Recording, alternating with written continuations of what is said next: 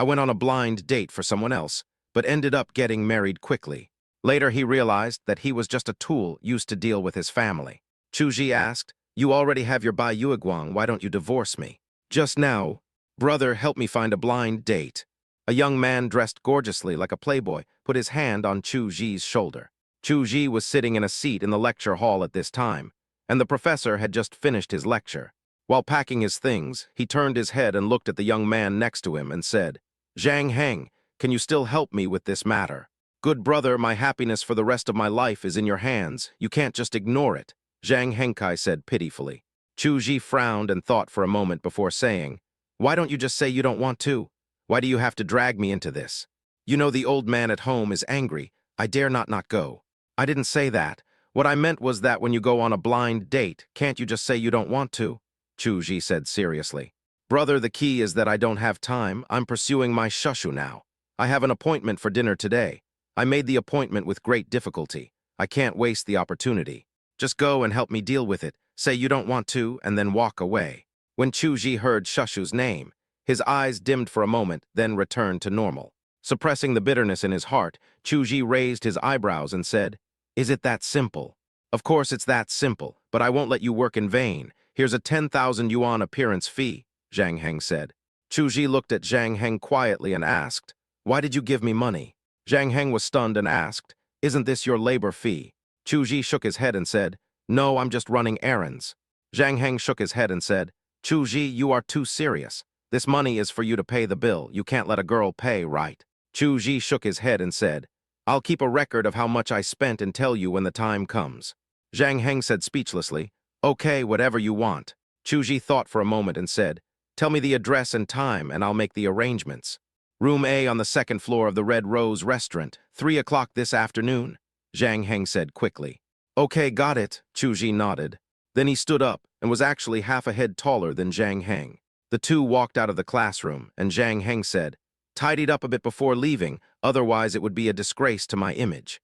Chu Ji was stunned for a moment, then said seriously, "Okay, I'll pay attention. Do you want to have dinner with me?" Zhang Heng said, No, I'm going out to eat later." Looking at Chu Ji's leaving back, the smile on Zhang Heng's face disappeared and his eyes became cold. At this moment, a man walked over to Zhang Heng. "You're pretty cruel, letting that kid go on a blind date with that crazy woman. What can we do? How about you go?" Zhang Heng looked at the people around him. The man shuddered. "I'd have to be crazy to go there. I heard that woman has a very messy private life and is having an affair with a male artist. I also heard that she got herself pregnant. Is that true?" Zhang Heng shrugged and said, "Who knows? Anyway, if I wasn't a bastard, do you think my father would let me go on a blind date with her?" "Oh, your old man is making good use of waste. Although that woman has a bad reputation, she is the legitimate daughter of the Su family after all, and she can still inherit part of the property. You are the loser. No matter what, if I really marry that woman, I will be completely finished in the Zhang family. The old man favors the eldest brother, and I have to compete with him. So you're pursuing Qin Wanshu. As long as you win over Qin Wanshu, your position in the Zhang family will be secure." Zhang Heng smiled and said, "That's right, so I can only sacrifice Chu Ji. I will then put the blame on Chu Ji. Although the old man will be angry, he won't argue with me too much." The man next to him said, "Aren't you afraid that your father will take action against Chu Ji?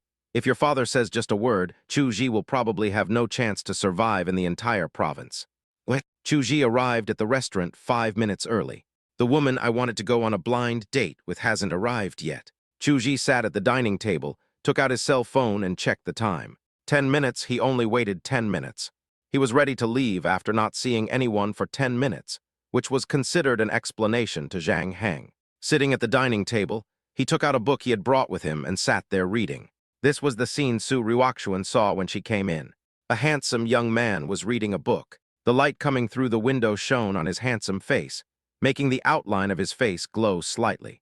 This scene is like a painting, which makes people feel calm. Su Ruoxuan stared at the scene in a daze, and the anxiety that had been gathering between her brows for years disappeared a little. Chu Ji also heard the noise, closed the book and looked towards the door. "I only saw a tall and straight woman walking towards the door. The woman was wearing a moon-white cheongsam that perfectly outlined her figure. Unlike the graceful looks of ordinary women, this woman has a heroic look on her face. Natural, thick sword-like eyebrows are slanted into the temples. There was a defiant and scrutinizing look in a pair of phoenix eyes. His full lips were pursed together, with a sneer on the corner of his mouth. Chu Ji quickly stood up upon seeing this, not knowing how to start talking for a moment. The woman was the first to speak. "Are you Zhang Heng?" Chu Ji sensed a hint of sarcasm in the woman's cold voice. Chu Ji opened his mouth but still nodded and said, "Yes, I am Zhang Heng." The woman slowly came in front of Chu Ji and looked him over and over. As if she was examining something, she suddenly took a deep breath and seemed to smell something. Finally, a playful smile appeared at the corner of her mouth. Then he threw something on the dining table with a bang. Chu Ji looked and found that it was a weapon called brass knuckles, a kind of steel ring that can be put on the finger. Chu Ji felt a little uncomfortable. What's going on when you come to a blind date with weapons? Chu Ji discovered that the woman was very tall, and he, at 1.83 meters tall, was only half a head taller than her. Then the other person must be about 1.75 meters tall.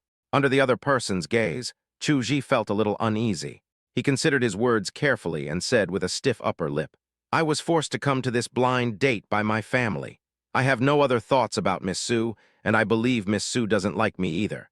I came here to take care of my family, and I believe Miss Su is the same. How about we stop here today?" Chu Ji stood up and prepared to leave.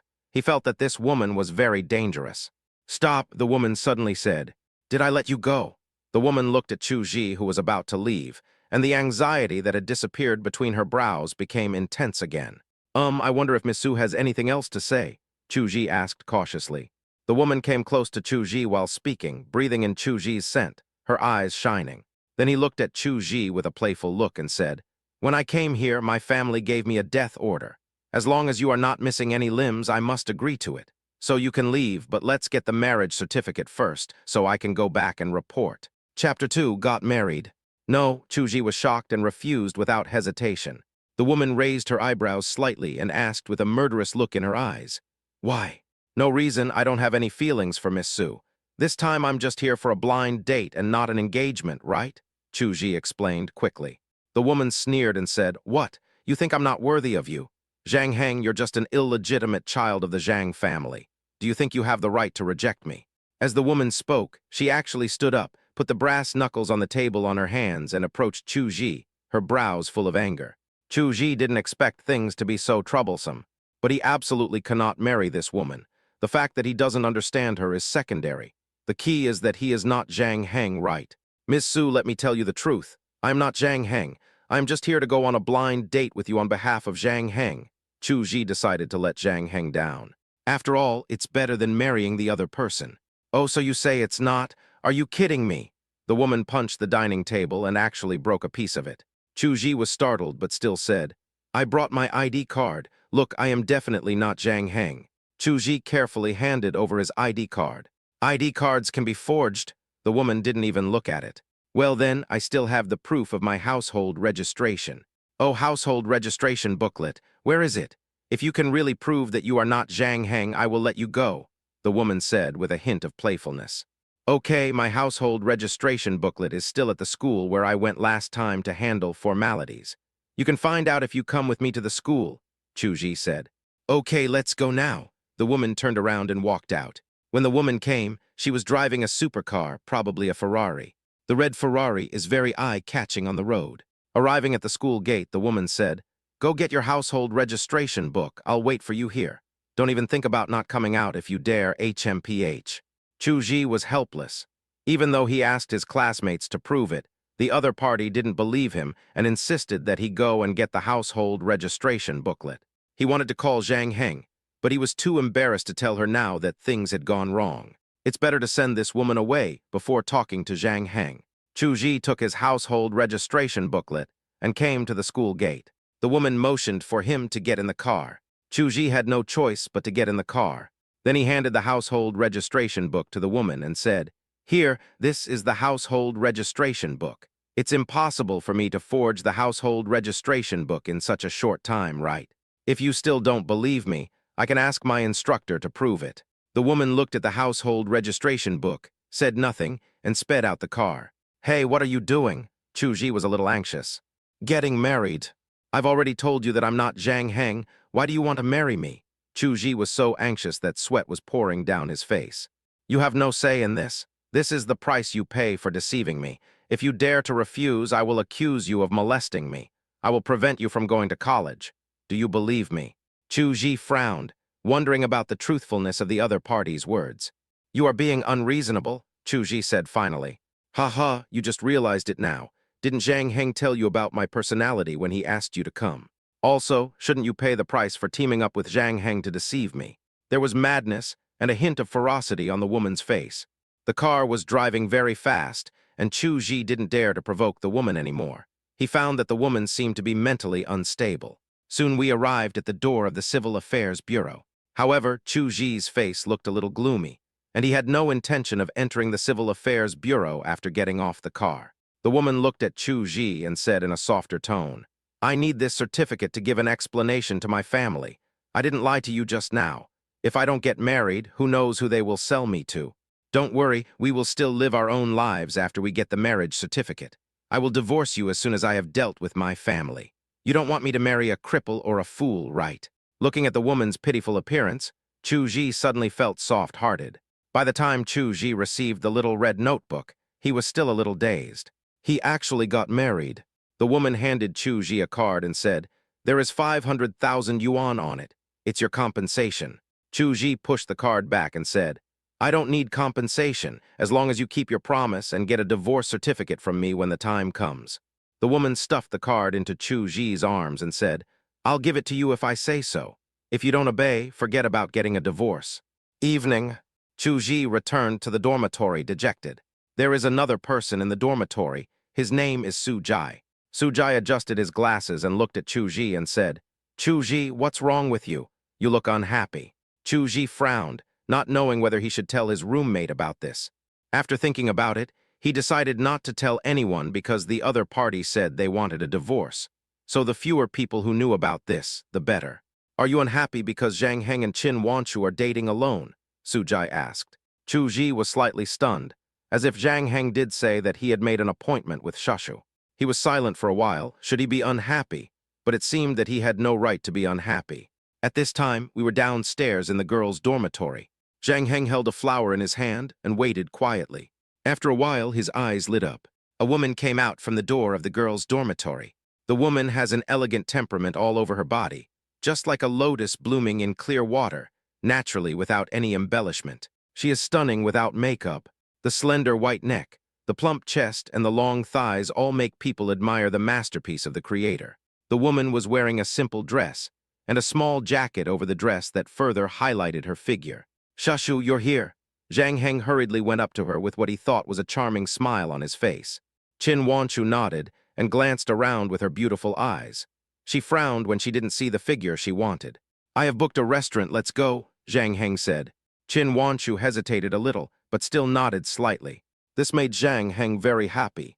Following Zhang Heng to the restaurant, she looked around and found that Zhang Heng was the only one there the whole time. Qin Wanshu said, Don't you usually bring your roommates with you? Why are you alone today? Zhang Heng's face was a little stiff, but he still said, Chu went on a blind date. Su Jai can't come today because of something. Qin Wanshu's body stiffened slightly. Chu went on a blind date. Yes, I saw it with my own eyes. How come that guy went on a blind date without telling anyone? Maybe I can get to eat his wedding candy this year, Zhang Heng said. Qin Wanshu lowered her eyes when she heard that and bit her sexy lips. Zhang Heng said, Let's eat first. I bought 2 tickets for the cinema. Let's go to the movies after dinner, shall we? Maybe Chu will also go to the movies. Qin Wanshu nodded when he heard this. Zhang Heng could hardly suppress the joy on his face when he saw this. This was an important step forward. From now on, he could openly say that he was Qin Wanshu's boyfriend. This opportunity used to belong to Chu but now Chu no longer has any chance. Chapter 3, Love Pushed Away. This is the dormitory. Su Jai is talking to Chu Su Jai said, Back then, you and Qin Wanshu went to class together, went to the library together, and she even waited for you to have dinner together. We all thought you were in love with her, but how come Zhang Heng is pursuing Qin Wanshu now? What's wrong with you? Chu couldn't help but think of the first time he met Qin Wanshu. That day, he entered the university for the first time, and entered the library for the first time. In a corner, he saw Qin Wanshu. They all sat there quietly reading, no one disturbing anyone else. but as if they had a tacit understanding, they would go there to read every day, from the initial unfamiliarity to the final nod of greeting. And Chu Ji mustered up the courage to introduce himself to Qin Wanchu. "Hello, I'm Chu Ji." "Hello, I'm Qin Wanchu."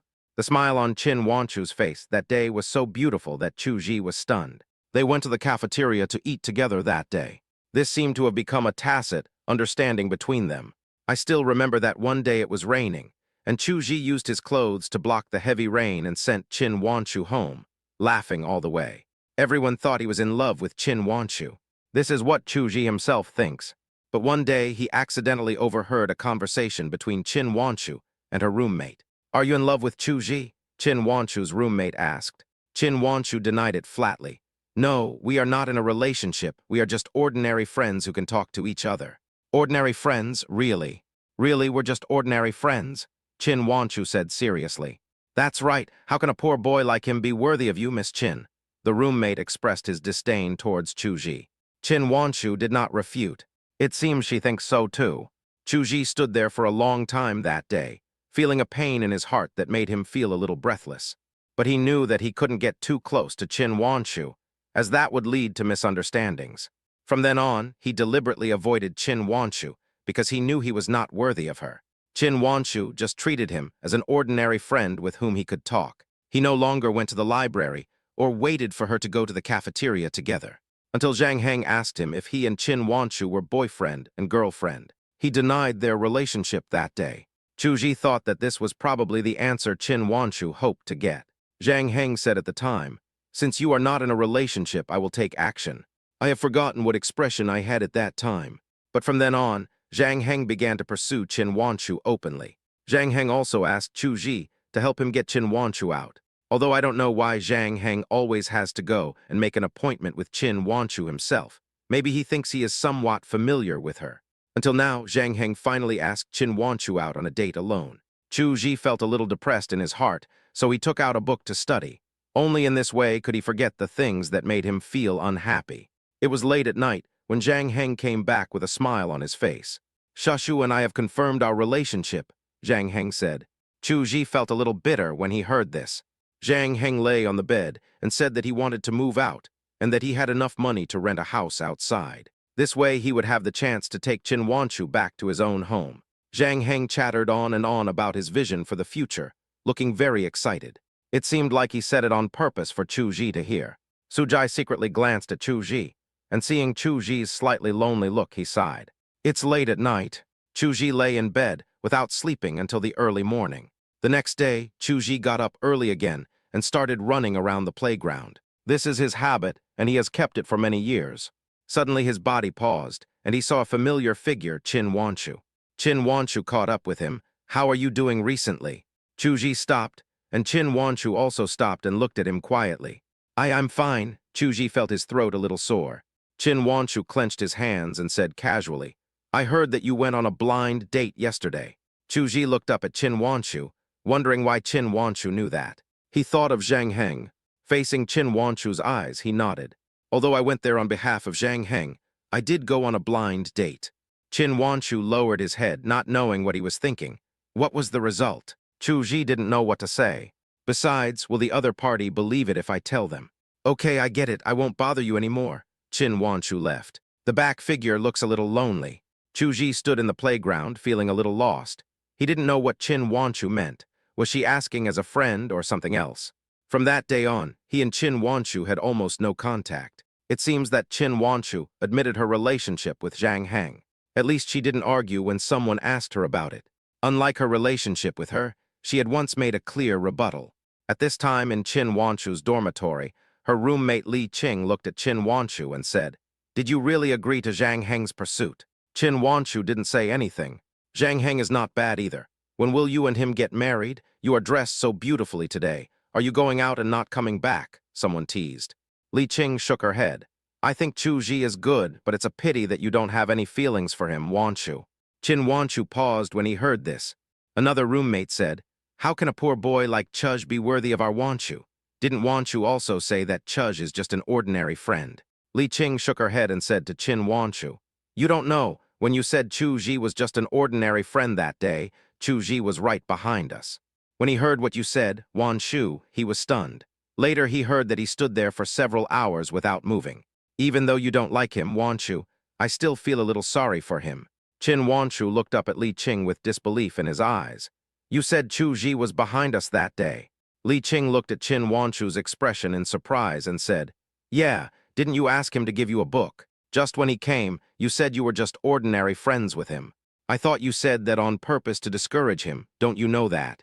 Qin Wanshu's body was shaking a little, and his face turned pale. Wanshu, what's wrong with you? Qin Wanshu felt that all the sounds around him had disappeared, and the only thing in his mind was the lonely figure standing on the playground. No wonder he stopped going to the library from that day on. Even if he went, he would go at a different time from her. He no longer went out to eat with her or waited for her to finish class. It turned out that he thought he had rejected his pursuit and his kindness to him. Qin Wanshu suddenly stood up and walked towards the door. His steps were a little unsteady. Several roommates looked at each other. Qin Wanshu arrived at the boys' dormitory. Because her arrival caused a commotion, many boys intentionally or unintentionally set their eyes on her. Because she is so beautiful. The boy who brought the message came to Chu Ji's dormitory, but Chu Ji was not there. But Su Jai is here. He went to the balcony and looked down and saw Qin Wanshu. He frowned, but still put on his clothes and went downstairs. Student Qin, are you here to look for Zhang Heng? Hasn't he moved out, don't you know? Qin Wanshu looked at Su Jai and said, I'm here to find Chu Ji. Su Jai was stunned and looked at Qin Wanshu suspiciously and said, Looking for Chu Ji? But Chu Ji hasn't come back yet. Where did he go? You really don't know anything. Something happened at Chu Ji's home and he has been back for several days, Su Jai said. What happened in his family? Qin Wanshu asked hurriedly. His grandmother passed away, so he asked for leave to go back home. It seems that you really haven't paid attention to his movements. I thought you would express your condolences to him. But didn't Zhang Heng tell you that? Su Jai asked suspiciously. No matter what, Chu Ji and Qin Wanshu still maintained their relationship as ordinary friends, and Su Jai thought Qin Wanshu knew it. Su Jai continued, Speaking of which, before Chu Ji left, it seems that he asked Zhang Heng to send you something. Didn't you receive it? Chapter 4, I am his wife. At this time, not only Qin Wanshu was looking for Chu Ji. Su Ruoxuan was also looking for Chu Ji. She called Chuj several times, but there was no answer. Su Ruoxuan was sitting in a spacious office at this time. The office is luxurious. At this moment, the anxiety between her brows became more and more intense. How dare you not answer my call? Humph! She suddenly stood up and walked towards the door. The Ferrari roared and rushed towards Jinghai University. She went straight to the boys' dormitory, stopped a boy and asked if he knew Chu Ji. The boy looked at Su Ruoxuan in a daze. Why would such a beautiful woman come to see that guy Chu Ji? Su Ruoxian looked at the somewhat stupid male student with a bit of impatience. Do you know Chu Ji? The boy nodded and said, I know him, but he went home.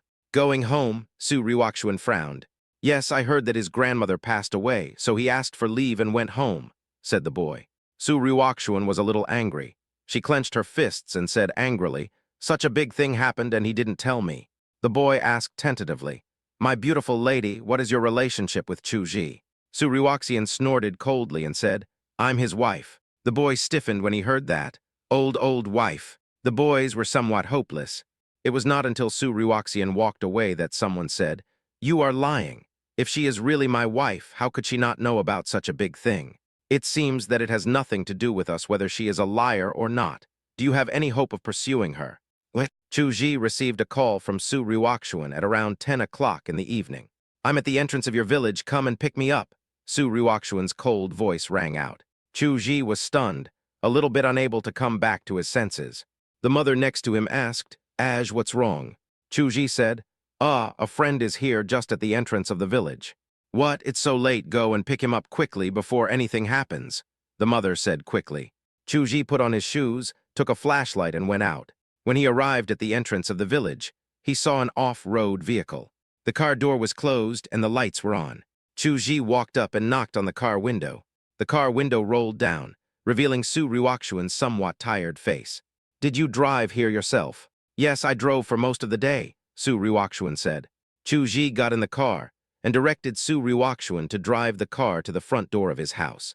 Su Ruoxuan looked at the simple courtyard wall of Chu Ji's house in silence. Entering the yard, I couldn't help but frown when I saw a row of small bungalows. Miss, why are you here so late? Why didn't you call before coming?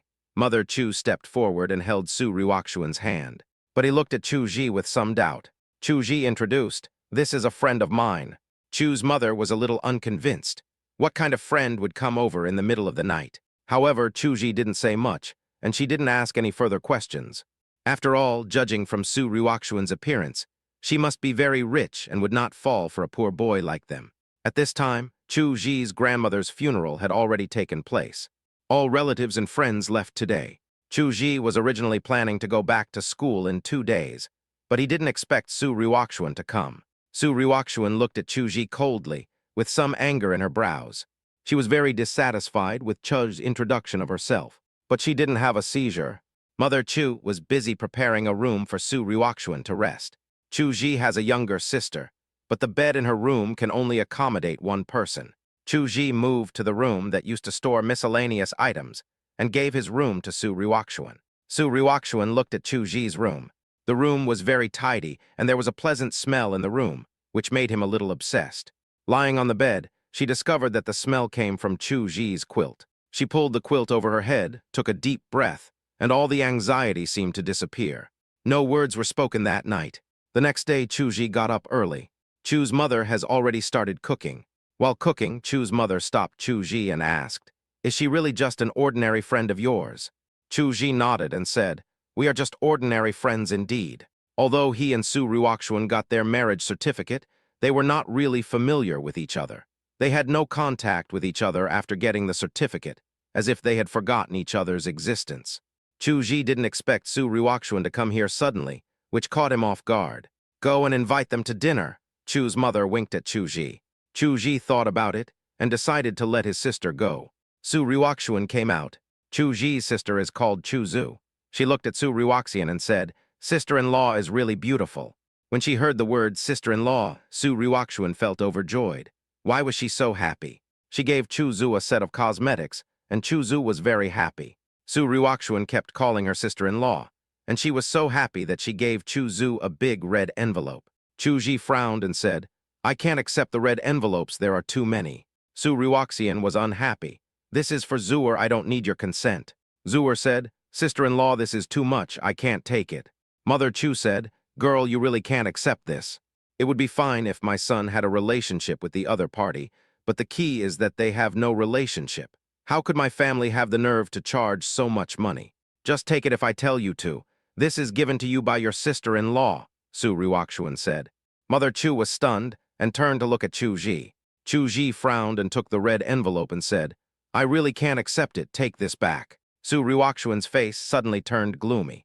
Chu Ji was stunned for a moment when he saw this. Then he pulled out a banknote and said, "This much is enough." This time Chu Zu did not refuse. She happily thanked Su Ruoxuan and called her sister-in-law. Su Ruoxuan became happy again. After dinner, Chu Ji took Su Ruoxuan out for a walk. Chu Ji asked, "Why are you here?" Su Ruoxian said, "You seem to have forgotten the relationship between you and me." Chu Ji said, "Isn't that to deal with your family?" Su Ruoxian said, "Okay, I'll use you this time. Come with me to meet my parents when we go back." Chu Ji suddenly realized what was going on when he heard this. It seemed that Su Ruoxuan's family urged her to come, so she drove all the way here. "Okay, let's deal with this matter as soon as possible so that we can get a divorce." Su Ruoxian suddenly stopped on the ground when she heard this, and a strong sense of anxiety appeared between her brows again. "Do you think I am not worthy of you?" Chu Ji said, "Well, Miss Su, you are very outstanding. I feel that I am not worthy of you, Miss Su." Su Ruoxian's annoyance instantly disappeared when she heard this, and asked, "Are you telling the truth?" Chu Ji nodded. Su Ruoxuan is young and rich, and she is from a completely different world from him. What he just said was his true feelings. Su Ruoxian said with a happy expression on her face, "If I say you deserve it, then you deserve it. You don't need to look at anyone's face." Chu Ji lowered his head and said nothing. Qin Wanchu's incident made him realize what inferiority complex is. He felt that neither Su Ruoxuan nor Qin Wanchu was worthy of him. Su Ruoxuan just used herself as a shield. This time I just need to deal with his family members myself, not because he has any ideas about me. I believe that after I help her deal with her parents, the other party will file for divorce without me having to say anything. Thinking of this, Chu Ji breathed a sigh of relief. Su Ruoxuan seemed very excited as she greeted the neighbors along the way. Xiaoj, is this your girlfriend? Said an aunt. Chu Ji wanted to say no, but Su Ruoxian took over and said, hello, auntie. She doesn't seem to shy away from her relationship with Chu Ji at all. Chu Ji thought about it and didn't explain. After returning home, Chu Ji decided to go back to school. He thought it would be better to deal with Su Ruoxian's matter as soon as possible. Chu's mother did not stop him. Watching Chu Ji and Su Ruoxian drive away, Chu's mother looked at her husband next to her and said, do you think there is a possibility between Ah Ji and that girl? The husband said in a low voice, don't let your imagination run wild. That girl is out of our reach. After returning home, Chu Zhu took out her mobile phone to check the English letters on the cosmetics. Suddenly she was stunned, rubbed her eyes, looked carefully, and then opened her mouth. Mom, this box of cosmetics is worth tens of thousands. The basin in Chu's mother's hand fell to the ground with a clang. Chapter 5, Involuntary Sinking. Keihai University. Qin Wanchu went back without finding Chu Ji, but he looked a little strange. The phone vibrated. It was a message from Zhang Heng. Today was originally her date with Zhang Heng. It was also the day when Zhang Heng was preparing to officially announce his relationship with Qin Wanchu. Zhang Heng proposed a social gathering, a get-together between two dormitories. That's why Qin Wanchu dresses herself up. Qin Wanchu held up his phone and asked, will everyone in your dormitory attend this social gathering? Zhang Heng quickly replied, yes, everyone in our dormitory will come. There was a flash of anger in Qin Wanchu's eyes, but he didn't explode. Qin Wanchu and his roommates went downstairs. I saw Zhang Heng waiting there. Zhang Heng was very happy. I have already booked a restaurant, let's go sing after dinner. Hey, are you going to confess your love to our shushu through singing? A roommate asked. Zhang Heng smiled and did not deny it. He thought he was a pretty good singer and performed at school parties, attracting quite a few crazy fans. Qin Wanchu calmly walked out of the school with Zhang Heng. On the way, Zhang Heng suddenly received a call. He answered it and suddenly said angrily, Su Jai, what's wrong with you? I have already made an appointment with you, but you are breaking the promise at this time. What's wrong? Li Qing looked at Zhang Heng. Only Qin Wanchu's eyes flashed with sarcasm. Hey, Su Jai just called me and said he was busy with a social event outside and couldn't get away. So he asked us to go first while he and Chu Ji had something to do. He and Chuj, what are they doing? Zhang Heng seemed to be hesitant to speak. Hurry up and say it, stop hesitating, Li Qing urged. Didn't Chu Ji go on a blind date a few days ago? He has to meet his parents today. Chu Ji was afraid that he would drink too much, so he asked Su Jai to wait outside to pick him up. After Zhang Heng finished speaking, he looked at Qin Wanchu. Zhang Heng looked quite annoyed and said, this Chu Ji is really something. I have already agreed with him, but he actually went to meet his blind date's parents at this time. Forget it, if they don't come, we'll go by ourselves. One of Qin Wanchu's roommates shouted at this time. Zhang Heng immediately patted his chest and said, don't worry, I'll call two good brothers to come over right away. They are both young talents from our school. Zhang Heng's words aroused the interest of Qin Wanchu's roommates. They have all seen Su Jai before. He wears glasses and looks weak and frail, which is not their type. Chu Ji is a good guy, but Chu Ji is on a blind date, which makes them a little annoyed. In this case, it would be nice to get to know two new young talents. After all, Zhang Heng's family background is there, so his friends won't be bad either. Maybe it would be a better choice than Chu Ji. Qin Wanchu looked at Zhang Heng quietly and then stopped. Zhang Heng, you haven't been back to the dormitory for a long time. Zhang Heng was stunned for a moment and then said, hey, I haven't been back for a while, but it's okay. Chu Ji and the others meet me often. Really? Su Jai was clearly in the dormitory, so why did you say he went out? Qin Wanchu looked at Zhang Heng steadily. The other roommates were also stunned. Qin Wanchu said, I just came back from your dormitory not long ago. That can't be possible. Is Su Jai waiting in the dormitory to pick up Chu Ji? A roommate explained at this time. Qin Wanchu sneered and looked at Zhang Heng and said, Chu Ji is not in Jinghai at all. He went back to his hometown and has been back for several days. Zhang Heng, don't tell me you don't know why Chu Ji went back. The field became quiet. Qin Wanchu looked at Zhang Heng with cold eyes. What else do you want to say? Chu Ji asked you to give me something before he left. Are you going to say you don't know too? Zhang Heng's face turned pale. Chu Ji has always been Chu Ji. Qin Wanchu, tell me, what is your relationship with Chu Ji? I'm your boyfriend now, not Chu Ji, Zhang Heng said loudly. He clearly knows the relationship between you and me, yet he still asked me to send you something. What was he thinking? Yes, I lied to you about Chu Ji, but my feelings for you are real. Love is possession. Am I a bit selfish? Qin Wanchu looked at Zhang Heng calmly and said, Zhang Heng, first of all, you and I are not boyfriend and girlfriend. We are just ordinary friends. Secondly, we don't even have the most basic trust between us. Now you and I can't even be ordinary friends. You tell me at this time that you are sincere to me. Don't you find it ironic? Their quarrel attracted the attention of some students nearby, and they all cast curious glances at this place. Shushu, let's talk about it in private. Let's go eat first. We believe Zhang Heng will give you a satisfactory answer. The other two roommates except Li Qing tried to persuade Qin Wanshu. Li Qing looked at the two roommates and suddenly asked, Lily, that time when you suddenly asked Wanshu and Chuzh in front of so many people whether they were boyfriend and girlfriend, was that what you wanted to ask? The roommate named Lily showed a trace of panic when she heard this, and she glanced at Zhang Heng imperceptibly. Yeah, I just asked casually at the time, what's wrong? Li Qing didn't say anything. She felt a little regretful after she asked the question. If her guess was true, then this Zhang Heng was extremely terrifying. When Qin Wanshu heard Li Qing's words, her body suddenly stiffened. She looked at the two people she had always regarded as sisters in disbelief. The two roommates didn't dare to look at Qin Wanshu, and their eyes were evasive. Qin Wanshu smiled bitterly and retracted his gaze. He calmed himself down and looked at Zhang Heng again and said, Zhang Heng, there is no possibility between you and me. Please keep the necessary distance from me in the future. Qin Wanshu said this and strode away. Zhang Heng was left with a distorted face, watching Qin Wanshu's leaving back. Someone packed up Qin Wanshu's things and took them away from her dormitory that night, and she would no longer live in the dormitory. Zhang Heng came to the restaurant alone. There are two friends here who have made an appointment long ago. They are not college students in Jinghai at all, but members of society, the second-generation rich people in his circle. Hey, why are you here alone? Where are the other beauties? We are waiting to have some fun. That's right, I heard those girls are pretty good-looking. Let's try some of these famous college students. That's right, we've brought all the stuff. Don't tell us they're not coming. One of the young men swung a small plastic bag in his hand, which contained a few pills. Zhang Heng's face was gloomy. They are not coming. They are all messed up by that guy called Chu Ji. A few young masters left cursing. Zhang Heng was left sitting there with a sullen look on his face. Chu Ji, it's all your fault. Why do you keep holding on to Qin Wanshu? What? Chu Ji was driving at this time. He actually had a driver's license, which he obtained during the summer vacation of his freshman year in college. At that time, he was working part-time outside, so he just took the driver's license test.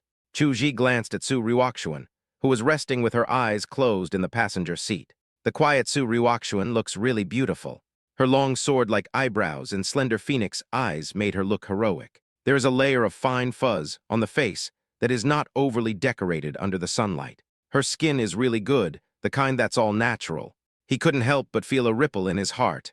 Chu Ji withdrew his gaze. In his eyes, Su Ryukshuan was so perfect that he felt he dared not get close to her. This kind of person shouldn't have anything to do with me, Chu Ji said silently in his heart. In the evening, the car finally entered Jinghai City. Su Ryukshuan had woken up a long time ago. She was sitting in the passenger seat and turned her head to look at Chu Ji, who was concentrating on driving. She pursed her lips and seemed to be smiling.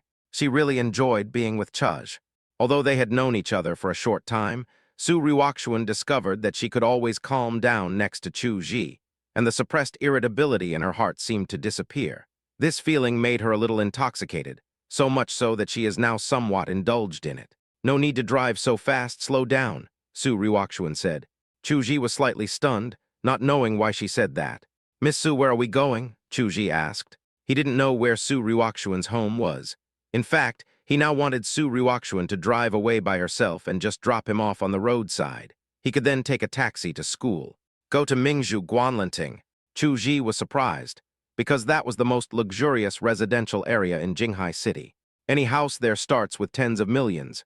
The car drove into the residential area, and when he stopped in front of a villa, he realized that he had underestimated Su Ryukshuan's family background. Chapter 6, Zhang Heng's Malice.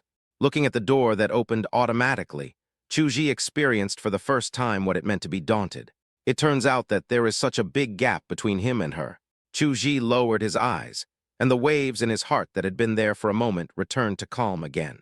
He drove the car into the yard, got out of the car, and said to Su Ryukshuan, "Well, Miss Su, I won't bother you anymore. Just call me whenever you need me to deal with something at home." Su Ryukshuan looked at her luxurious villa and then looked at Chu Ji suspiciously and said, "Don't you want to go in and sit down?" Chu quickly waved his hands and said, "No, no, no, it's getting late. I want to go back to school as soon as possible." Su Ruoxian approached Chu and said playfully, "You really don't want to come up and sit for a while? You can live here.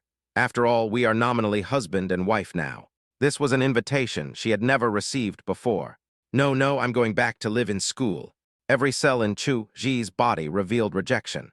Seeing Chu Ji turning around and leaving, Su Ruoxian's eyes flashed with a hint of shame and anger. If an ordinary man came here, he would probably not be driven away. But he left so quickly, fearing that he would be left here. This instantly ruined Su Ruoxian's good mood. Didn't he really know why she brought him here? Or do you know but pretend not to know? "Miss, you're back." The butler came forward and looked at Chu Ji. "Who is that person?" "This is the first time that my lady has brought a man here. Since the young lady brought him here, he must be treated differently. Wouldn't any man seize the opportunity to please the lady at this time? He even believed that most men would stay here and not leave. Aren't luxury houses, beautiful women and luxury cars the dreams of all men? All this is possible if you want to win the heart of your own lady. But what was wrong with that guy? He walked very fast and very determined. It's like being chased by a wolf. Is it a game of hard to get?" Su Ruoxian thought the same thing. "Humph, I don't believe you're not moved. Let me see if you're still willing to get a divorce." Chu Ji didn't try to guess what Su Ruoxian was thinking. He came to school by bus. Su Jai was stunned when he saw Chu Ji coming back and asked, "You're back today?" Chu Ji said, "Well, something happened suddenly, so I came back early." After a simple greeting, Su Jai approached Chu Ji and said, "Do you know that Qin Wanshu and Zhang Heng broke up?" "No, it seems that they have never been together." "Anyway, Qin Wanshu and Zhang Heng broke up." Chu Ji was stunned for a moment. "Why?" Su Jai said, "It seems to be because of you." Chu Ji frowned and said, "For me? But there is nothing between Wanshu and me. Didn't you ask Zhang Heng to give Wanshu something?" Chu Ji said, "Yes, that is a book that Wanshu's family treasured. I asked Zhang Heng to send it back to avoid suspicion. Could it be because of that book?" Su Jai said, "Zhang Heng didn't give the book away at all." Chu Ji frowned. Then Su Jai told him in detail how Qin Wanshu came to see him, and then broke up with Zhang Heng. Chu Ji was silent for a moment and said, "It seems that I was wrong. I should have asked others to return the book." Su Jai rolled his eyes and said, "Is that about the book? What difference does it make who gives it to Qin Wanshu? Didn't you return them all? The point is that Qin Wanshu feels that Zhang Heng deceived her." Su Jai shook his head and continued, "This Zhang Heng always invites Qin Wanshu under your name. I heard that the date was also held under the pretext of a get-together between our two dormitories, but I didn't even know about this. This Zhang Heng is really unkind." Chu Ji's eyes dimmed when he heard this.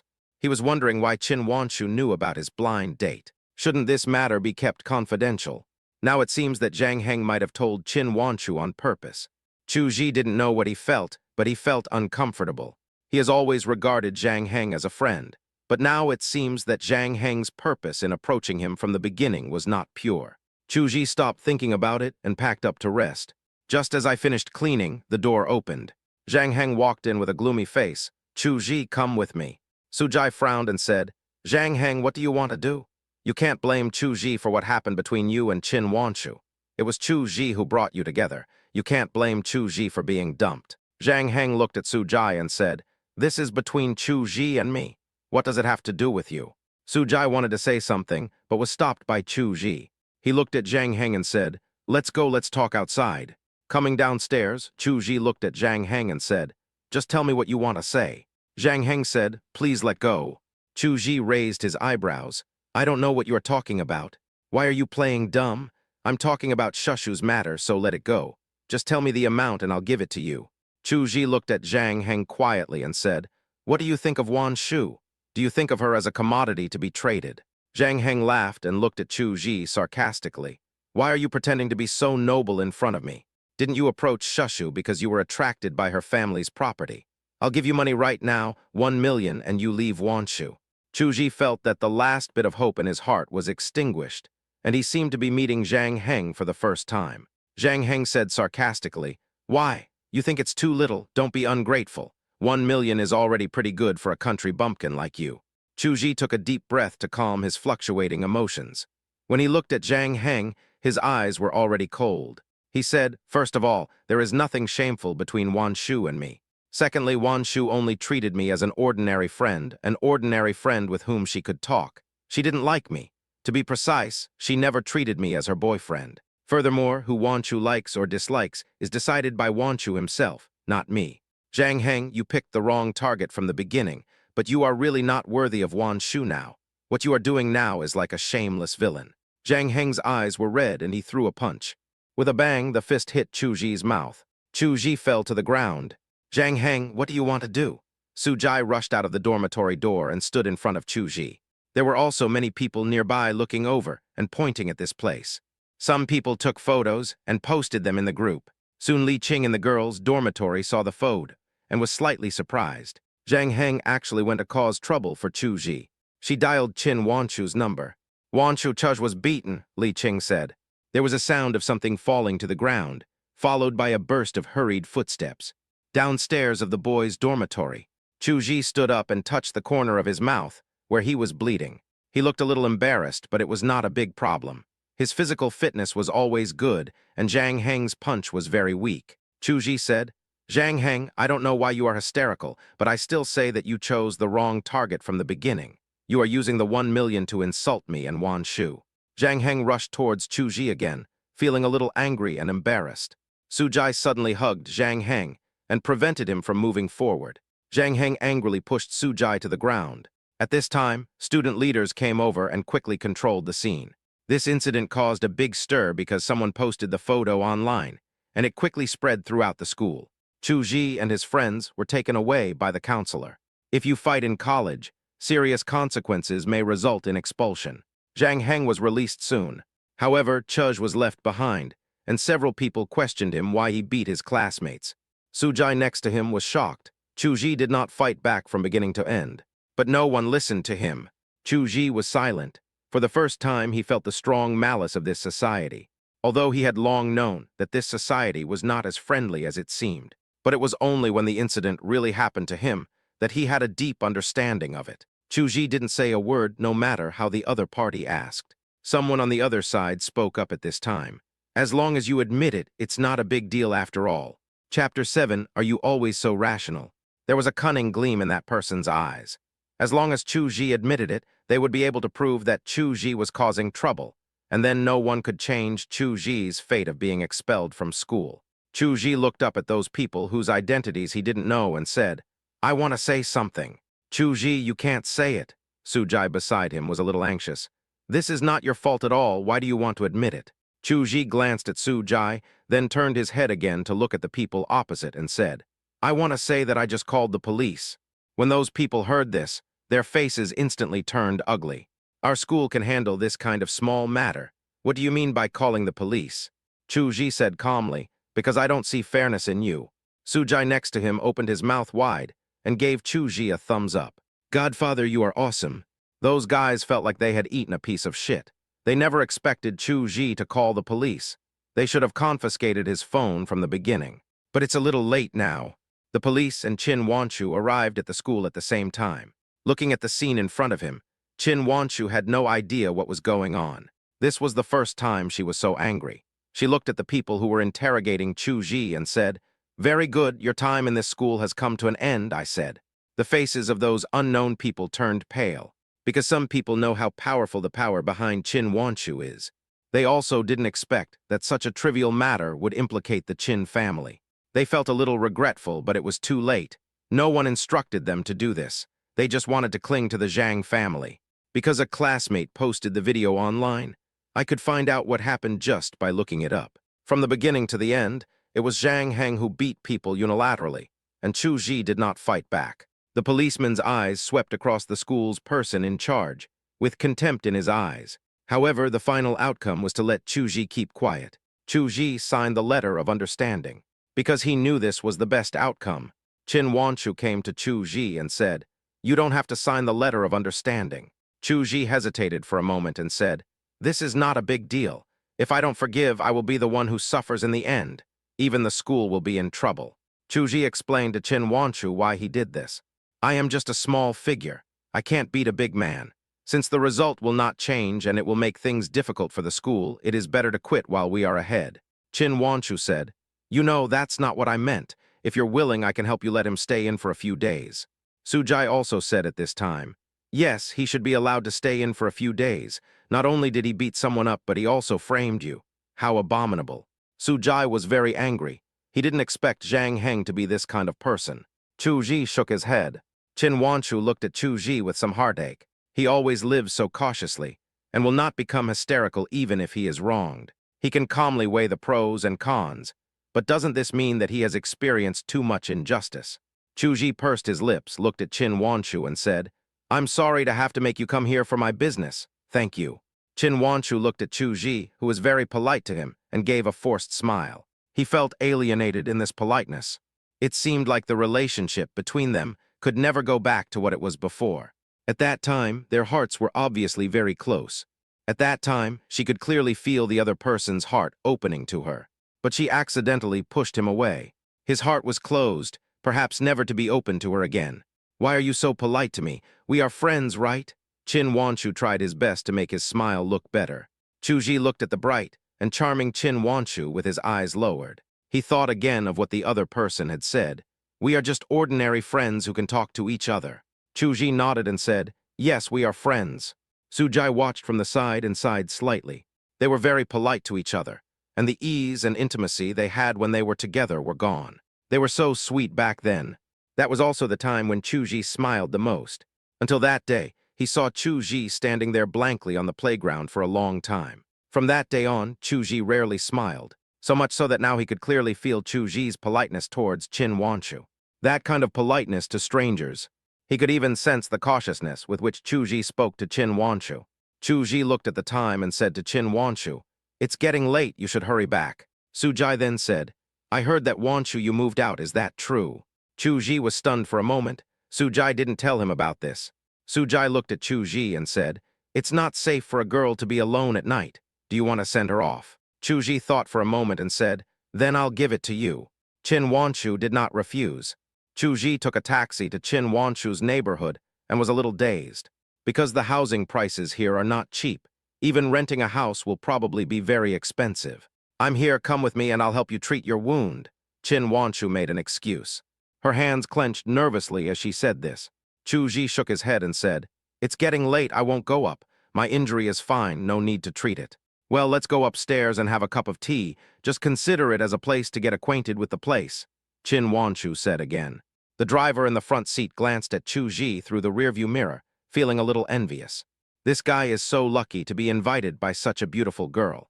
Chu Ji shook his head again at this time. Next time, it's not convenient for me to go up now. Then there was silence. Qin Wanshu's face turned pale, and she slowly got out of the car, moving a little slowly.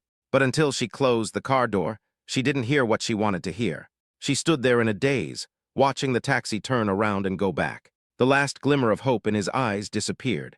The taxi driver looked at Chu Ji as if he were a fool.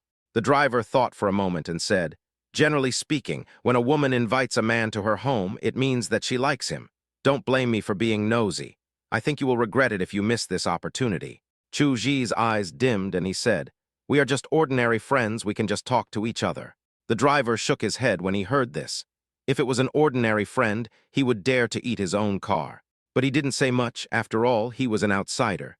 Chu Ji whispered at this time, how can someone like me be worthy of her? It was also on that day that he realized how good Qin Wanshu's family background was. The good made him feel desperate. After that day, he felt somewhat fortunate that he was indeed not worthy of Qin Wanshu. Perhaps being a friend with whom he could talk was good enough. Su Jai was a little dumbfounded when he saw Chu Ji coming back. Why are you back? Su Jai asked. Chu Ji was stunned and asked, shouldn't I come back? Su Jai said anxiously, brother, godfather, you didn't seize such a good opportunity.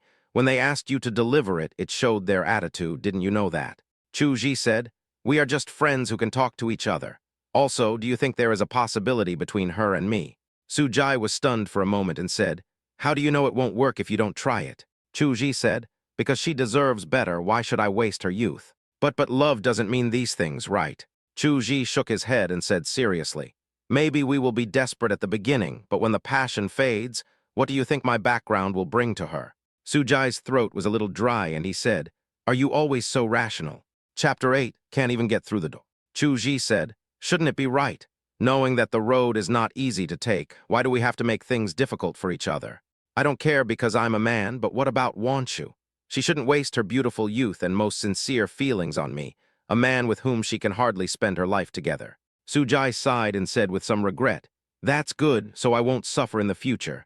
After washing up, Chuji lay on the bed, staring at the ceiling quietly. He thought about what happened today, and fatigue appeared in his eyes. Early the next morning, he received a call from Su Ryukshuan. Ask him to get ready and reach her villa before 9 o'clock. Originally, Su Ryukshuan said she would come to pick him up, but he refused. Last time, he caused a commotion when he came to get his household registration booklet. He didn't want to go through it again. Chuji washed his face with soap and considered himself dressed up. Because today's soap is newly bought, it is already a luxury. He went out wearing his freshly washed coat. He guessed that today would be the day to deal with Su Ryukshuan's parents. No matter how his parents felt about him, he just needed to let them know that he and Su Ryukshuan were married. After Su Ryukshuan has dealt with her family, she will file for divorce with me, and then I will have nothing to do with Su Ryukshuan anymore. Chuji looked up at the slightly gloomy sky and thought to himself, I guess we won't even be friends that I can talk to in the future, right? After leaving the school gate, he thought about it and decided to use a shared bicycle.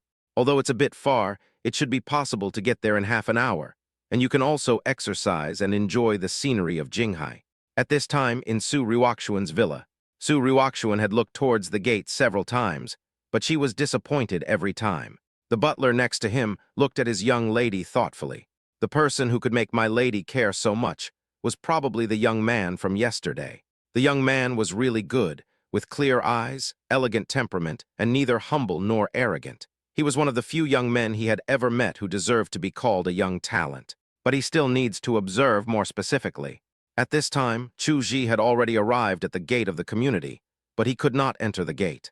The security guard at the door stopped him directly. You said you knew Miss Su? The security guard looked at Chu Ji, who was wearing a coat that had been washed so much that it turned white, with a hint of sarcasm in his eyes. There is only one person with the surname Su who can live in this courtyard, and that is Su Ryukshuan, the eldest daughter of the Su family. Who is that person? She is a rich lady, how could she possibly know such a poor guy? There was also a slightly fat security guard nearby who said, Are these paparazzi who come here to block Miss Su again? Really, those people are really annoying, they are just dog skin plasters. Indeed, this guy probably also wants to win Miss Su's favor and then soar to the top, just like that famous male artist. Tusk, that's probably the case. Let's chase him away. If Miss Su knew that there were people like this here, she would say we were irresponsible. Chuji was talking on the phone with Su Ryukshuan at this time. But I called for a long time, but no one answered. Chuji put down the phone and frowned. Kid, get out of here quickly. Don't you see where this is? Do you think you can get here? The security guard walked over at this time. Chuji said, But I do know Miss Su. I called her just now, but the call didn't go through. Really, look, this is the number I called. The security guard was a little impatient and threw the phone that Chuji handed over to the ground. With a snap, the second-hand phone that had been with Chuji for several years came to an end. Chuji frowned. The phone was not valuable. He bought it second-hand. It could only make calls and use WeChat. He didn't play games, so he didn't have any requirements for the phone. However, he was very unhappy with the security guard's bad attitude. Chuji bent down and picked up the phone, but it was obviously unusable. He looked at the security guard angrily and said, You shouldn't have broken my phone. The security guard said, Boy, this is still a light punishment. If you don't leave, I will call the police to arrest you. I haven't broken any law. Why would the police arrest me? At this time, the fat security guard behind him also came up and took out his baton. Chuji frowned. At this time, a car drove out of the door. The vehicle stopped here, and the window rolled down to reveal a young man. What happened? There are people blocking the entrance to the community. What are you security guards doing? The young man asked. Master Zhang, we will handle it right away, the two security guards assured. They dare not offend anyone here. The young man glanced at Chu Ji with a hint of disdain in his eyes. Hurry up and deal with it, or I will deal with you. After saying that, he drove away. The two security guards' attitude became even worse at this time. Chu Ji was chased far away, and the fat security guard hit him with a stick. When the fat security guard left, he said, Why would someone like you, a poor boy, even if you know him, he is just teasing you. Do you really think you are so important? Chu Ji thought about Su Ryukshuan's past behavior. I was thinking of going on a blind date with the other party, but he suddenly asked me to get a marriage certificate. How could the children of a good family and a wealthy one at that, be so casual. Maybe she really treats me as an object of entertainment. Chu Ji was a little confused holding the broken phone, not knowing what to do. He couldn't contact Su Ryukshuan now. It was one thing for Su Ryukshuan to tease him, but it was another thing for him to keep the appointment. He didn't want to break his promise, as he had promised Su Ryukshuan from the beginning. However, after Chu Ji decided to help Su Ryukshuan deal with the affairs at home, he and her would get a divorce certificate, so that no one would owe anyone anything from then on. I looked at the time I had agreed with Su Ryukshuan, and it was already past the time limit. Chu Ji thought about it and decided to go back first, at least to fix his phone. At this time in Su Ryukshuan's villa, Su Ryukshuan was calling Chu Ji. "Sorry, the number you dialed is currently unavailable." A voice message came from the phone. This made Su Ryukshuan's anxiety even more intense. "He clearly just called me. Go, call the security guard at the door and ask if he has arrived." Su Ryukshuan regretted leaving her phone upstairs. The housekeeper quickly came to the landline next to him, pressed a button, and made the call. This landline is directly connected to the security room's local area network, which is the campus area network. Even if the signal outside is cut off, you can still contact the security room from here. Beep, beep. The call is connected. The old housekeeper asked, "Is there anyone visiting today?" A voice came from the phone. "No one came to visit Miss Su." Su Ryukshuan frowned, and her fingers holding the phone turned pale. But another message came from the other end of the phone. The butler paused as he was about to hang up the phone. But what? But just now there was a paparazzi blocking the door and trying to harass Miss Su. "We have already driven him away," said the security guard. Su Ryukshuan was slightly stunned. "Paparazzi, cut the video over here." Soon the video at the door was transmitted to the TV in Su Ryukshuan's room. Looking at the pictures on TV, Su Ryukshuan's face turned pale. She saw the security guard smash Chu Ji's cell phone, and also saw the security guard hit Chu Ji with a stick and pushed Chu Ji to the ground. "I don't want to see those two security guards again," Su Ryukshuan said in a cold tone. The old butler nodded when he heard this, and then made a phone call. From today on, these two security guards can no longer stay in Jinghai. Chapter 9, Vigilance and Disgust. Su Ryukshuan went out in a panic. She drove towards Jinghai University. Her arrival caused a commotion again. Su Jai's mind froze when he saw Su Ryukshuan breaking into his dormitory. "Where's Chuj?" "Chu Ji hasn't come back yet," Su Jai said. "Excuse me, who are you?" Su Jai asked. Su Ryukshuan did not answer but asked, "Which bed does Chu Ji sleep in?" Su Jai pointed. Su Ryukshuan looked over there and saw that the bed was made very cleanly. But it was also very simple. The bed sheets were made of very thick coarse cloth, and traces of sewing could be vaguely seen in the hidden corners of the sheets. There was only a mattress under the sheets, and there were even more patches on the mattress. Apart from the things on the bed, there was almost nothing extra. It was more like a military camp than a school. "Madam, may I know who you are?" Su Jai asked again. "I'm his wife," Su Ryukshuan said. Su Jai's system was down again. Old wife. When did he have a wife? Why didn't I know?" Su Jai asked in disbelief. Su Ryukshuan looked at Su Jai suspiciously and asked, "He didn't say that." "I never said that, I swear to God." Su Ryukshuan's face turned ugly, and she looked angry when she heard that.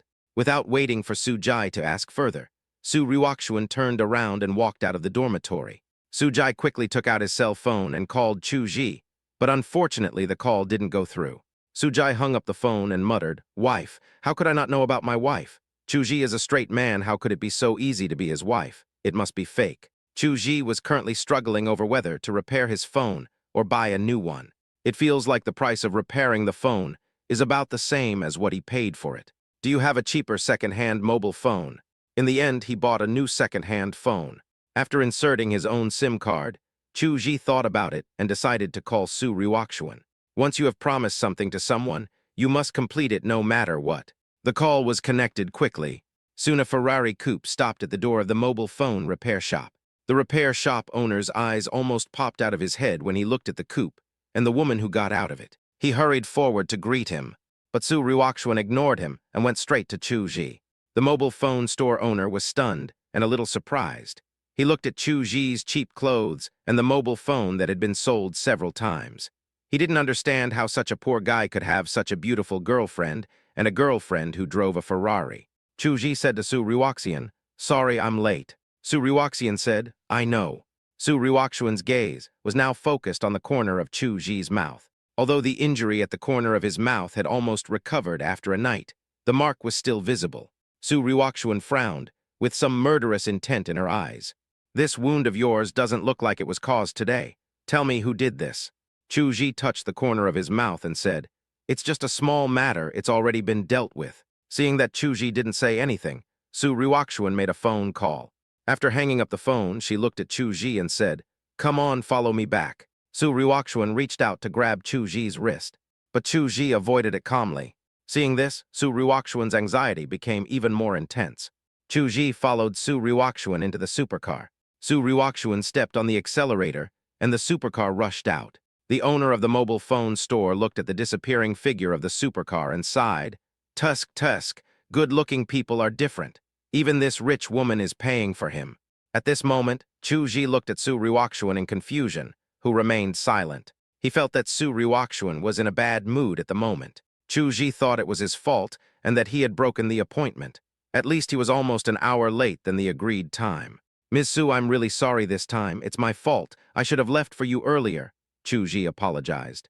But when Su Ryukshuan heard this, the anxiety between her brows became more obvious, and the Ferrari even roared. Chu Ji didn't dare to speak. The coupe arrived at the gate of the community where Su Ryukshuan lived. Su Ryukshuan got out of the car. Chu Ji also got out of the car. A security guard came over to greet us. Chu Ji discovered that this security guard was no longer the same one. Even the fat security guard was gone. Enter his face into the system so he can enter by scanning his face next time he comes, Su Ryukshuan instructed the security guard. Chu Ji was stunned for a moment, then said, "No need, I'm not from this community, so recording my face shouldn't be in compliance with regulations, right?" Su Ryukshuan said, "Just record it if I ask you to. You can come here whenever you want in the future. This will be your home from now on." The security guard next to him looked at Chu Ji in shock. What did he hear? The Su family's legitimate daughter actually treated a man like this. You know, he has been here for quite some time, but he has never seen the eldest daughter of the Su family bring a man here. Even the famous male artist at that time did not receive this treatment. But what he saw today was that the eldest daughter of the Su family not only brought a man back, but also said that this would be his home from now on. Who is this person in front of me? And how could he win the heart of the eldest daughter of the Su family? Not to mention the security, my heart is pounding here. Chu Ji shook his head at Su Ryukshuan and said, "It's not appropriate, Miss Su. After all, I am an outsider. As the saying goes, you should not have the intention to harm others, but you must be on guard against others. You shouldn't trust me so much." Su Ryukshuan was very angry and her tone became anxious. "Why are you talking so much nonsense? I told you to record it, so you just record it. This is how I deal with my family." Chu Ji suddenly realized what was going on when he heard this. This way he would no longer have any psychological burden. Under the envious and jealous eyes of the security guard, Chu Ji entered his Facebook profile into the security office. From now on, the community can be entered freely. After entering the community, I came to the door of the villa, and an old housekeeper was already waiting there. "Miss, you're back." The old butler hurried over when he saw Su Ryukshuan. Su Ryukshuan said, "Housekeeper, help him enter his Facebook profile in the villa so he can come here whenever he wants." The housekeeper trembled all over when he heard this, and looked at Chu Ji next to Su Ryukshuan in shock. Looking at Chu Ji's calm face, the old butler was filled with emotion. Doesn't this guy know what this means? This place is different from the lady's other homes. This is an absolutely private place for Our Lady.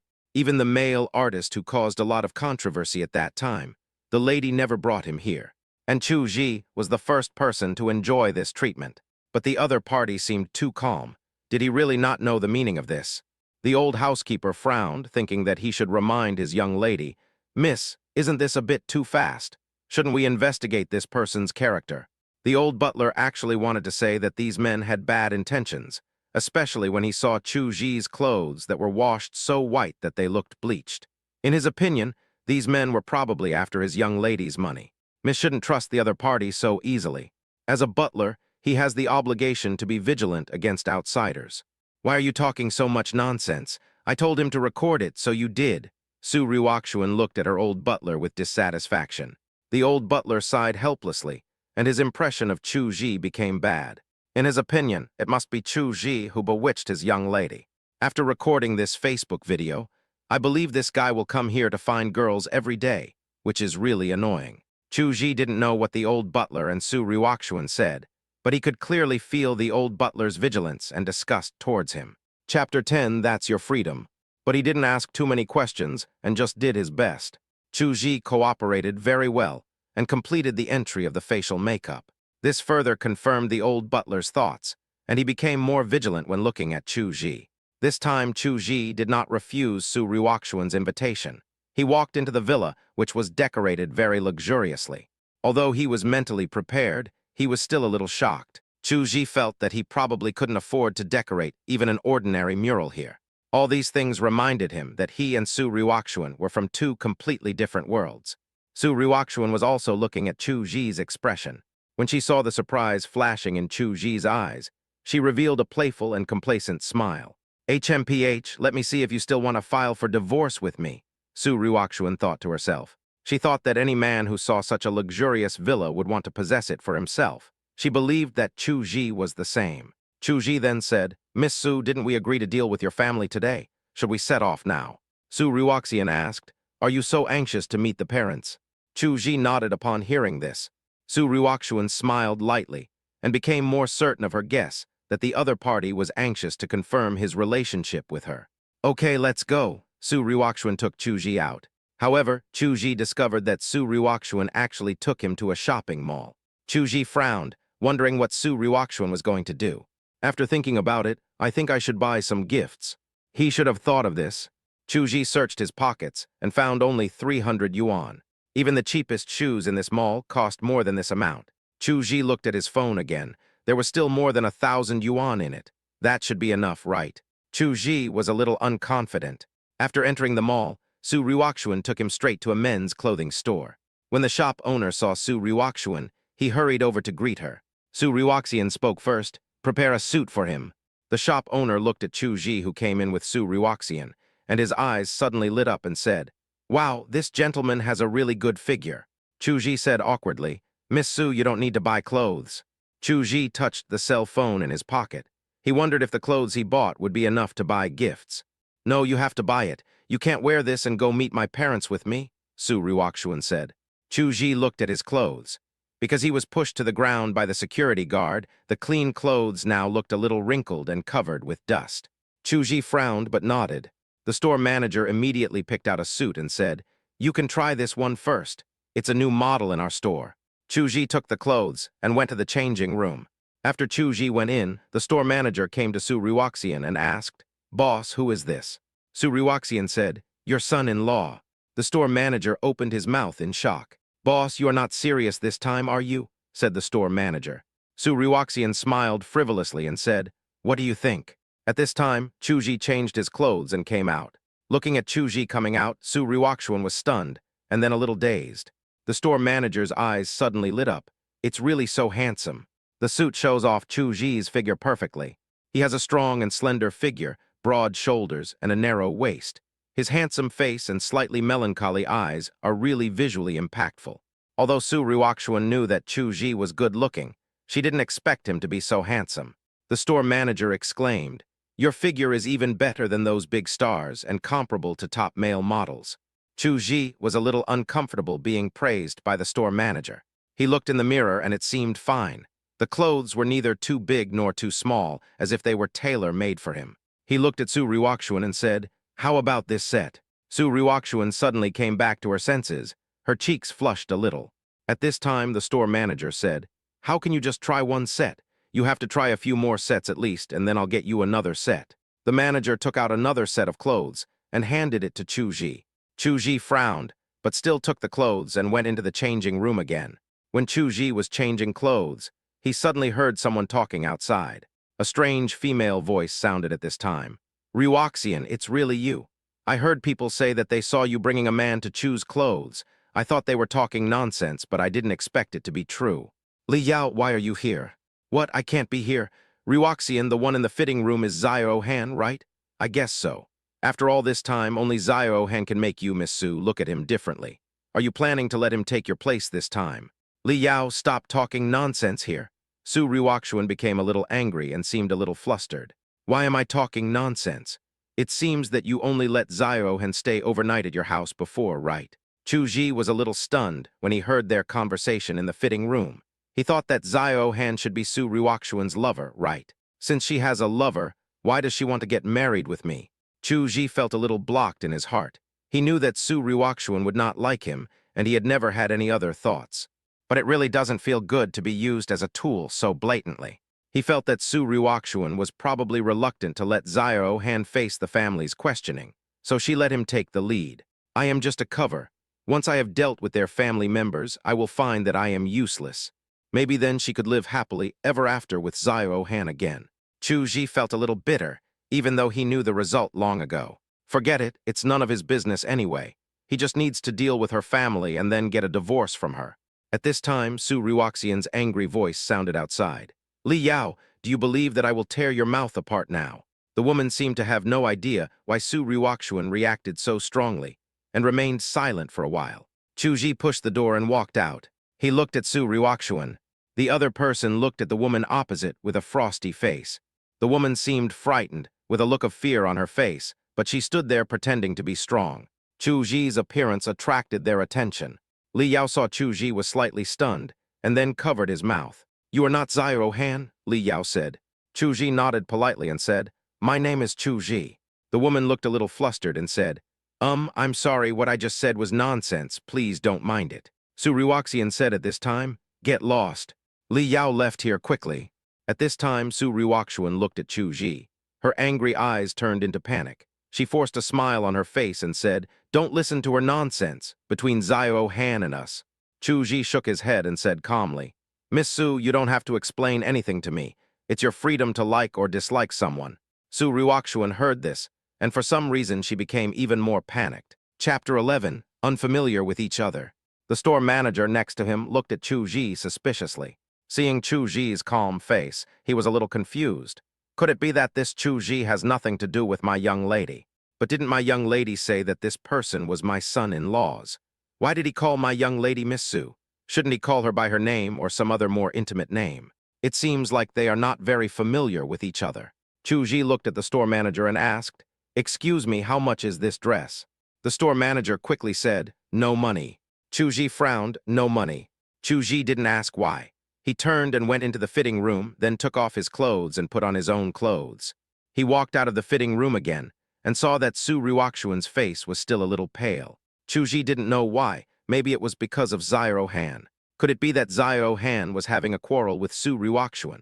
So Su Ryukshuan became like this when she heard Zio-han's name. He shook his head and retracted his thoughts. This was not something he should worry about. He handed the clothes to the store manager, who looked a little puzzled and said, Please put the clothes away. I'll pack it for you, the manager said quickly. No, I don't want it. Chu-ji quickly stopped the manager. Since you don't want money, then I don't want clothes either. Chu-ji has no habit of taking advantage of others. The store manager looked at Su Ryukshuan. Su Ryukshuan glanced at Chu-ji at this time and said, Pack it up, I'll give you this dress. Chu-ji resolutely refused.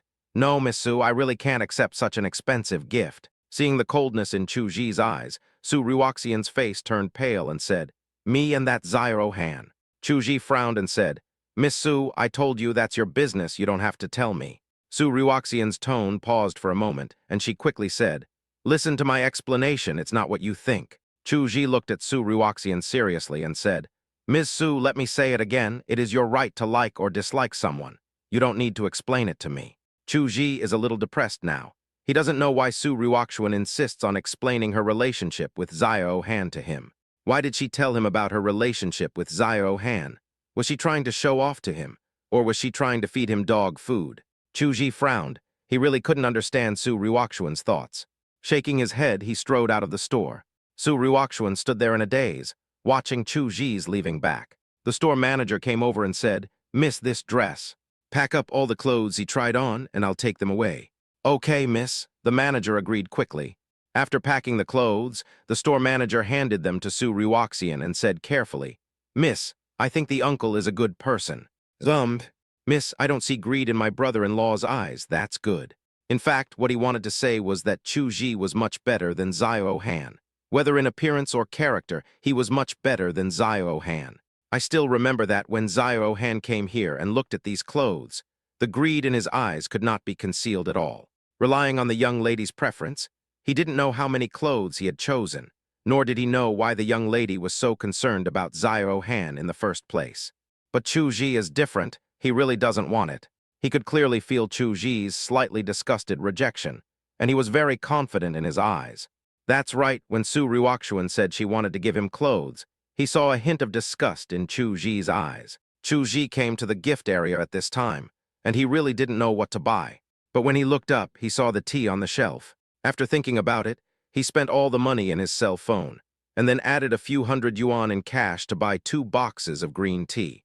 After buying the tea, he returned to the men's clothing store and happened to meet Su Ruoxuan, who was about to go out. I bought gifts, let's go. Chu Ji raised the gift in his hand.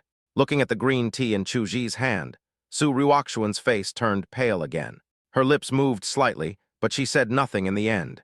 Green tea, is he hinting that I am a green tea? So this is what I am like in his mind. Su Ruoxuan lowered her eyes, a hint of sadness flashing in her eyes.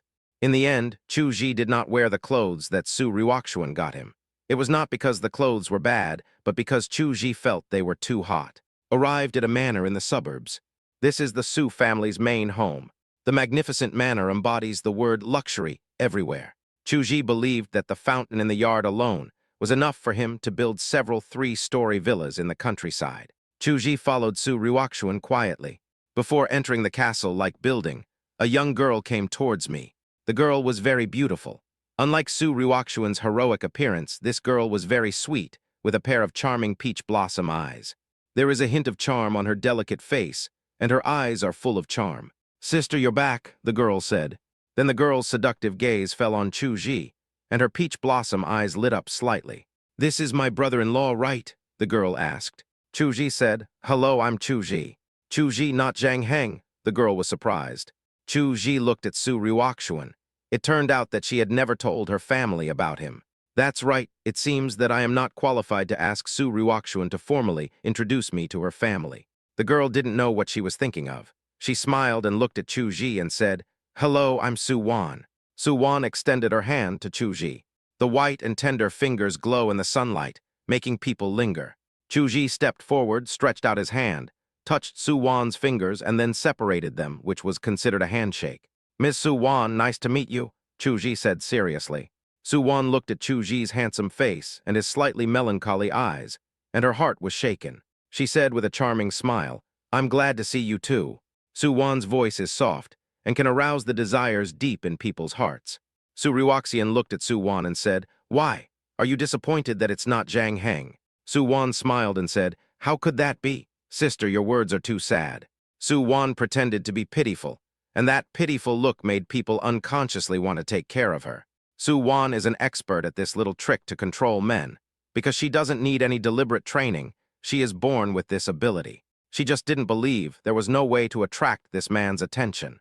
However, when Su Wan's eyes fell on Chu Ji, she was surprised to find that Chu Ji's eyes were like a deep pool without the slightest ripple. Instead, her mind was unconsciously attracted to those eyes. Su Ruoxian said at this time, "Haha, you know what you are thinking." After Su Ruoxuan finished speaking, she walked into the house again. Chu Ji also followed. Looking at Chu Ji's back as he left without hesitation, Su Wan stomped her feet in anger. Chapter 12, one is Chu, the other is Su. Chu Ji followed Su Ruoxuan into the living room at this time. Although he was mentally prepared, he was still shocked by the luxurious decoration of the living room. But it was only for a moment, and then he looked away. He now became more and more aware of the gap between him and Su Ruoxuan. They really are not from the same world and should not be tied together. When I came to the living room, I saw a middle-aged man sitting on the sofa, reading a newspaper. Su Ruoxian brought Chu Ji to the man and said, "Dad." Hearing this, the middle-aged man put down the newspaper in his hand and looked up at Su Ruoxuan and Chu Ji behind her. When he saw Chu Ji's clothes that were bleached from washing and the faint dust on them, a hint of displeasure appeared in his eyes. Chu Ji stepped forward and said, "Hello, uncle. I am Chu Ji. Since this is our first meeting, I don't know what gift to bring, so I bought 2 boxes of green tea. I hope you will accept them." Chu Ji put the green tea in his hand on the table. Father Su didn't even glance at the 2 boxes of tea. Instead, he stared at Chu Ji. "Your name is Chu Ji." Chu Ji nodded and said, Yes, my name is Chu Ji. Father Su looked gloomy. Tell me, how much money do you want to leave my daughter? Dad, what do you mean? Su Ryukshuan next to him asked. Oh, can't you see what I mean? First it was that male artist, and now he just found a random guy and brought him home. Do you still take me seriously? Su Ryukshian showed a trace of panic on her face and said, Dad, what nonsense are you talking about? What male artist? Don't you know if it's nonsense? Chu Ji didn't say anything and looked calm, as if what they were talking about had nothing to do with him. This made Father Su feel even worse. You get out first. Upon hearing this, Chu Ji glanced at Su Ryukshuan. Seeing that she had no objection, Chu Ji turned around, left the living room, and went outside again. Looking at Chu Ji, who turned and left, Father Su was a little stunned. What was going on? Wasn't he angry at all? Chu Ji was not really angry. He wished he didn't have to go in today. Outside the door, Su Wan happened to come back from outside. Seeing Chu Ji coming out, she was a little suspicious. Was he kicked out? When Su Wan passed by Chu Ji, she suddenly cried out and fell towards Chu Ji. Chu Ji was stunned for a moment, but still reached out to support her. Miss Su Wan, are you okay? Ouch, I think I sprained my ankle, Su Wan said softly. Chu Ji said, then let me help you to the side to rest for a while. Okay, Su Wan's voice was soft. Chu Ji helped Su Wan to sit down in a pavilion nearby and said, I'll go find someone. Su Wan quickly said, no need, just rub it for me. Su Wan's voice was gentle at this time, and she looked pitiful. Then she slowly lifted up her skirt, revealing her white and tender legs. This action is full of fatal temptation. If it were any other man, he would probably turn into a wolf and pounce on her. But Chu Ji frowned. This was a trouble for him. Chu Ji thought for a moment and said, Ms. Su Wan, this is not convenient. I'd better ask someone to come over. After Chu Ji finished speaking, he turned and left. Seeing this, Su Wan stomped her feet in anger again. Chu Ji looked around and found a cleaning lady. Then he stopped caring about Su Wan. He subconsciously felt that Su Wan was very dangerous and not someone he should provoke. Soon, Su Ryukshuan came out and let Chu Ji enter the living room. Chu Ji didn't want to go in, but he knew he couldn't avoid it. I heard that you are a student of Jinghai University, Su's father asked. Business Administration, junior year, Chu Ji said. Who else is in your family? I have parents and a younger sister. We live in the countryside and have a few acres of land, Chu Ji answered in detail. Father Su took a deep breath and said, to be honest, you are not worthy of our daughter. Chu Ji said, I know this. Father Su seemed to be waiting for what to happen next. He thought that the other party would say that he and his daughter were truly in love or something similar. But after waiting for a while, he found that Chu Ji stopped talking after saying this. He looked at Chu Ji suspiciously. Don't you have anything else to say? Chu Ji was stunned for a moment and asked back, what did you say? Father Su was furious and then asked, since you know that you are not worthy of Ryukshian, why do you still hold on to her? Chu Ji looked at Su Ryukshuan suspiciously. Was he holding on to her? But he didn't express it. He came to cooperate with Su Ryukshuan, and since Su Ryukshuan said so, he couldn't refute it. Since Ryukshian must be with you, I will accept it with a pinch of my nose. But there is one thing, you must marry into our Su family, and your children must have the surname Su in the future. Su's father looked at Chu Ji with a little disgust. Chu Ji was a little confused. This plot didn't make sense. Shouldn't he let himself go? Chu Ji looked at Su Ryukshuan again. Su Ryukshian pondered for a moment and said, how about having two children, one with the surname Su and the other with the surname Chu? Chu Ji almost choked on his breath. What kind of vicious words were these?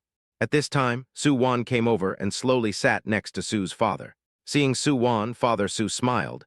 Wanner, are you used to it after coming back these days? Su Wan said, very good, there is nothing to be used to.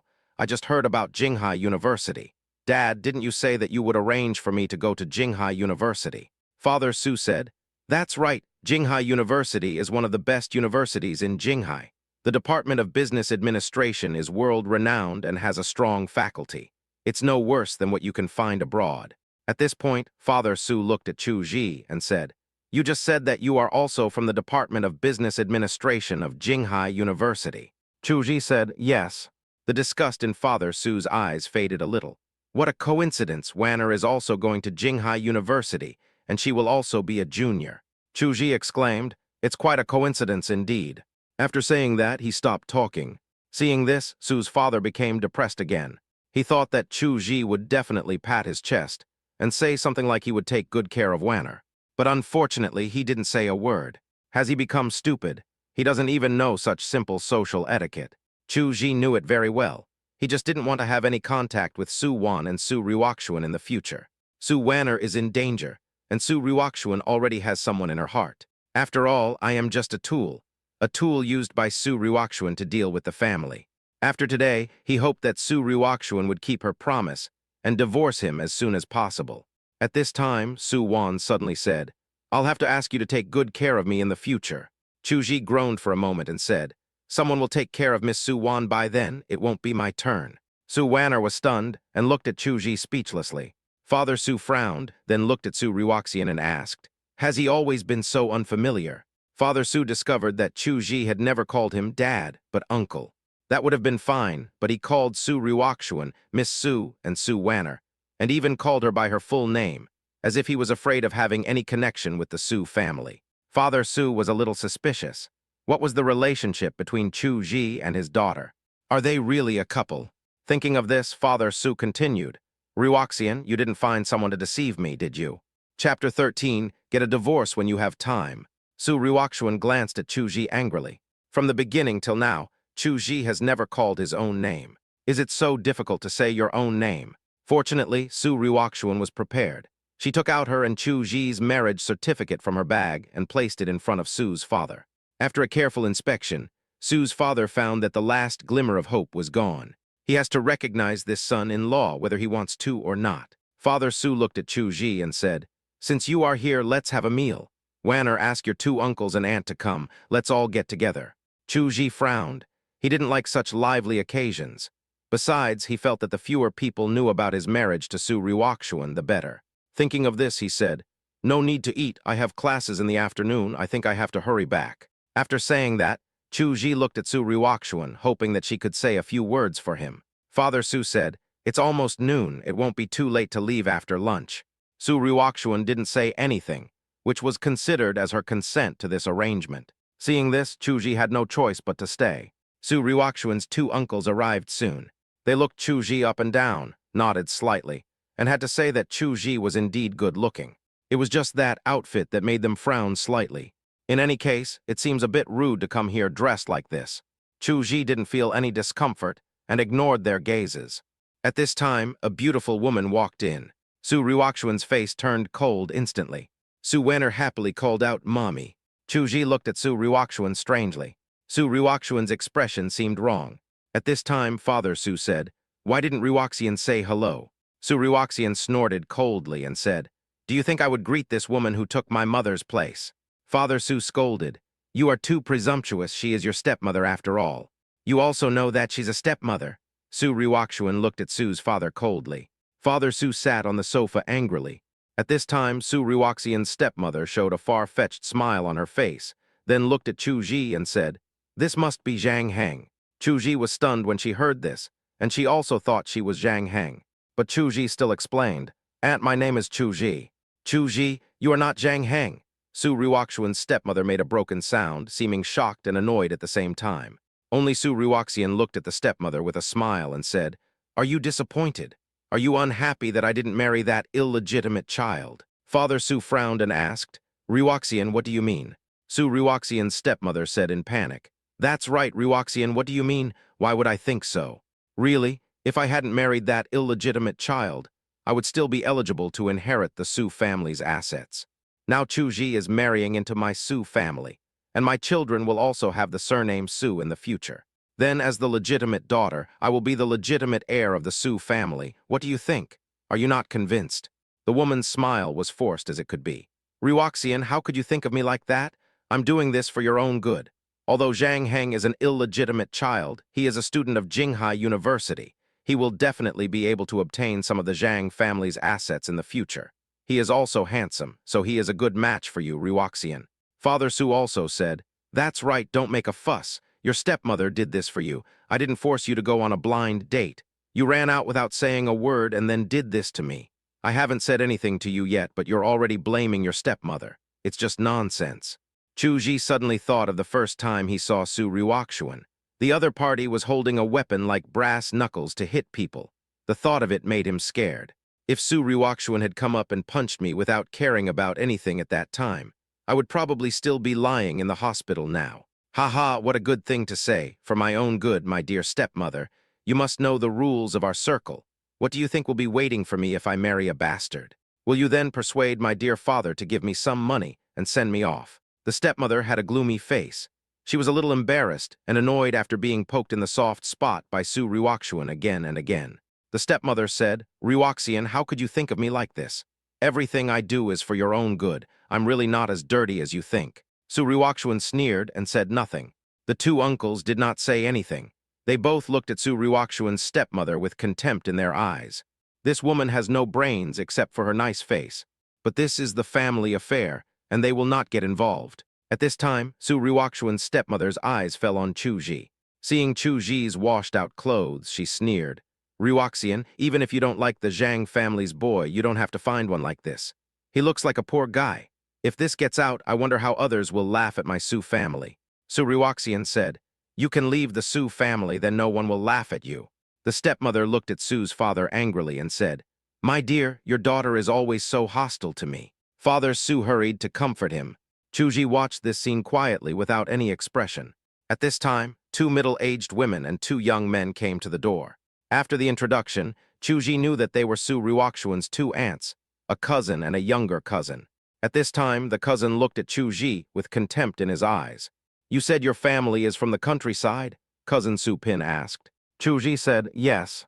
Su Pin looked at Su Ryukshuan and said, Sister, if I had known you were so anxious, I would have picked someone from my circle for you, who wouldn't be better than this peasant. Su Ryukshuan glanced at Chuji worriedly, then looked at Su Pin with raised eyebrows and said, Boy, you've been itching for a fight for a while, right? Who are you calling a mud leg? Su Pin begged for mercy quickly. No, I am no match for a female Tyrannosaurus like you, but sister, your vision really needs to be improved. It's shameful to bring such a person out. After saying that, Su Pin tilted his head to avoid the teacup thrown by Su Ryukshuan. Sister, are you serious? I'm your brother. Cousin. That's also a kiss, Su Pin said loudly. Suzy, Su Ryukshuan's cousin, also looked at Chuji with disdain. In his opinion, Chuji had no other advantages except for his good looks. Chuji's eyes darkened, his lips pursed, and he said nothing. It seemed as if the harsh, sarcastic voice was not directed at him. Su-won became more and more curious about Chuji. How did he seem so calm and composed in this situation? The two aunts did say a few nice words, but most of them were perfunctory to Su's father and Su Ryukshuan. After the meal, Chuji also breathed a sigh of relief. After saying goodbye to the Su family, he and Su Ryukshuan left the manor together. Su Ryukshuan glanced at Chuji with some concern. Chuji looked at the green plants on both sides of the road, a little absent-minded. If it were Wanshu and I today, then Wanshu would also be under a lot of pressure, Chuji murmured in a low voice. What? Su Ryukshuan asked. Chuji came back to his senses with a hint of bitterness in his eyes. Nothing, please Miss Su, just drop me off at the roadside. I'll take the bus to school. Su Ryukshuan's arms trembled slightly and she said, I'll take you to school. My family has recognized you. Chuji said, Miss Su, my mission is completed. If you are free someday, I hope you can divorce me. Squeak, the sound of brakes was heard. Chapter 14, Birthday Party. Su Ryukshuan looked at Chuji angrily. What did you say? Chuji looked at Su Ryukshuan with a puzzled look and said, Ms. Su, you promised that you would divorce me after you dealt with the family affairs. You haven't forgotten it, right? Looking at Chuji's serious face, Su Ryukshuan was really angry. Her eyes were red. Are you really thinking of divorcing me? Chuji looked at the angry Su Ryukshuan and said dazedly, Miss Su, isn't this what you wanted? These words echoed in her ears from time to time. Several days had passed, and she had no news of Chuji. She clearly helped him enter Facebook in the community. Mingaming has also entered the Facebook profile into his villa, so whenever he wants to come, he can come freely. Isn't this place good? Isn't this what men dream of? Why hasn't he come once in so many days? She originally wanted to leave the other person alone for a few days, but Su Ryukshuan felt that she was the one being left out. The old butler sighed when he saw his young lady coming back every day in a restless state. Only now did he realize how ridiculous his thoughts about Chuji were. At first he was worried that Chuji would come here every day to harass his young lady. But now he hoped that Chuji would come. But unfortunately, that guy had never come once since he left that time. After looking at this luxurious villa, isn't he tempted at all? At this moment, Chuji was indeed thinking about Su Ryukshuan. He was wondering when Su Ryukshuan would finish her business, so that she could notify him to go through the divorce procedures. When they left the Su's house that day, Su Ryukshuan used the excuse that she had something to do and that she needed more time to make her family fully believe her, and refused his request for an immediate divorce. So he is waiting now, waiting for Su Ryukshuan to deal with things and then take the initiative to ask him for a divorce. He did not doubt Su Ryukshuan's determination to divorce, because he knew that Su Ryukshuan liked not him, but the man named Zio Han. I am just a cover to appease my family, and it will be useless sooner or later. After packing up his things, he walked out of the classroom. Suddenly, a pair of beautiful legs appeared in front of me. Chu Ji looked up at the person standing in front of him. It was Li Qing. Chu Ji smiled. Li Qing. Li Qing was a little dazed when she saw Chu Ji smiling brightly. Why did Wan Shu get lost when he was so outstanding in appearance and character? Li Qing sorted out the complicated emotions in her heart and said, "It's my birthday today, and I'm going to hold a party. You can come and join me." Then Li Qing looked at Su Jai, who followed Chu Ji out, and said, "And Su Jai, I also invite you to my birthday party." Su Jai showed a look of surprise on his face. "Okay, we will definitely participate." "Okay, I'll wait for you." Li Qing left. Su Jai said, "Li Qing and Qin Wanshu have a good relationship.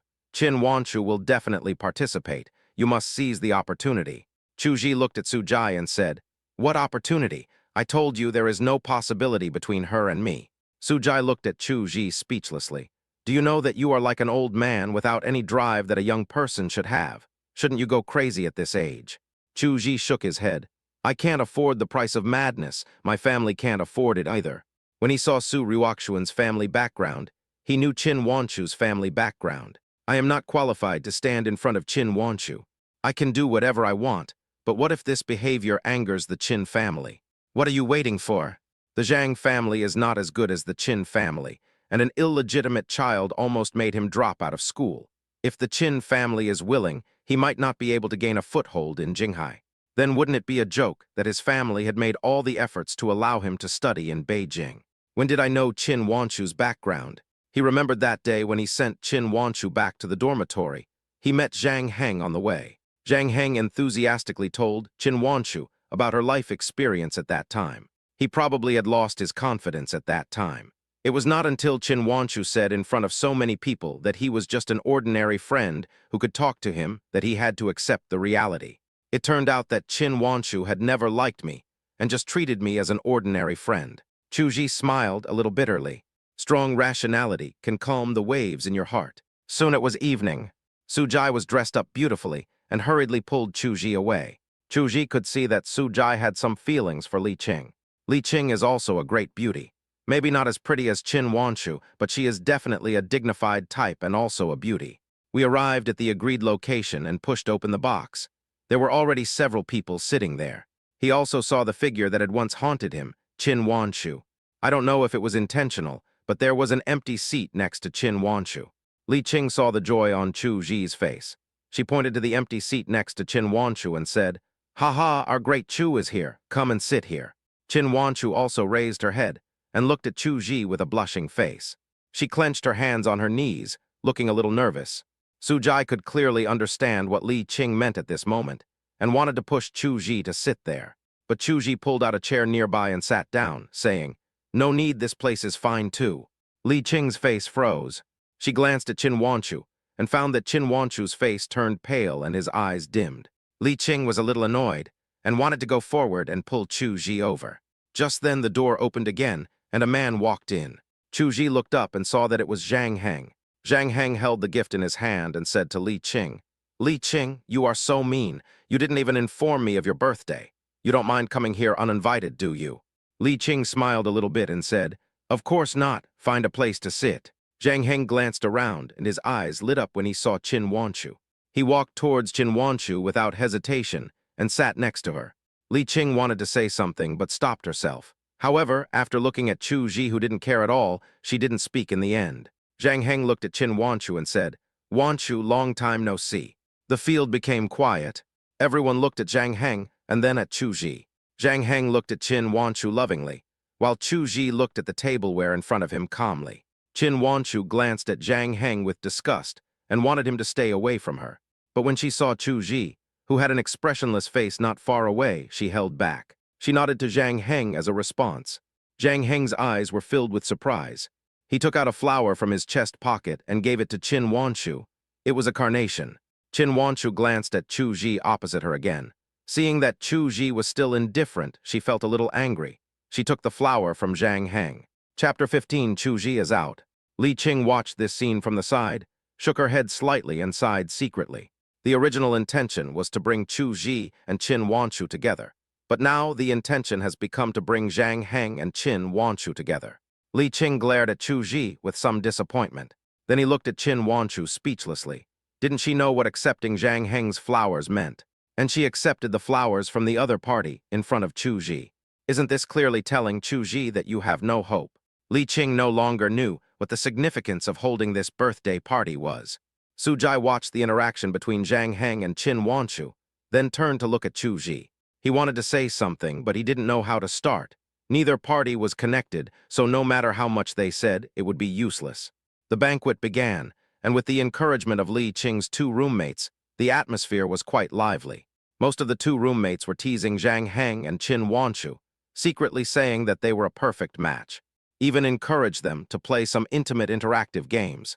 Although Qin Wanshu refused, the scene of her and Zhang Heng sitting together in a slightly intimate manner was still captured by Li Qing's two roommates. Then he posted it on WeChat Moments with the caption, "This couple will keep doing this for 100 years. The banquet was coming to an end and Zhang Heng said, "Let's go to KTV to sing later. All expenses will be on me." Li Qing's two roommates immediately started to make a fuss. Chu Ji frowned and said, "I won't go, I can't sing and I've drunk a little too much, so I'll leave first." Chu Ji stood up and left without even looking at Qin Wanshu. Su Jai looked at Chu Ji, then at Qin Wanshu, sighed helplessly and got up and left. Li Qing opened her mouth but didn't try to persuade him to stay. She didn't know what the point of keeping Chu Ji was. Because now it has been confirmed that Zhang Heng and Qin Wanshu are a couple. Li Qing said somewhat uninterested, "I won't go either. I feel a little unwell and want to go back." Zhang Heng pretended to be concerned when seeing this, then turned his gaze to Qin Wanshu. "Wanshu, you must go. Master Zhang is treating us because of your face." Li Qing's two roommates started to make a fuss. Qin Wanshu was a little absent-minded when Chu Ji left. Hearing their cries, she shook her head and said, "No, Li Qing and I are going back." Zhang Heng was stunned, and his expression turned unsightly. He looked at Li Qing and said, "Li Qing, look, if you don't want to go to Wanshu, you should go with us. The money spent here today is mine." Li Qing looked at Qin Wanshu. Qin Wanshu said, "No, Li Qing and I have already agreed that we have other things to do. You guys go and have fun." Zhang Heng said quickly, "Why don't we not go? I'll accompany you no matter what you do." Qin Wanshu said, "No need, Li Qing, let's go." Looking at Qin Wanshu's leaving back, Zhang Heng's face was gloomy. At this time his phone rang. What was the result? Halfway to success, this woman is very alert and I can't find an opportunity to attack. Waste, came a curse from the other end of the phone. Zhang Heng had a gloomy face and did not dare to refute. "We must confirm this matter. Didn't you say that you have a medical book from the Qin family's collection?" "Yes, the book originally belonged to Chu Ji. Chu Ji asked me to return it to Qin Wanshu, but I kept it." "Well, that book should come in handy." A gloomy laugh came from the other end of the phone. "Boy, just wait to marry the eldest daughter of the Qin family." What? On the way, Li Qing looked at Qin Wanshu and said, "Fortunately, we drank fruit wine today, and you didn't make the foolish decision to agree to drink strong liquor with Zhang Heng. Otherwise, I wouldn't be able to save you." It was obvious at the time that except for Su Jai and Chu Ji, everyone else had been bribed by Zhang Heng. You can tell what's going on by looking at how excited they are. Li Qing was very depressed and somewhat annoyed with Chu Ji and Qin Wanshu. Create opportunities for them to reconcile. One was indifferent, and the other simply accepted the flowers from Chu Ji's rival. She was speechless. Li Qing looked at Qin Wanshu and said, "Well, since you and Zhang Heng have confirmed your relationship, I won't worry about it. Let Chu Ji become a thing of the past. Do you want me to send you off?" Qin Wanshu's face turned pale when she heard this. She looked at Li Qing and said, "When did I say that Zhang Heng and I were in a relationship?" Li Qing rolled her eyes. "Look at your circle of friends." Qin Wanshu quickly took out his cell phone. Seeing her and Zhang Heng being intimate in the circle of friends, her face turned pale instantly. "How come? You were laughing happily at that time. It seems that you don't hate Zhang Heng. If that's the case, why did I go to so much trouble to match you and Chu Ji? Really?" Li Qing was somewhat dissatisfied, and she felt somewhat sorry for Chu-ji. Chu-ji is so outstanding. Qin Wanshu said, "That's not the case, I don't like Zhang Heng." Li Qing said, "Qin Wanshu, that's enough, look at yourself in the photo, don't you look like you don't like it? I also always thought that you liked Chu-ji, but you accepted Zhang Heng's flowers in front of Chu-ji. Do you know what this means? It means that you and Chu-ji will no longer have any relationship, and you will just be ordinary friends who can talk to each other. Qin Wanshu, since you don't like Chu-ji, why should you tell me earlier? Why should I go to so much trouble to invite Chu-ji? I feel guilty towards Chu-ji today." Li Qing left, leaving Qin Wanshu standing there for a long time without moving. How could this happen? How could this happen? Qin Wanshu returned home in a daze. The cold expression on Chu-ji's face when he left flashed through my mind. And according to Li Qing, there will be no possibility for you and Chu-ji after today. The phone in my hand rang. Qin Wanshu answered the phone, and it was her mother calling. "Mom," Qin Wanshu's voice was a little hoarse. "I heard that you were hanging out with that illegitimate son of the Zhang family." Mom's angry voice rang out. No, Qin Wanshu felt something was wrong. "Do you know what the consequences of being with an illegitimate child are? Did you know that your father got the news and was so angry about you that he was hospitalized?" Qin Wanshu's face was pale, and his body was shaking slightly. "No, Mom, I have nothing to do with Zhang Heng. What's the point of saying this now? Your uncle and your third uncle both used this to attack your father. Your father only has you as his daughter. You are going to inherit the Qin family's property in the future. Now you are actually hanging out with an illegitimate child. You made all your father's efforts go down the drain, do you know that? Because of your willfulness this time, your father lost all the advantages he had gained earlier, and all the shareholders turned to your uncle and third uncle. Haha, Qin Wanshu, you are really a good daughter to your father." Chapter 16, Meet Su Wan again. After hanging up the phone, Qin Wanshu burst into tears.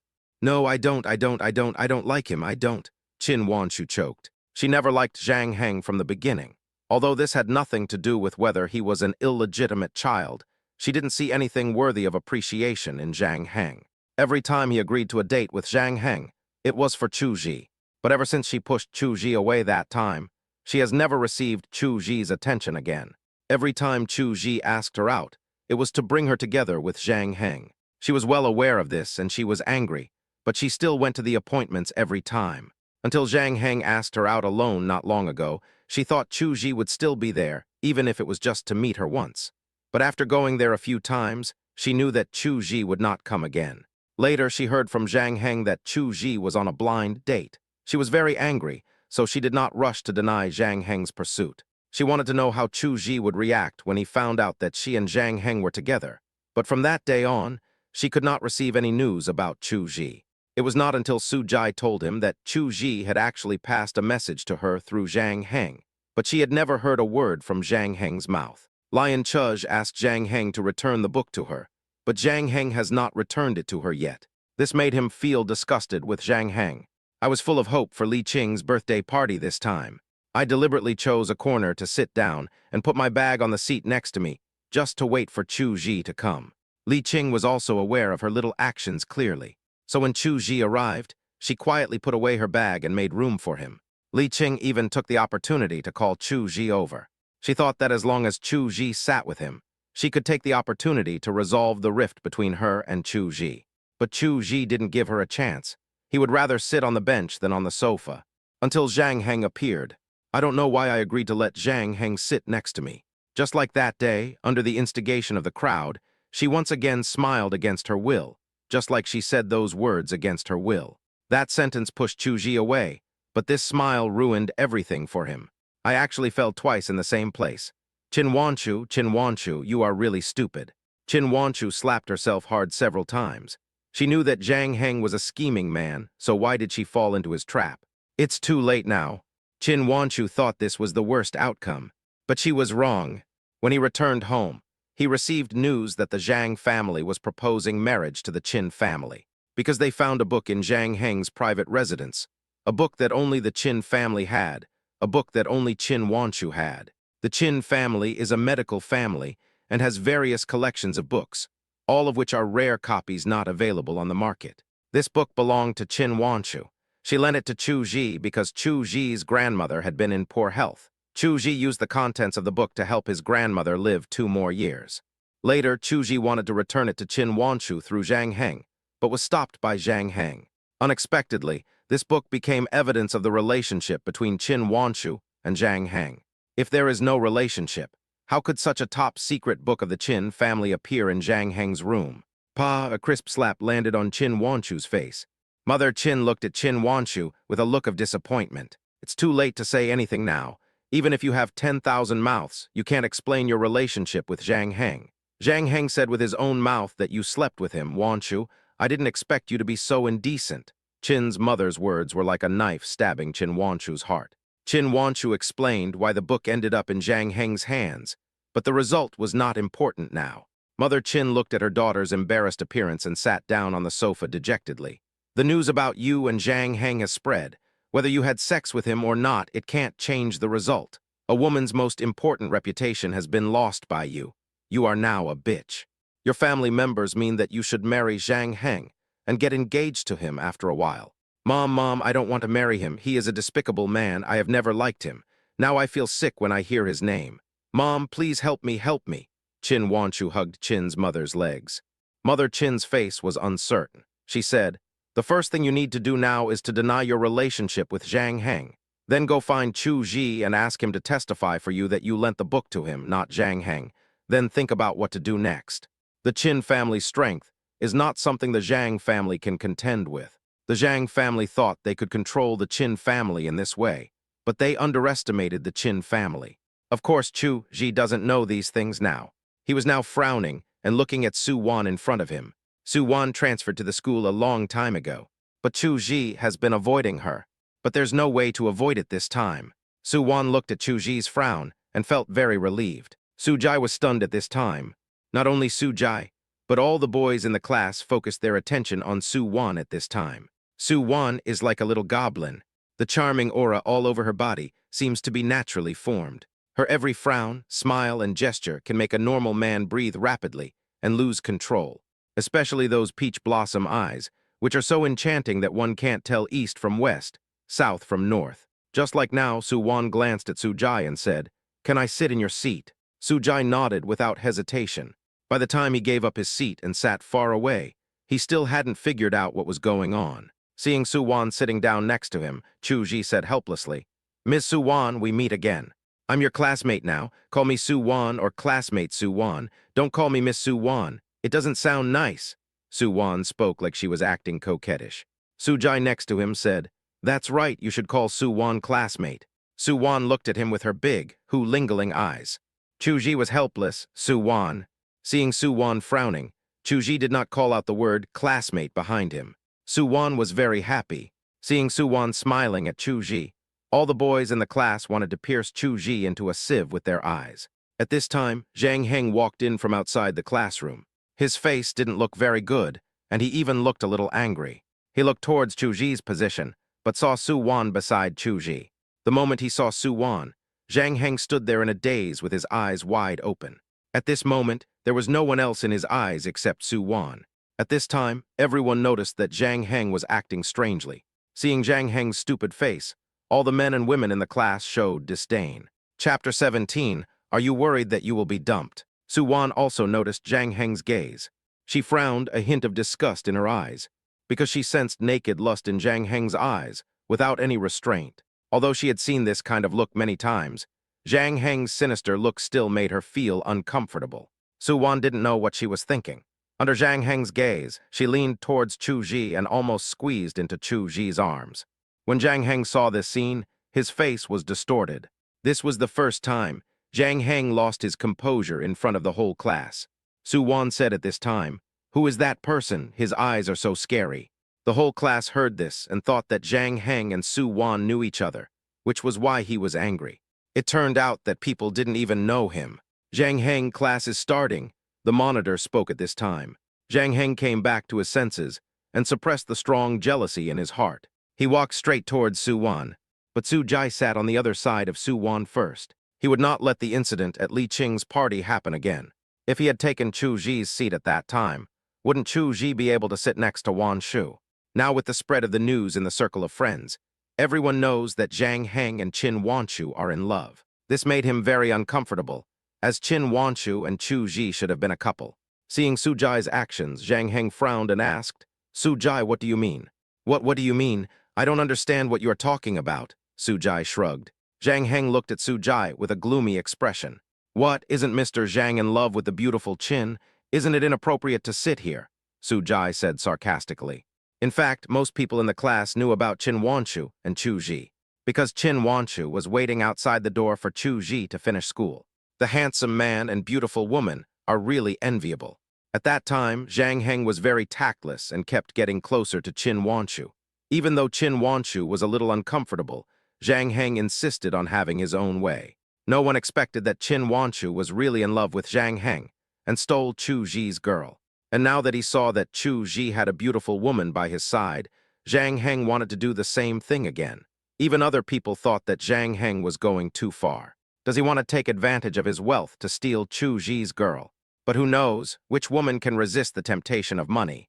Some people have already observed a moment of silence for Chu Ji, who actually made friends with someone like Zhang Heng. It is true that you can judge a person by his appearance, but not by his heart. Zhang Heng glanced at Su Jai with resentment, then turned around and wanted to sit in the front row. But I don't know if it was intentional. The seats in the front row were quickly filled up. Zhang Heng had no choice but to sit on the other side of the lecture hall. Su Wan found it funny, turned her head to look at Chu Ji and thought to herself, this guy is quite popular here. Su Wan glanced at Zhang Heng again and sneered. It turned out that he was the illegitimate child. The class passed quickly. Su Wan has been observing Chu Ji secretly. Cheap but clean clothes. Not dressed up but still a clean face. At the same time, there was a faint fragrance on his body. She didn't know what it was, but it made her addicted. She suddenly had an urge to lie on his neck and take a deep breath. The sound of the get out of class being overwoke Su Wan's romantic thoughts. Her face is red. If someone who knows Su Wan sees this scene, they will definitely exclaim that it turns out that Su Wan can also be shy sometimes. After school, shouldn't you treat me to dinner? Su Wan stopped Chu Ji, who was about to leave. Su Jai said, of course, let's go eat. Su Jai pushed Chu Ji. Chu Ji thought about it and nodded. The three of them left the classroom together. Chu Ji led the way in front. Su Wan was a little dazed as she looked at Chu Ji's tall and straight figure. At this time, Su Jai's voice sounded, Chu Ji, where are you going? The cafeteria, Chu Ji said. Su Jai coughed and pulled Chu Ji aside. Brother, godfather, we can't be so stingy. If we want to invite a girl to dinner, we have to find a restaurant in the school. It's ridiculous for you to eat in the cafeteria. At this time, Su Wan quietly approached and eavesdropped. I think the food in the cafeteria is pretty good, Chu Ji said. Su Jai rolled his eyes and said, Brother, is this a question of whether the food is good or not? You are such a straight man. Su Wan burst out laughing. Su Jai was shocked. Su Jai looked at Su Wan embarrassedly and said, Ha, I'm used to eating in the cafeteria and didn't react for a while, right? Chu Jehe laughed dryly and said, let's go out to eat. I came outside the school and entered a relatively clean restaurant. There are not many people here, perhaps because of the bad location, but the food is very delicious. Hey Aj, why are you here? The restaurant owner saw a smile in Chu's eyes. Su Wan asked, do you eat here often? Chu Ji said, no, I worked and studied here and I have been working as a laborer here. I earned some extra money. At this time, Su Jai laughed dryly and said, well, our Chu Ji is very capable. Work-study program? Su Wan became more and more interested in Chu Ji. Chu Ji said, yes, my family is not well off, so I need a job to earn tuition. What Chu Ji said was a matter of course. Su Jai looked at Chu Ji helplessly. Forget it. Let him do whatever he wants. Su Jai could already predict the scene where Su Wan would leave with an excuse. Which beautiful girl would be willing to date a pauper? Sure enough, Su Jai saw Su Wan's expression change. Su Jai had no idea that Su Wan was now thinking about the relationship between Chu Ji and his sister. If Chu Ji really married his sister, why is Chu Ji still living such a tight life? Is there something here that she doesn't understand? She is now becoming more and more curious about the relationship between Chuj and her sister. The meal was quite satisfying. It was already dark when we walked out of the restaurant. Chu Ji looked at Su Wan and asked, where do you live? I rented a house outside. Do you want to take me back? Su Wan looked at Chu Ji pitifully. Chu Ji looked at the dim sky snake, nodded and said good. Su Wan was secretly delighted, thinking that Chu Ji wasn't that cold after all. Chu Ji looked at Su Jai and said, come with me. Su Jai pointed to the sky and said, look, there is a flying saucer. Su Wanner turned her head to look. There was nothing. I came to my senses and looked at Su Jai, only to see that he had already run towards the school. Chu Ji was looking at Su Jai, who was running away with a dark face. Su Wan giggled, looking very charming and beautiful. On the way, Su Wan asked Chu Ji, "What is the relationship between you and my sister?" Chu Ji was stunned and looked at Su Wan suspiciously. "Why do you ask?" "Because I noticed that your relationship with my sister is not normal." Chu Ji thought for a moment and said, "Now that your family knows about your sister's marriage, they won't introduce her to anyone else, right?" Su Wan asked in confusion, "Why are you asking this? Our Su family is a big family and we value our reputation the most. My sister is already married, so how could she be arranged to date someone?" Chu Ji breathed a sigh of relief. "That's good." Su Wan asked, "Why? Are you worried that you will be dumped?" Chapter 18, Who will you choose? Chu Ji thought to himself, "I wish your sister would dump me right away." Seeing Chu Ji didn't say anything, Su Wan said, "Don't worry, if my sister doesn't want you anymore, I want you." Chu Ji looked at Su Wan speechlessly. Su Wan giggled as she looked at Chu Ji's depressed expression. While Chu Ji was not paying attention, she quietly approached Chu Ji and breathed in his scent. Some people say that when you meet the right person, the smell of his hormones is the best aphrodisiac to arouse a woman. Su Wan didn't believe it before, but now she does. She now had an urge to feel ashamed. Just then, Chu Ji stopped and found that there seemed to be someone robbing the road ahead. Looking back, I realized that someone had followed me without me noticing. Su Wan hugged Chu Ji's back tightly, looking very scared. Chu Ji asked Su Wan to lean against the wall, and he stood in front of Su Wan. He didn't notice that Su Wan was staring at his back blankly, and she didn't look scared at all. "What are you going to do?" Chu Ji looked at the people who surrounded him.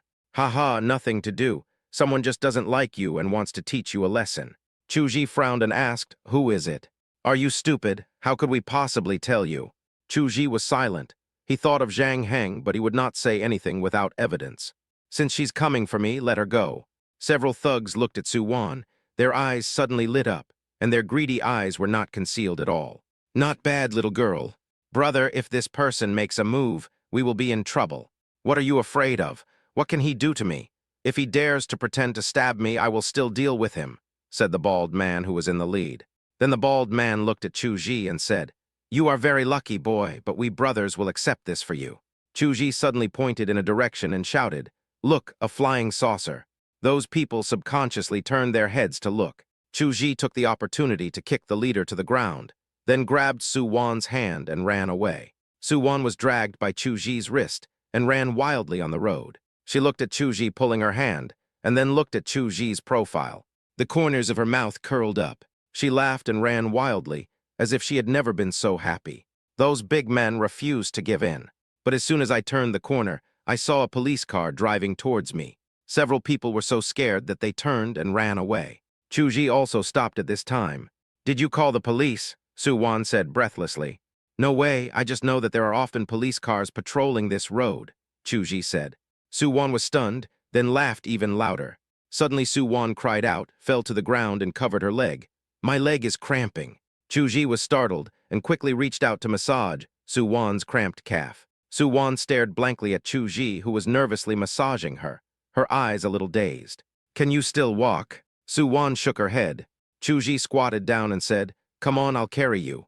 Su Wan happily lay on Chu Ji's back. Chu Ji didn't know what he felt, and his face turned a little red.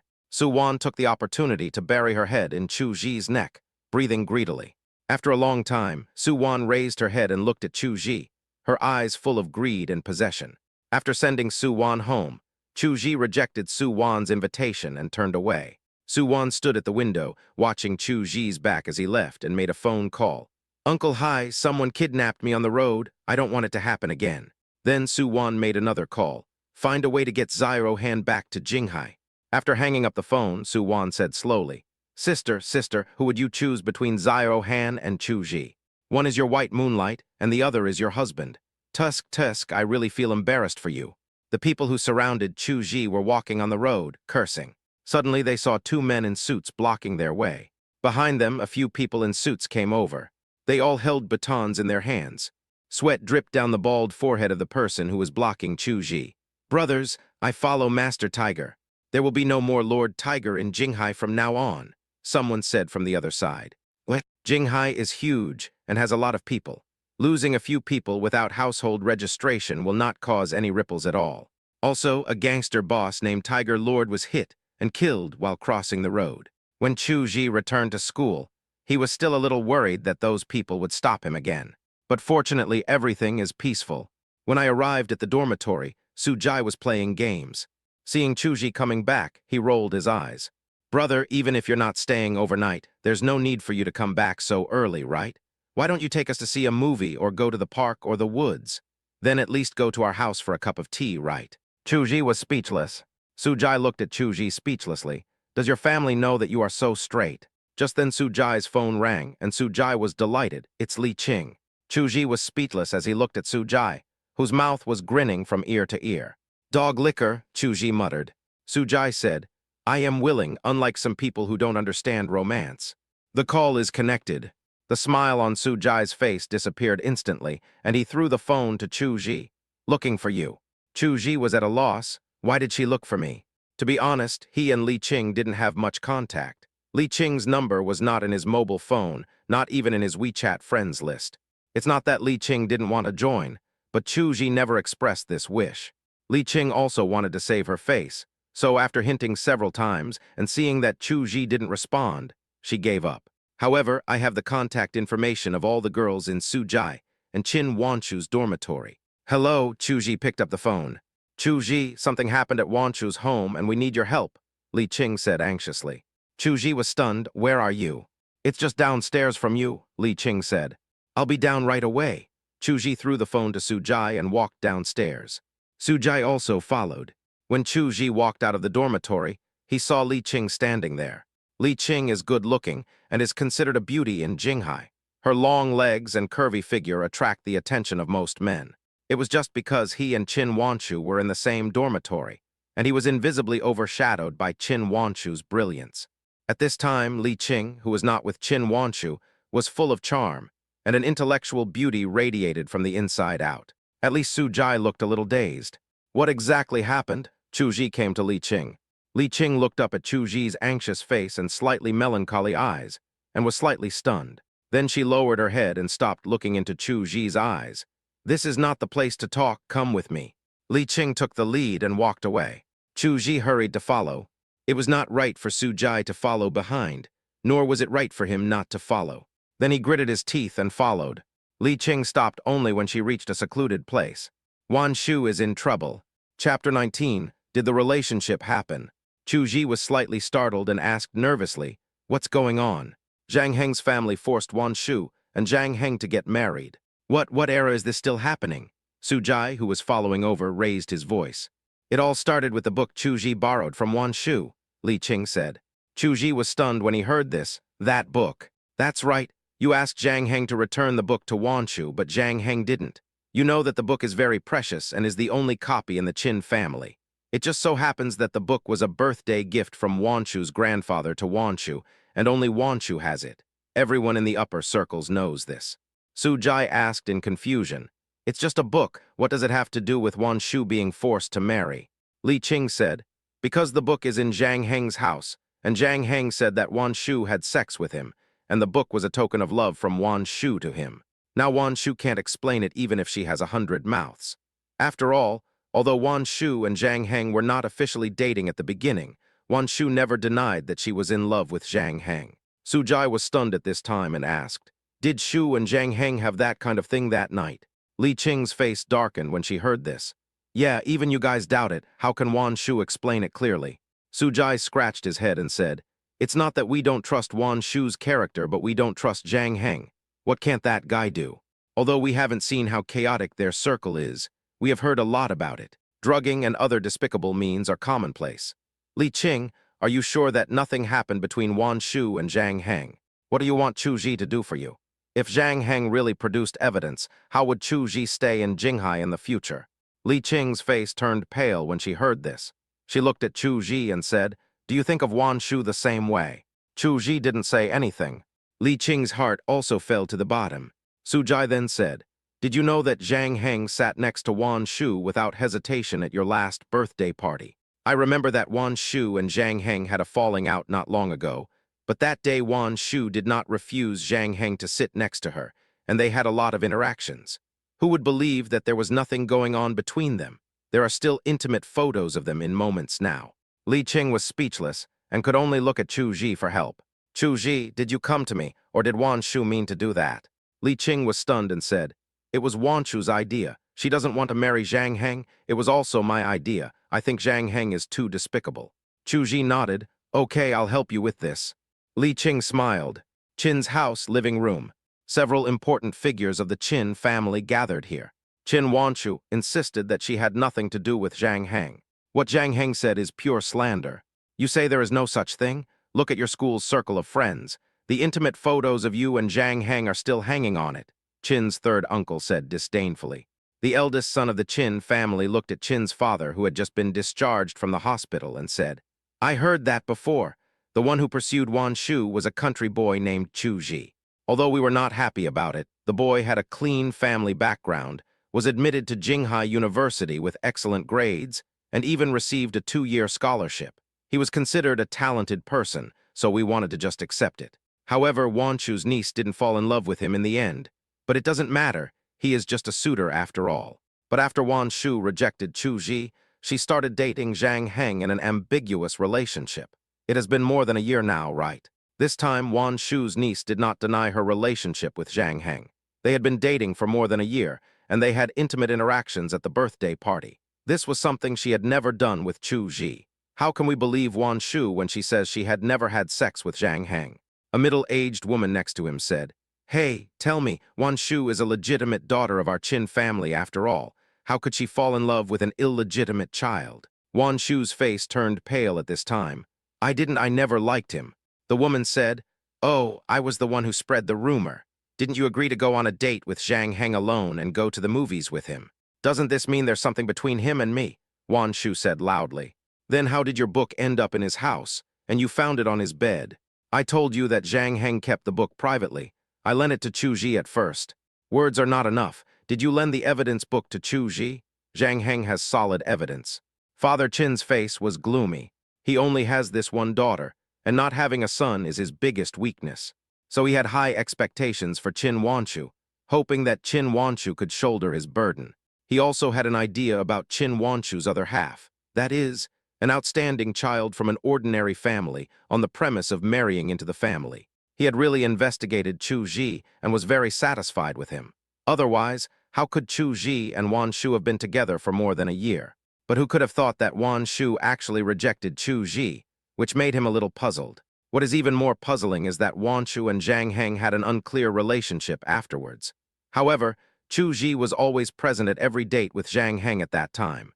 If Chu Ji left, Qin Wanshu would also make an excuse to leave. So he always thought that the two young people were just having a quarrel. So I didn't care too much. Who could have thought that something like this would happen suddenly? Chu Ji will no longer be present at Qin Wanshu and Zhang Heng's date. But Qin Wanshu went anyway. No matter what, the evidence was left behind. The photos in the circle of friends, and the rare collection that only Qin Wanshu has all proved that the relationship between Zhang Heng and Qin Wanshu is extraordinary. More importantly, Zhang Heng said in person that he had had sex with Qin Wanshu. If not, would Zhang Heng dare to say so? The size of their Qin family is not comparable to that of the Zhang family. If the Qin family is offended, the Zhang family will not be in a good situation either. At this time, Qin's mother slowly stood up and said, No matter what, this matter ultimately comes down to why the book appeared in Zhang Heng's hands.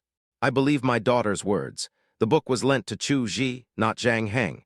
Chu Ji just asked Zhang Heng to return it on his behalf. However, Zhang Heng used this book to threaten my daughter with ulterior motives. Now, shouldn't we just let Chu Ji prove whether what Wan Shu said is true? Why are you guys being so sarcastic here? Are you going to throw this dirty water on my daughter without caring about anything? There was no talking during the intermission, but Qin's mother's words still carried a lot of weight because her family background was not ordinary. At this time, the eldest son of the Qin family glanced at his wife. The eldest daughter-in-law understood and opened the door, saying, Okay, then let Zhang Heng come as well so that we don't have to listen to one side of the story. Chu Ji soon received a call from Li Qing and was told to go to Qin's house this evening to clarify the truth. As soon as I hung up the phone, a few people walked in. Who is Chuj? It's me. Chu Ji stood up and looked at the person who came in confusion. Please come with us. Someone has reported that you are involved in several missing cases. The man came to Chu Ji and took out his police ID. Chu Ji was stunned for a moment, and then his face turned gloomy. He immediately thought of Zhang Heng. This was to stop him from clarifying Qin Wanchu's affairs. Su Wan's face beside her also turned gloomy in an instant. Oh, I underestimated them. Chapter 20, Proving Your Innocence. Chu Ji was taken away, and the news reached the Qin family. Qin Wanchu was a little unsteady on his feet. Mother Qin's face was solemn. It seems that they are deliberately targeting us. This is a conspiracy, not a whim of theirs. Mom, what should we do now? Qin Wanchu looked at her mother anxiously. Mother Qin sighed helplessly. Please pray that boy has sufficient evidence to get himself out. Let's go and take a look at the situation. Qin Wanchu and her mother drove out. Soon they walked out of the police station without even seeing Chu Ji. Qin Wanchu was a little absent-minded. Mom, can you save Chu Ji? Mother Qin glanced at Qin Wanchu unhappily and said, You are busy taking care of yourself right now, and you are still thinking about him. He is innocent. I must have implicated him. I am afraid this incident will have a negative impact on him in the future. Don't worry, he didn't do that. In fact, everyone knows it. How could a poor boy have such ability? They just held him back on purpose to disgust us. So as long as I agree to Zhang Heng, Chu Ji will be fine, right? Snap, a crisp sound. Mother Qin looked at her daughter who had been slapped by her and said, Why are you so stupid? I think you deserve to be teased.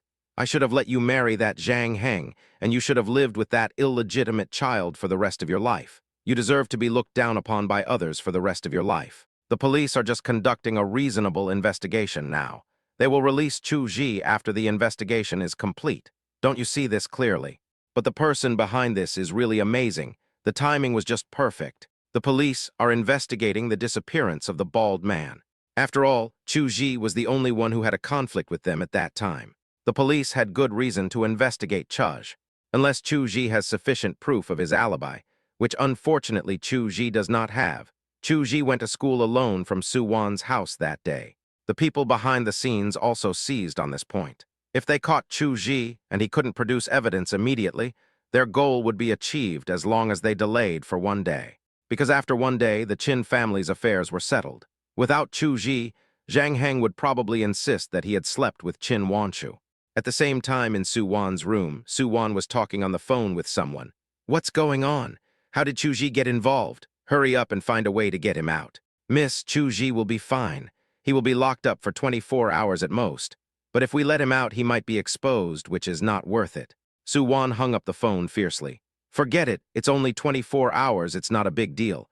As for the Qin family's affairs, what does it have to do with me? At this time in the confinement room, Chu Ji looked at the person in front of him and said, In fact, I can prove that I don't have the time to commit the crime. Oh, tell me about it. The person opposite was a woman, a beautiful woman. At this time, wearing a police uniform, he looks heroic and full of temptation. Chu Ji looked at this absolutely beautiful woman and said, When I was returning from my classmate's house, I took the main road instead of the small road to prevent those people from causing trouble for me again. The female police officer asked, And on the main roads, there are police cars patrolling regularly. That's right. The policewoman was slightly stunned, then nodded and said, Yes, there is indeed such a rule. Along the way, I saw 5 police cars, one on Heping Road, Huyan Road, Qingfeng Road, Chang'an Road, and about 200 meters ahead of Chang'an Road. I saw police cars passing by.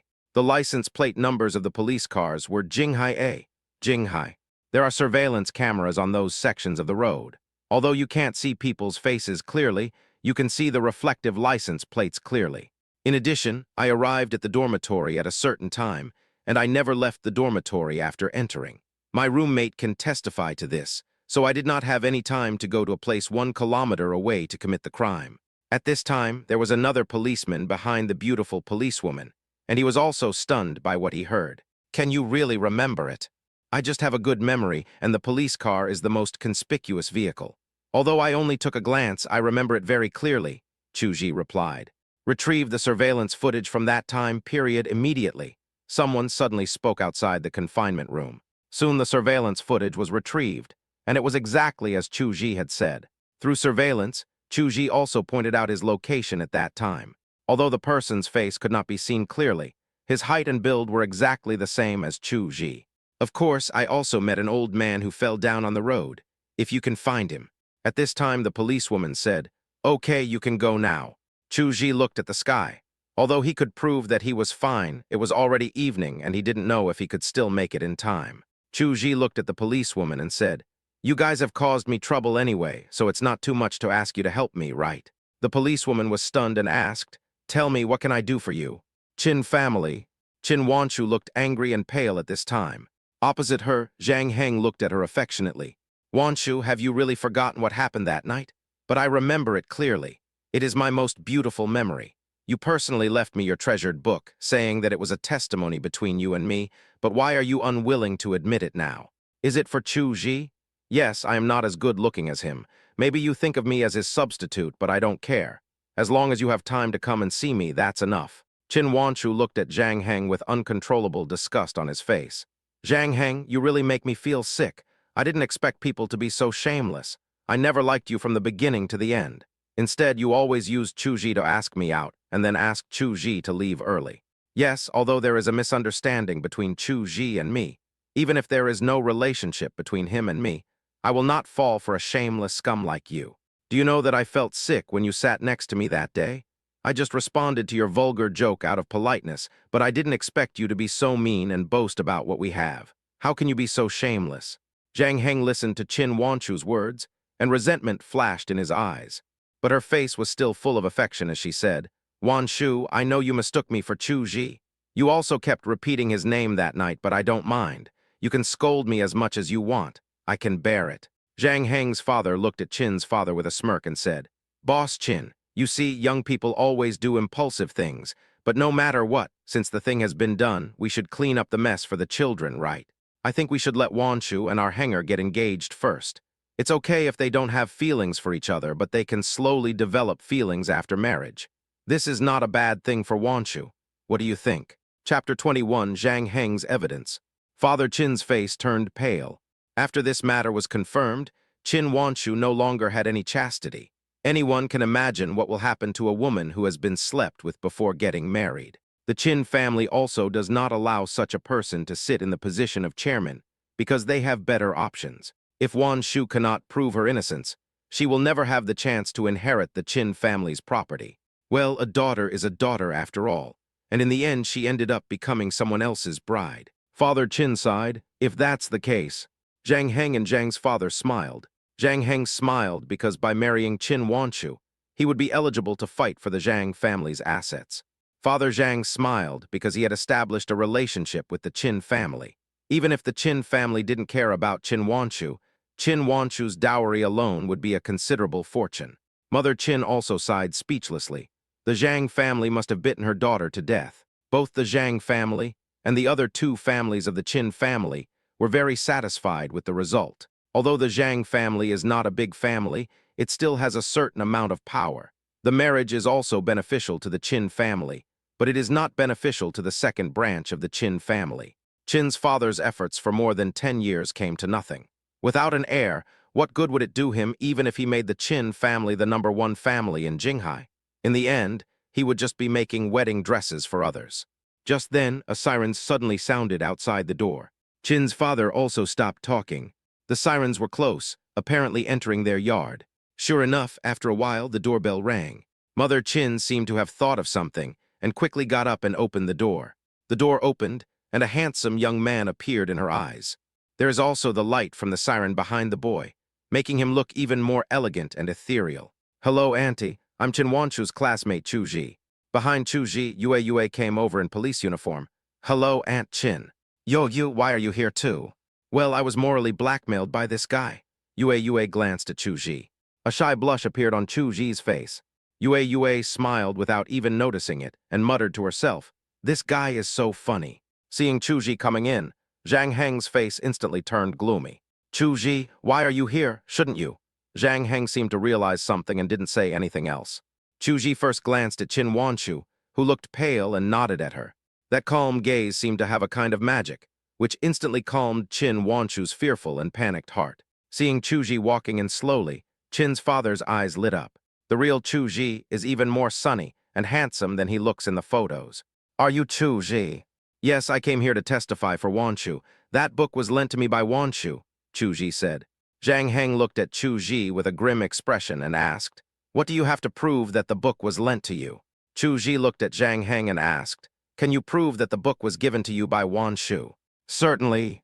"Oh, so have you read the book carefully?" Chu Ji asked. "What does this have to do with you?" "Yes, I wonder if you brought the book with you." "Of course I brought it," Zhang's father said. "This is evidence of my relationship with the Qin family. How could I not bring it here? On page 131 of the book here, I put a note there. It's a note of thanks I wrote to Wan Shu. Have you seen it?" Zhang Heng's face changed, and his eyes looked a little flustered. How could he have read the book? It was all written in classical Chinese and in traditional Chinese characters, so he was too lazy to read it. Father Qin then said to Zhang Heng, "Give me the book." Zhang Heng immediately hugged the book tightly and said, "This is a token of love between Wan Shu and me. I won't give it to anyone else." Zhang's father also said at this time, "It's Boss Qin, why bother the child? Besides, he is just a country boy who came out of nowhere. What right does he have to stand here and speak nonsense? Someone get him out." Father Qin's face darkened and he said, "Boss Zhang is really so arrogant. You think this place is your home, right? Should I pack up and leave?" Zhang's father's face darkened when he heard this and asked, "How could it be?"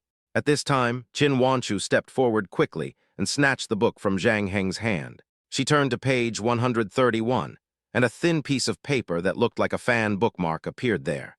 It reads, "Having you along the way makes my life colorful."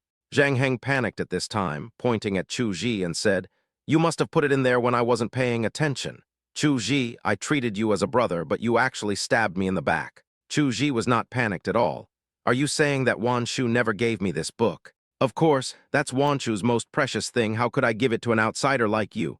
Zhang Heng said with his neck stiff. Everyone in the Qin family also looked at Qin Wanshu. They knew very well how much Qin Wanshu cherished the book. Even if Qin's father wanted to read it, he had to get her permission.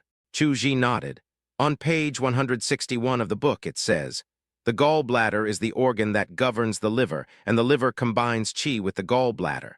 The gallbladder is the organ of the middle clearness." On page 50 of the book it says, "Human nature." Chu Ji recited several articles from books with great enthusiasm. Looking at Chu Ji, who was talking so eloquently, Yue curled the corners of her mouth, but he looked really handsome now. Qin Wanshu looked at Chu Ji with shining eyes. In her eyes, Chu Ji seemed to be enveloped by a holy light, making her unable to take her eyes away. Qin's mother also nodded. Such an outstanding young man is rare. Comparing Chu Ji and Zhang Heng, I feel that Zhang Heng is a piece of shit now. Mother Qin looked at Father Zhang with a sneer at this time. "Boss Zhang, do you have anything else to say?" Father Zhang's face turned pale, and he looked at Chu Ji with resentment. Zhang Heng was so flustered that he didn't know what to do. His words were refuted again and again, and he felt his face was swollen. "Chu Ji, why do you always pick on me?" Zhang Heng suddenly roared at Chu Ji. Chu Ji looked at Zhang Heng calmly and said, "I have never been against you. On the contrary, I have always treated you as a friend. Even if you used me to ask Wan Shu out, do you think I don't know that you used me? Zhang Heng, I was sincere to you, but you treated me like a fool. You asked me to go on a blind date for you, and I went. But you turned around and told Wan Shu about it. I can even guess what you said to Wan Shu. You must have said that I took the initiative to go, right?" Zhang Heng's breathing was rapid and his eyes were red, but he did not refute. Chu Ji said, "Is that really the case?" "Actually, Zhang Heng, I am not angry about this matter because I know that I am not worthy of Wan Shu." Qin Wanshu suddenly raised her head, her face showing panic, and she shook her head and said, "No, it's not like that." Chu Ji looked at Zhang Heng and continued, "What really chills me is that you, Zhang Heng, actually used such a despicable method to threaten Wan Shu. Do you know how important reputation is to a woman? You shamelessly used this method to force Wan Shu to submit." Zhang Heng suddenly laughed at this time. "Haha, how do you know that Wan Shu and I didn't sleep?" Upon hearing this, Qin's father and mother's faces changed, and Qin Wanshu's eyes also turned ugly. "Haha, then I'll show you the evidence." With a snap, Zhang Heng took out a stack of photos from his arms and threw them on the ground. Everyone looked at it, and their faces changed color. That turned out to be Qin Wanshu and Zhang Heng lying on the bed. There was still a trace of lingering emotion on Qin Wanshu's face, which made people's mouths dry. "You are shameless." Qin Wanshu rushed towards Zhang Heng madly. Chapter 22, The Photo is Fake. There was chaos on the field. Qin's father and mother also sat back with dejected looks on their faces. Everything was over. Father Zhang became proud again at this time. and was already thinking about how to control the Qin family. At this time, Qin Wanchu's uncle and third uncle also looked unhappy. They actually took pictures. The Zhang family was too much. At this time, Zhang's father was still unaware that his son had offended the entire Qin family. Chu Ji looked at the photos with a grim expression, as if all the strength in his body had been drained away. My heart feels a twitching pain. However, his strong rationality allowed him to calm down. He leaned over and slowly picked up the photo. Suddenly, his eyes froze, and he looked at Yue next to him and said, I wonder how to judge someone who forged a photo and destroyed someone's reputation. Defamation.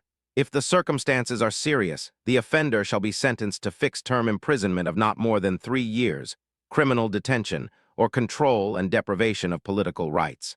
These photos are fake, Chu Ji spoke, his voice cold and firm. Yue's expression became solemn. If this was the case, then the Zhang family was in trouble. At this time, the venue also became quiet. Everyone looked at Chu Ji. The woman in the photo is not Wan Shu. Why? To be precise, there are 2 people in the photo. One of them has a mole on her chest. Although it is very small, it is visible. The other one actually has a tattoo of letters on her chest. Wan Shu does not have these, Chu Ji said. How do you know? Yue asked. Because I have seen it. Wan Shu definitely didn't have it, Chu Ji said frankly. Ah, Qin Wanshu suddenly covered her plump chest and glanced at Chu Ji coquettishly. Chu Ji came back to his senses at this time. His face turned red instantly. It was raining heavily that time. I saw it accidentally, I didn't mean it. Chu Ji felt that his face must be redder than a monkey's butt.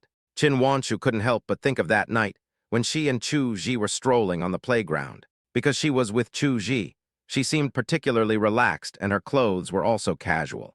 Suddenly it started to rain heavily, and Chu Ji took off his clothes and put them on herself. At that time, he even tightened her collar for her. It turned out that he saw her exposing herself at that time. At this time, Yue looked at Zhang Heng and said, Zhang Heng, you are suspected of defaming others, which violates Article 246 of the criminal law. For defamation of others, please come with me. Yue directly took out the handcuffs. Zhang's father was dumbfounded and watched Zhang Heng being taken away. At this time, Qin's father looked at Zhang's father and said, Boss Zhang, I will not let today's matter go. You are bullying me too much. You are bullying my Qin family because they have no one. Father Zhang wanted to say something, but Father Qin sneered and said, Send him out. The other members of the Qin family also looked at Zhang's father with unfriendly expressions. They didn't say anything if you came here openly, but the Zhang family crossed the line this time and actually used such despicable things. This is not only a problem for the second branch of the Qin family, it is a matter of face for the entire Qin family. The scene became quiet, and Father Qin looked at Chu Ji with a half-smile. Boy, tell me about your business. How are you going to take responsibility? Chu Ji glanced to the side. The Qin family's decoration is not as luxurious as the Su family, but being low-key does not necessarily mean lack of strength. The value of the vase on the shelf next to you is so high that you may never be able to afford it in your lifetime, right? His eyes dimmed for a moment, and Chu Ji raised his head. I think I helped the Qin family this time, right? That's right, kid, what do you want? Just tell me, I will definitely agree to it if I can. After saying that, Qin's father glanced at Qin Wanshu next to him. Qin Wanshu's eyes were always on Chu Ji. Mother Qin also looked at Chu Ji with satisfaction. Uncle Qin said, Haha, you're a lucky boy. Be nicer to Wanshu in the future. Qin Wanshu blushed, but she was reluctant to take her eyes off Chu Ji. Chu Ji raised his head and raised his index finger. 100 yuan, just give me 100 yuan as a reward. After Chu Ji finished speaking, the room fell silent. Qin Wanshu looked at Chu Ji's serious expression with a bit of confusion, and then his face turned pale. Father Qin also sat up straight. Do you know what you are talking about? 100 yuan. He actually wanted to use 100 yuan to sever ties with the Qin family. Or to say, to draw clear ties with Qin Wanshu. Boy, are you really going to do this? My Qin family's kindness is not so cheap, right? Chu Ji said, This is not a matter of affection. I am working today. My day's salary is 100 yuan. What's more, I haven't been here for a day. I have already earned it. Uncle Qin took out 100 yuan and handed it over. Chu Ji took the money and said to Qin's father and others, Then I'll leave if there's nothing else. Chu Ji turned and left without any hesitation. Qin Wanshu stared blankly at Chu Ji as he left, his eyes becoming blurred. Dad, Qin Wanshu suddenly spoke. Father Qin looked at Qin Wanshu. Send me to study abroad, Qin Wanshu said. Father Chin and Mother Chin looked at each other and sighed helplessly. What happened here spread quickly. After all, Chin Wanchu's reputation was involved, so the Chin family naturally had to clarify the misunderstanding. Naturally, news about Chu Ji also spread. People talked a lot about how Chu Ji cut ties with the Chin family for $100. The news also reached the Su family. After all, the Su family is considered a top wealthy family. Su Ruoxian's stepmother said sarcastically. He is an idiot. Doesn't he know how valuable a favor from the Chin family is? Dear, I think this Chu Ji is not worthy of being the son-in-law of my Su family. If you have the chance, you should kick him out to avoid embarrassment. Father Su said, it is indeed a bit ignorant. At the very least, we should strengthen the relationship between the Chin family and the Su family. The stepmother said, that's right, he doesn't have the Su family in his heart at all. This kind of person is hard to keep, so let him go as soon as possible. The Chin family is a medical family. They know how much money the pharmaceutical industry can make. How many people are jealous of this industry?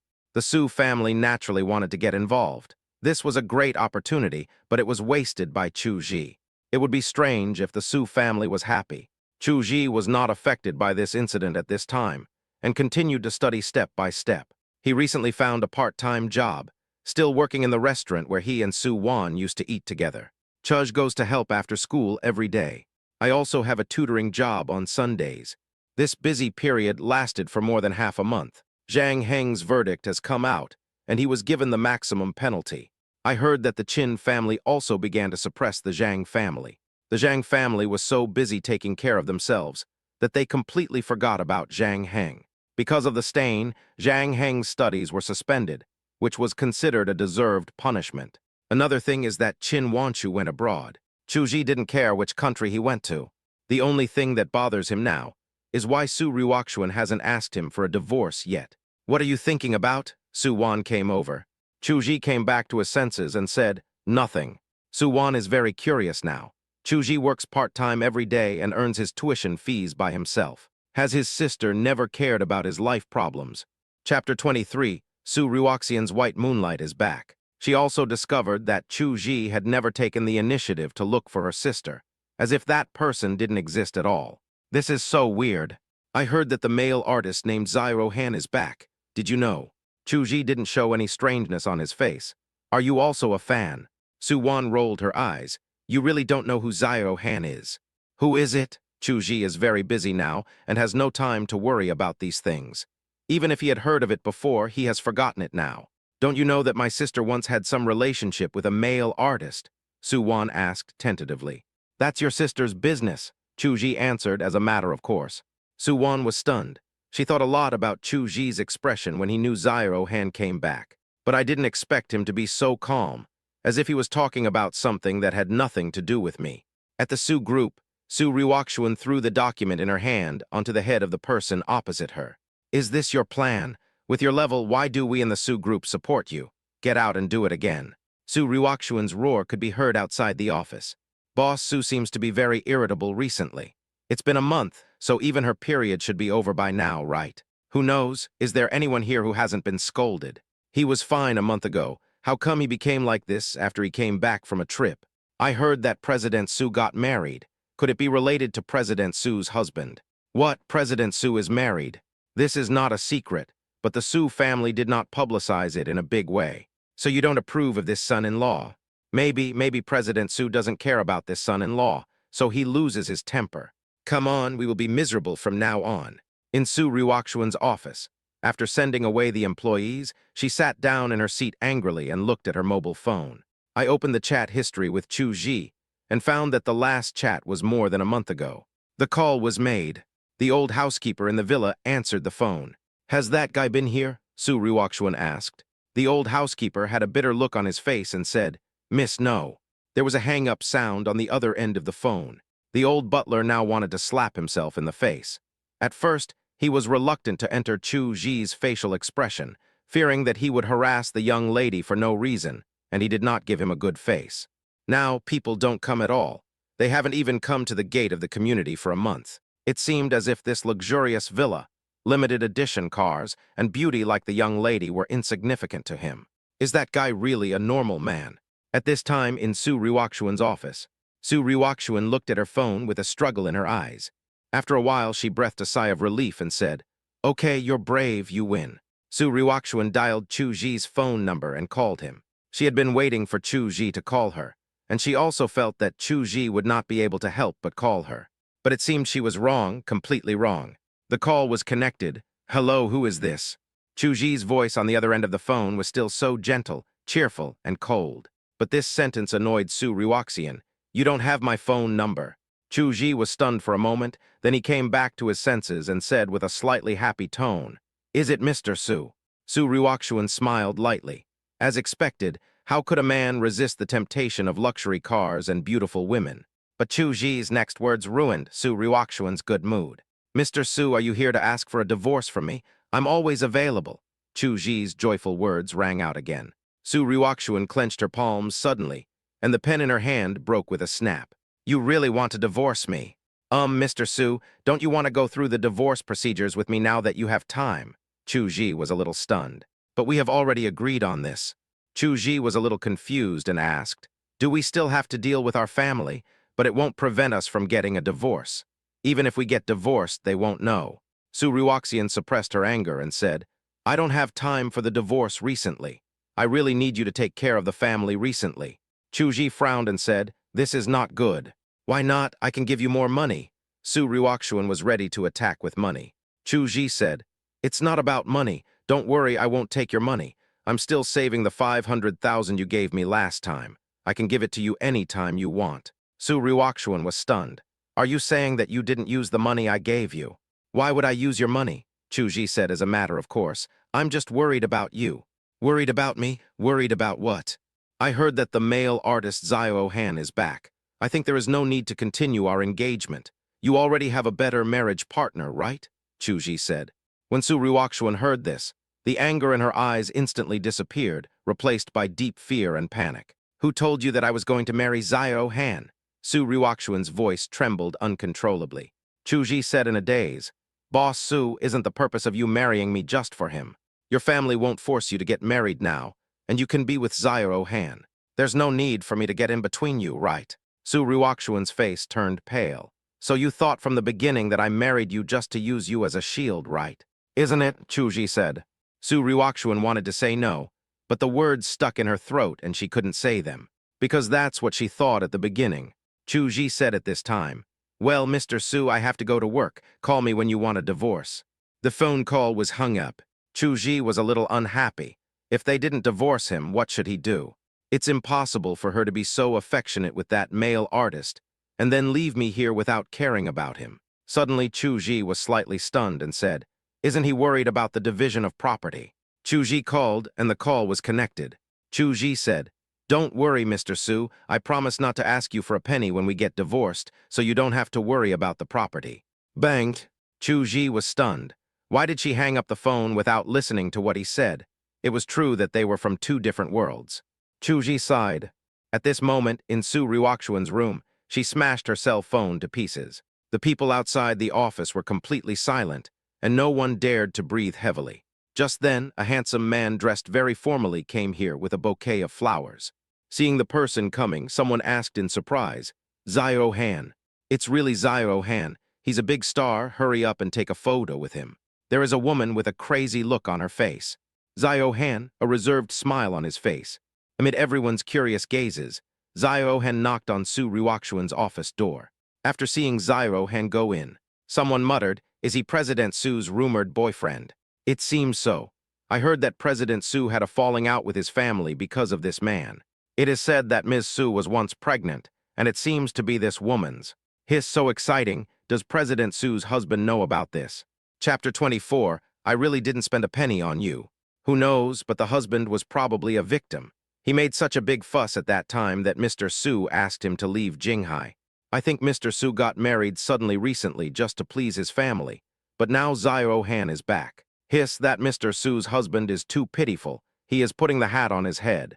SHH, stop talking and get to work. Su Ryukshuan looked at Xiao Han, who came in and was a little surprised.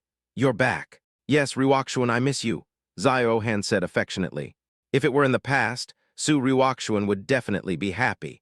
But at this moment, for some reason, she felt more indescribable emotions in her heart. "Please sit down," Su Ryukshuan said. Zio Han was also stunned. He noticed from Su Ryukshuan's face that she didn't seem very happy. "When do you get off work today? Let's have dinner together," Zio Han said.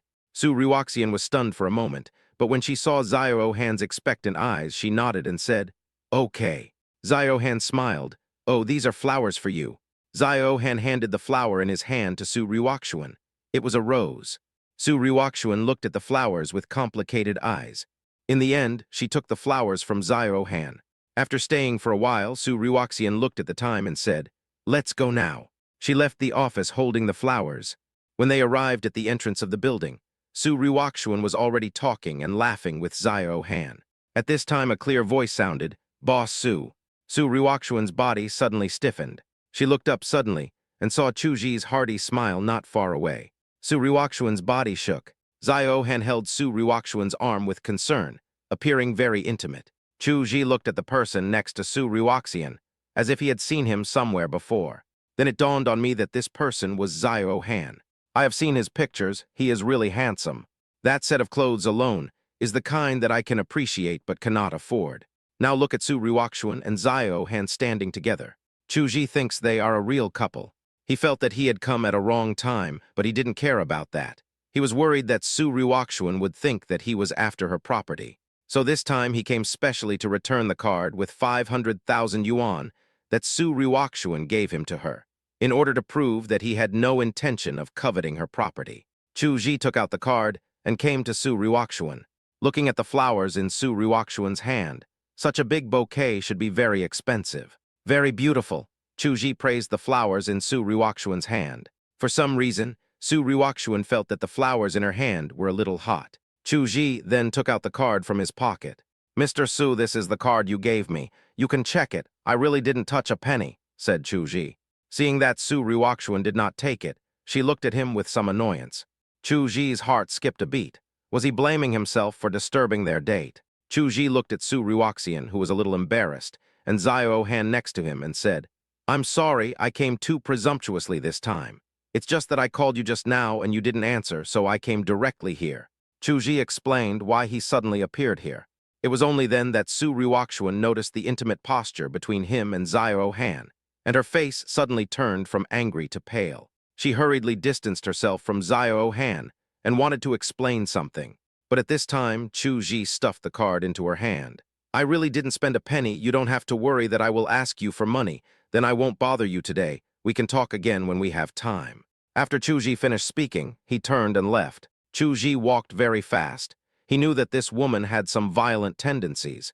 If he interfered with her, she might get angry and embarrassed. It was better for him to run fast. It happened that the taxi he took had not left yet, so Chuji hurriedly got into the car. He seemed to hear Su Ryukshuan's delicate cry, but he didn't dare to stop and urged the driver to drive faster. Su Ryukshuan looked at the taxi driving away and felt as if a piece of her heart was hollowed out. "Ryukshuan, don't be angry about irrelevant people. Let's go eat." Zio Han walked closer. Su Ryukshuan said, "I won't go this time. I feel a little uncomfortable." Su Ryukshuan turned and walked towards her parking space. Zio Han was a little stunned. Then his face became a little gloomy, and he glanced in the direction Chuji left. Zio Han then caught up with Su Ryukshuan and said, "Ryukshuan, how about I take you to the hospital?" Su Ryukshuan said, "No, I want to go back." "Then I'll take you there." Su Ryukshuan said, "No need, I can do it myself." Su Ryukshuan subconsciously rejected Zio Han's request to take her there. She didn't want to take Zio Han to the house where Chuji's facial mask was recorded. Su Ryukshuan drove away, leaving Zio Han standing there with an unclear expression. "Hey, Sister Liu, help me check someone." "What?" Su Ryukshuan drove back to her home in Guanlanting. The old butler came out to greet them. Su Ryukshuan said, "Butler, ask someone to buy me a mobile phone." The old housekeeper was stunned for a moment and said, "We have a spare one at home. I wonder if you would dislike it." Su Ryukshuan then remembered that she had bought a new mobile phone for Chuji. But it hasn't been sent out yet, because that day Chuji didn't even take any of the clothes she bought. Su Ryukshuan stared blankly at the cell phone in her hand and the several sets of clothes that Chuji had tried on in the mall. The old butler sighed helplessly, not knowing what to say. At this time, the phone rang in the living room. The old housekeeper came to the living room and found that the call was from the gate. The call was connected, and a picture appeared on the video on the phone. The security guard at the door and a man in a suit behind the security guard could be seen. This Mr. Zio said he is Miss Sue's friend. I wonder if it would be convenient for Miss Sue to meet him, the security guard said. The old butler recognized at a glance that the so-called Mr. Zio was Zio Han. I didn't expect the other party to find this place. Could it be that the lady told him? He went upstairs and asked Su Ruoxian, Miss, Mr. Zio Han is outside the community. Do you want to see him? Su Ruoxian frowned suddenly. How did he find this place? Miss, do you want him to come in? No, let him go first. We can talk about it tomorrow. I'm tired and don't want to see anyone, Su Ruoxian said. The old butler turned and left. After sending Zio Han away, the old housekeeper was somewhat speechless. The one who should have come didn't come once, but the one who shouldn't have come tried every means to come. Why is there such a big difference between people?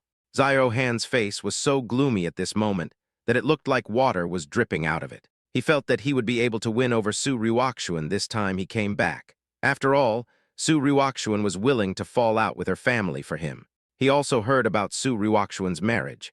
He thought the same as everyone else, that guy was just a shield, and he was the only one who could climb into Su Ruoxian's bed. But now it seems different from what he thought. Maybe he should pay attention to that shield. Chu Ji didn't have any complicated thoughts at this time. After returning the card to Su Ruoxian, he felt a little more relaxed and began to devote himself to study and work. Soon it will be time to pay wages. Chu Ji calculated his salary in detail and found that it was more than 10,000 yuan.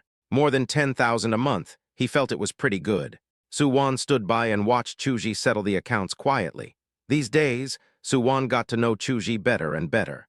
Now she felt an indescribable sense of peace as long as she stayed by his side. The previous impetuous mentality has disappeared. Although she didn't know why, she had an urge to tie Chu Ji to her side, and sometimes she even wanted to rub him into her flesh and blood. But she knew she couldn't act impulsively or she would scare him. Chapter 25. What then? Since you've earned so much, do you want to treat me to a meal? Su Wan asked softly. Chu Ji said, Okay, I'll treat you to a big meal after school today. Chu Ji is very straightforward. Looking at Chu Ji's hearty smile, Su Wan was dazed again. What are you going to do next? You're going to go on an internship soon? Su Jai next to him spoke at this time. Su Wan came back to her senses and said, Internship. I can provide you with a company. You can go anywhere you want. Su Jai showed joy in his eyes and looked at Chu Ji, hoping that Chu Ji would agree. Chu Ji was stunned for a moment and said, Actually, I want to buy the store outside the school. Su Jai was stunned. What, buy that store? Yes, the shop owner wants to go back to his hometown and intends to sell the shop. The food in that shop tastes good, and I want to make it a brand, but... Su Jai asked, just what? It's just that I'm applying for a college student entrepreneurship loan now, but I don't know why it can't be approved. Su Jai said, It shouldn't be like that. This is one of our welfare policies. The conditions are not very harsh. It should be approved unless someone is interfering. Chu Ji was silent. He had offended the Zhang family and sent Zhang Heng to jail. Although the Zhang family is not as powerful as the Qin family, it is still easy to trip them up. Chu Ji's eyes were a little dim. He knew there was nothing he could do about it. Don't think you can do whatever you want just because you have excellent grades. The real world is often so cruel. The sentence, it's not that we won't do it for you, but that we're going through the process, is enough to make you miss any opportunity. I can invest in you. How about I give you 200,000? Su Wan said at this time. Of course, it's not too much for me to ask for 20% of the shares, Su Wan said. Chu Ji said, It's not too much. I'll give you 40% of the shares. I can sign a contract with the restaurant owner and give him 100,000 yuan in advance. I will pay back the rest of the money within 2 years. This way, funding won't be a problem. Su Jai said, I can lend you 50,000 yuan. I don't want the shares, just pay me back when the time comes. Chu Ji was very happy. He was confident that he could revive the store and was even more confident that he could make back his investment within 2 years or even shorter. Chu Ji said, Don't worry, I will pay you back with interest, and I will write you an IOU later. Su Jai did not object because he knew Chu Ji was so serious, and it was his way of maintaining their relationship. Su Wan looked at Chu Ji with her eyes narrowed slightly. It's really strange that you would rather take out a loan than ask your sister for money. Hundreds of thousands. Isn't that enough to buy my sister a bag? Not far from the restaurant, A woman wearing glasses stood in front of Chu Ji. Chu Ji looked at the woman in her 30s in astonishment and asked, "What's the matter, ma'am?" "You are Chu Ji." The woman looked at Chu Ji with a little disdain. Chu Ji said, "It's me, ma'am. Who are you?" "You don't need to know who I am. My Mr. Zyro wants to see you. Come with me," the woman said in a bossy tone. Chu Ji frowned with some displeasure between his brows. "Mr. Zyro? I don't know any Mr. Zyro. If he has something to do, let him come to me." Seeing Chu Ji was about to leave, the woman became anxious. "Don't give me face. My Mr. Zyro is not someone that everyone can see." Chu Ji was stunned when he heard this. This feeling probably meant being speechless. Su Jai rolled his eyes and said, "You mean we should be grateful to your Mr. Zyro for meeting us?" "Puchai," Su Wan next to her laughed, very charming. Although Su Jai felt that he had strong resistance, he was still a little dazed when looking at Su Wan's sweet smile. Chu Ji, on the other hand, did not react. He looked at the woman and said, "Okay, you lead the way." Su Jai said, "Aj, why are you lowering the price so much?" "It's okay, it's just meeting someone. What if the other person really needs help?" Chu Ji said. Su Jai was a little speechless. "Aj, do you know what your biggest problem is? He is just too kind. So kind that he seems a little easy to bully." Su Wan looked at Chu Ji, who was leaving, clenched her fists and murmured, "I'm here, I won't let anyone bully you." Led by the woman, Chu Ji walked towards another restaurant nearby. Chu Ji came to a private room and walked in. When he saw who was sitting opposite him, a look of realization appeared in his eyes. It turned out that the person who wanted to see him was Zyro Han. "It turns out it's Mr. Zyro Han who wants to see me," Chu Ji said. Zyro Han was wearing an expensive suit and sitting in the main seat, looking at Chu Ji, who walked in with a hint of disdain. Zyro Han just sat there, pointed to a stool next to him and said casually, "Sit down." Chu Ji frowned. He felt that Zyro Han was very hostile towards him. Maybe it was for Su Ruoxuan, Chu Ji guessed in his heart. "I wonder if Mr. Zyro has anything to tell me." Chu Ji did not sit down. Zyro Han said, "Chu Ji, you also know the relationship between Ryu Xian and me." Chu Ji didn't say anything. He wanted to see what Zyro Han's purpose was. "Although you and Ruoxian have obtained the marriage certificate, you also know the purpose of Ruoxian and you getting the marriage certificate. It was just a means to deal with the people at home." Chu Ji lowered his eyes and looked calm. "So to put it bluntly, you are just a shield. Now you are no longer useful. I hope you don't appear next to Ruoxian again. Of course, I will give you a certain amount of compensation. You tell me the amount, how about 1 million? Chu Ji seemed to have heard someone say this before, and the other person also spoke to him in the same disdainful tone. Chu Ji looked up at Zyro Han. Zyro Han still looked at him with contempt. Chu Ji said, "Mr. Zyro, what I want to say is that, first of all, you don't need to worry about the relationship between me and Mr. Su. I have never thought about getting anything from Mr. Su. You can rest assured about that. Secondly, I will not take the initiative to harass Mr. Su, but this has nothing to do with you. This is a matter between General Manager Su and me. But you can talk to General Manager Su and ask her to go through the divorce procedures with me as soon as possible. Finally, as for the money, I still say the same thing. Do you want to use 1 million to humiliate me or to humiliate President Su?" Zyro Han's face changed when he heard this. Chu Ji was not afraid at all. His voice was cold and firm. "Mr. Zyro, if you have anything else to say, please tell me as soon as possible. If not, I will leave first." Chu Ji had a good impression of Zyro Han at first, but Zyro Han's behavior this time disgusted him. Perhaps Zhang Heng's influence was also involved, because he found that Zyro Han and Zhang Heng were of the same type. Seeing Chu Ji preparing to leave, Zyro Han suddenly stood up and said, "Wait a minute." Chu Ji turned his head and looked at Zyro Han. Zyro Han took out his cell phone, brought up a dialogue box, and placed it in front of Chu Ji. "You can take a look at this, and you will know what position you hold in Ruoxian's heart." That was the conversation message between Zyro Han and Su Ruoxuan. "Zyro Han, I heard that you got the marriage certificate." Su Ruoxuan, "Yes, but he is just a cover I use to deal with my family." Zyro Han, "Although I know it, I am still unhappy." Su Ruoxuan, "After I deal with my family, I will divorce him, and my family will not arrange any blind dates for me in the future. Don't worry, I won't let him touch me." What? There are also some other messages that Zyro Han sent to Su Ruoxuan with a rather ambiguous tone. Chu Ji frowned. The feeling of being force-fed dog food was really unpleasant. Judging from the time of the message, it should be the day when he and Su Ruoxuan got their marriage certificate. Chu Ji looked up at Zyro Han and asked, "And then?"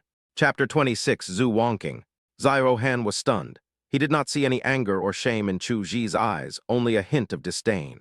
Chu Ji rubbed his nose speechlessly and said, "Don't share your love with President Su with outsiders. Not everyone likes to eat dog food." Chu Ji turned and left the room, feeling extremely disgusted. After Chu Ji left, Ziohan also left the restaurant. Next to the restaurant, Su Wan walked out with a playful look in her eyes.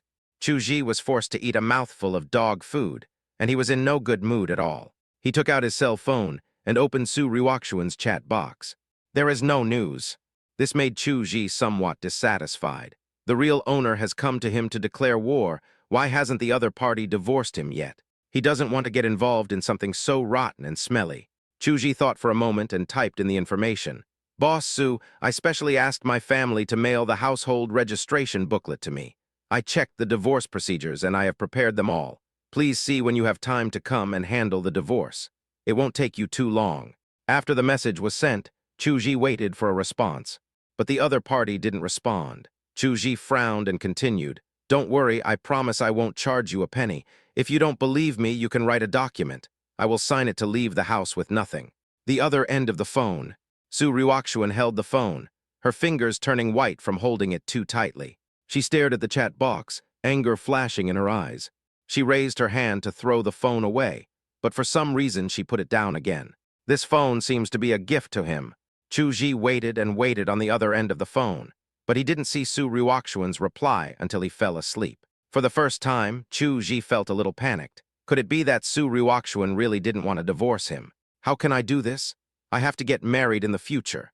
I am the only male in the family, and it all depends on me to have children and spread the family. Today is Sunday. Chu Ji patted his dizzy head. He didn't sleep well yesterday because he was worried about Su Ruoxuan. Chuj picked up his textbook and prepared to go out. At this time, Su Jai opened his eyes and looked at Chu Ji, who was about to go out, and asked, "Where are you going?" "Didn't I find a job as a tutor? Today is Sunday and I should go teach people," Chu Ji said. Su Jai was somewhat speechless and said, "Is it still the same child? It seems to have been half a year, right?" Chu Ji said, "Yes, I took the job as a tutor in that house." Chu Ji went out and took the bus. Happy community. This is where Chu Ji works as a tutor. I arrived at the door and rang the doorbell, and a lazy female voice sounded from behind the door. The door opened, and a beautiful woman opened it. The woman was wearing pajamas, and her hair was a little messy, but she had a lazy beauty. Because her breasts are so well developed, not even loose pajamas can hide the fullness of her chest. Chu Ji's face turned a little red. "Sister Zhu, let me give Momo extra lessons," Chu Ji said. The woman blushed and said, "Come in." Chu Ji walked into the room. The room was decorated in a pastoral style and was very warm. There was a faint fragrance in the room, which seemed to come from Sister Zhu. This discovery made Chu Ji's face even redder. Chu Ji didn't notice that the woman behind him seemed to be covering her chest out of nervousness. At this time, a girl came out with bright eyes and white teeth and was extremely cute. When she saw Chu Ji, she showed a happy look on her face. "Brother Chu Ji, you are here." "What brother? Call me uncle," Sister Zhu said from behind. The girl said, "I don't. Brother Chuj is obviously not much older than me." "He's older than you, so you must call him uncle," said Sister Zhu. "Auntie, you are unreasonable." The girl refused to accept. "I don't need to reason with you. What? Are you dissatisfied?" The girl pouted, which made her look cute. Chu Ji said, "Then let's start studying." The girl's name is Yunmo. She is 12 years old and in the 6th grade of elementary school. Yunmo said, "Let's go study and ignore her."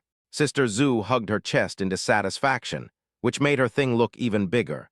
I have to say Yunmo is very smart. Her poor grades at the beginning were entirely due to her lack of concentration and her strong desire to play. Chu Ji has developed a set of learning methods tailored to his needs, and it seems to be pretty good now. "Brother Chu, I ranked 6th in the class in this final exam. The teacher praised me," Yunmo said. "Then we must keep up the good work and strive to get first place. I'll be waiting for you at Jinghai University," Chu Ji said. "Can she be admitted to Jinghai University? If she is admitted, it would be really a blessing." Sister Zhu came over at this time. She was already dressed up, looking somewhat seductive and alluring. The main reason is that her figure is too unbelievable. Even if she wears ordinary clothes, it will make people's heart beat faster. So she never went out to work because she was afraid that men would have bad intentions towards her. She now runs an online store and earns a good income every day. Especially the clothes she tried on herself. Almost every piece was a big hit. Now she is a wealthy woman. Soon the 2-hour tutoring ended, and Chu-ji prepared to leave. Yunmo was a little reluctant to leave, so Sister Zhu openly asked Chu-ji to stay for dinner. Chu-ji was in a dilemma, as he had to work in a restaurant in the afternoon.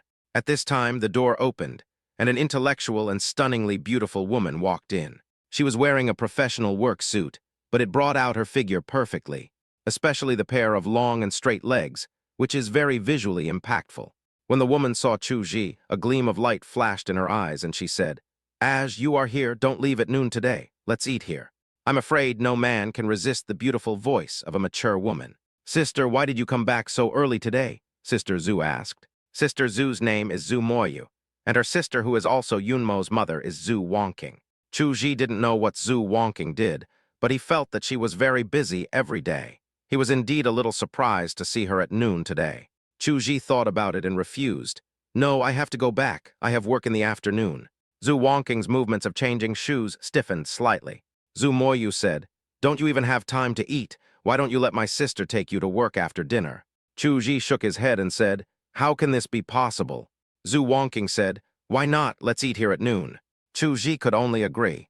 I didn't expect Zhu Wongking to cook by herself. Chu-ji also helped out, because he learned a lot from helping out in the restaurant. In the end, Zhu Wongking and Zhu Moyu assisted while Chu-ji cooked the dishes himself. Soon a table of dishes was ready. Zhu Moyu was a little stunned. "As you're so good at cooking," Chu-ji said a little embarrassedly. "I only learned a little bit, but I can still cook a few home-cooked dishes." Zhu Moyu looked at Chu-ji with shining eyes. "It's simply perfect." Zhu Moyu took a bite and her eyes lit up. "Delicious." Zhu Wongking also took a bite, her eyes shining. Today she made an exception and ate 2 bowls of rice, although they were very small. Chu-ji didn't use a small bowl, but directly used a basin. It was Zhu Wongking's request. In her words, boys should eat more. Zhu Yunmo watched her aunt and mother constantly picking up food for Chu-ji. She suddenly said, "Mom, are you going to find me a father? Or Aunt, are you going to find me an uncle? I don't mind if it's brother Chu." Chapter 27, Coincidence. Zhu Wongking's face turned red. Zhu Moyu also lowered her head and buried it in the surging emotions in her chest. But surprisingly, no one refuted it. Chu-ji was a little embarrassed. This meal was extremely uncomfortable. After dinner, Zhu Wongking drove Chu-ji to work. Zhu Wongking's face was always red, and with her intellectual and beautiful face and delicate skin, it was hard to imagine that she was a woman in her 30s. "Yunmo is outspoken, don't mind it." Zhu Wongking broke the silence. Chu-ji said, "No, Sister Zhu. Call me Sister Wongking." "Okay, Sister Wongking." Chu-ji agreed without seeming to think. Zhu Wongking showed a charming smile. As a result, Chu-ji felt a little uneasy for the whole afternoon. Speaking of which, he and Zhu Wongking have known each other for quite some time, at least more than half a year. In the past, Sister Wongking was more like a queen who was high above everyone else, noble and mysterious. He rarely saw Sister Wongking smile. Until the last few months, Sister Wongking looked at him more and more gently. He didn't know when it started that they seemed to become so casual towards him. Just like this morning when Zhu Moyu came to open the door in her pajamas, because she knew Chu-ji would come at this time. She was too lazy to dress up and comb her hair, and just appeared in front of him without reservation.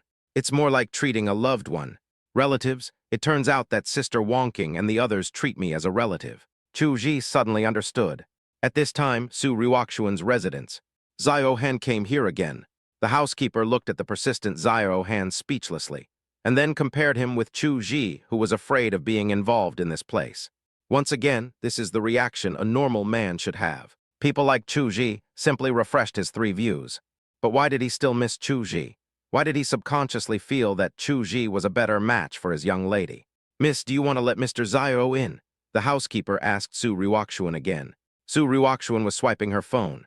If you look closely, you can see that the interface she was swiping was the dialogue box in which she and Chu-ji were chatting. However, there were only a few sentences of conversation on it, and all the conversations could be displayed on one page. Su Ryukshuan got up and walked out, then drove towards the door.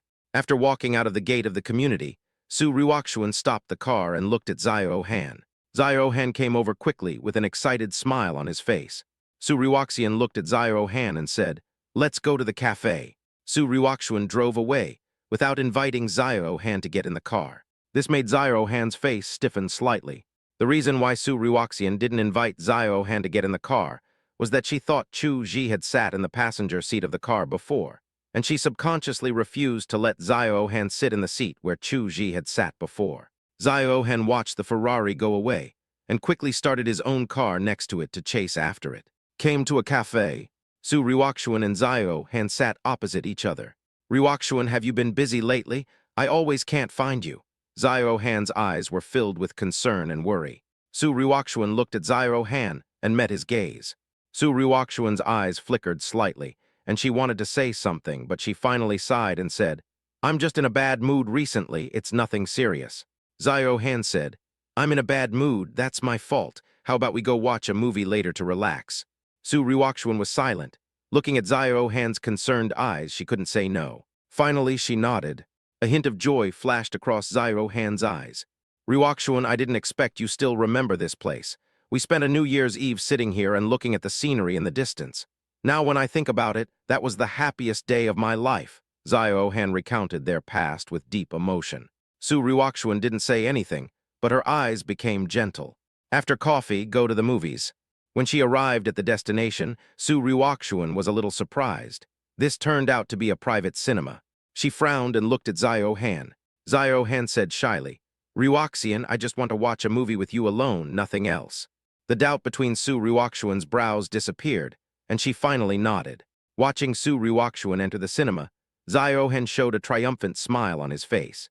Private cinemas are actually similar to hotels, except that they have a large TV screen. You can watch any movie you want, and they are all the latest ones.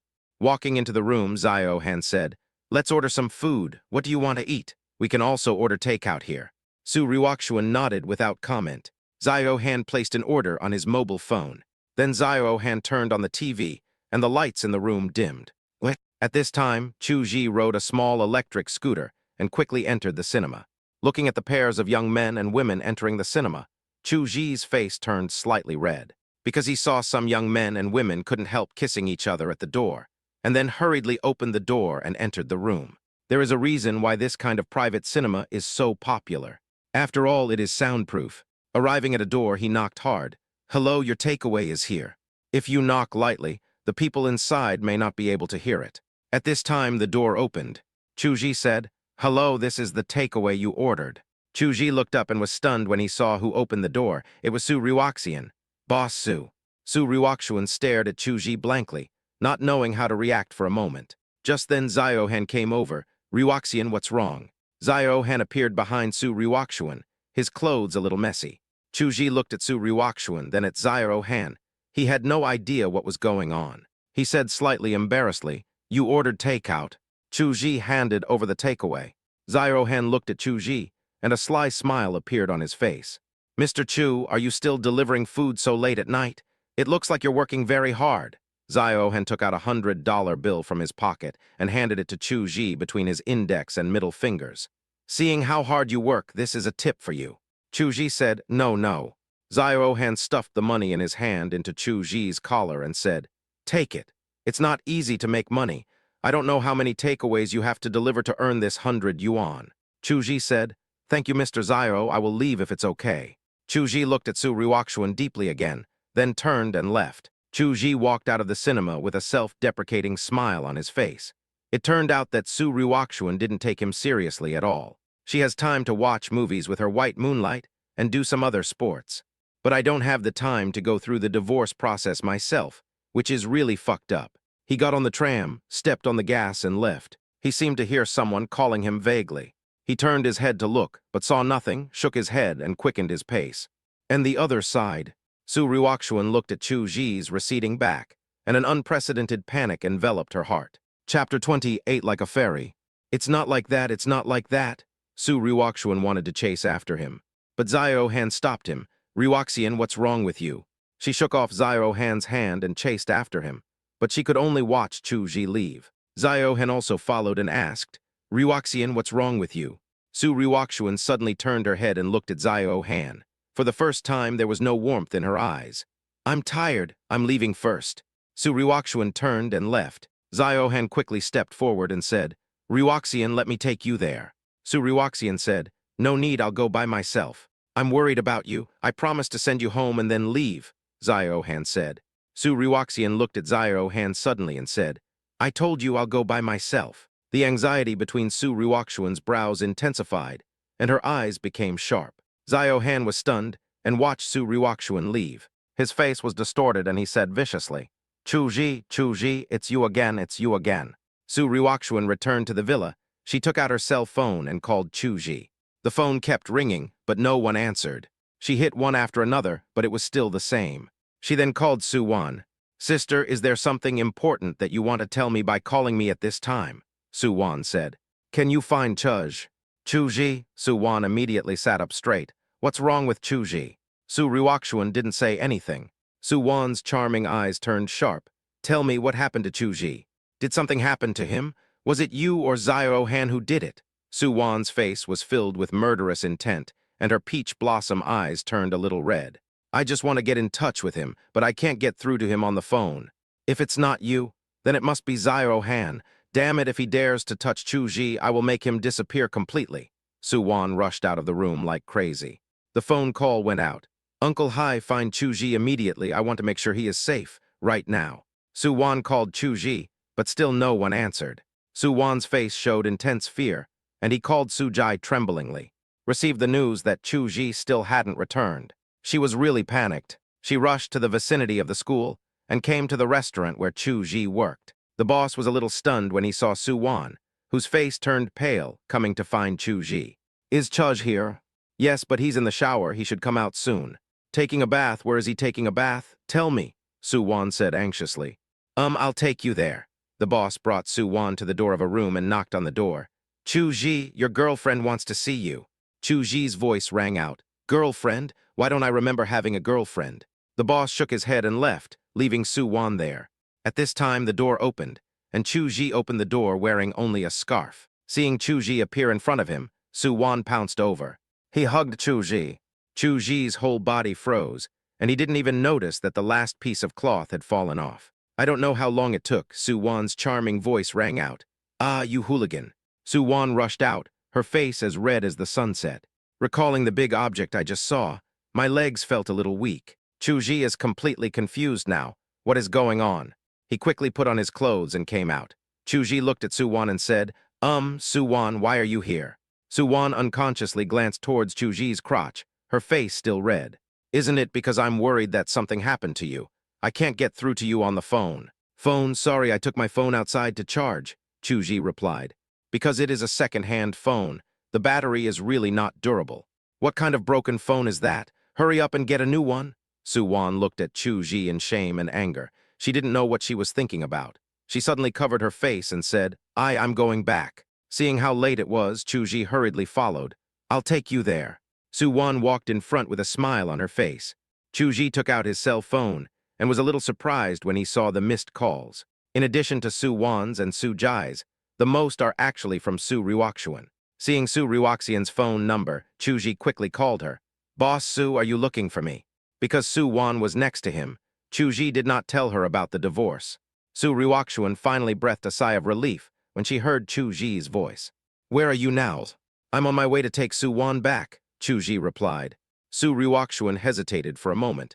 About what happened between Zio Han and me tonight. Chuji said, Don't worry, Mr. Su, I won't tell anyone, but Mr. Su hopes that we can abide by the agreement. He knew that Su Ryuxian didn't like him, but he was her husband after all. Seeing her and Zio Han there, he still felt a little uncomfortable. So he reminded Su Ryuxian not to forget his divorce. Su-won asked at this time, What agreement? Chuji was stunned and said, It's what you promised me at the beginning. HMPH, sneaky ass, give me the phone, Su-won said. Chuji had no choice but to hand the phone to Su-won. Su-won picked up the phone and said, Sister, I found the person, but I think you should let Zio Han be at peace. If he comes to threaten Chuji again, don't blame me for being rude. Su Ryuxian narrowed her eyes slightly. What did you just say? Did Zio Han threaten Chuji? Haha, it seems that you don't care about your husband at all, Su-won said.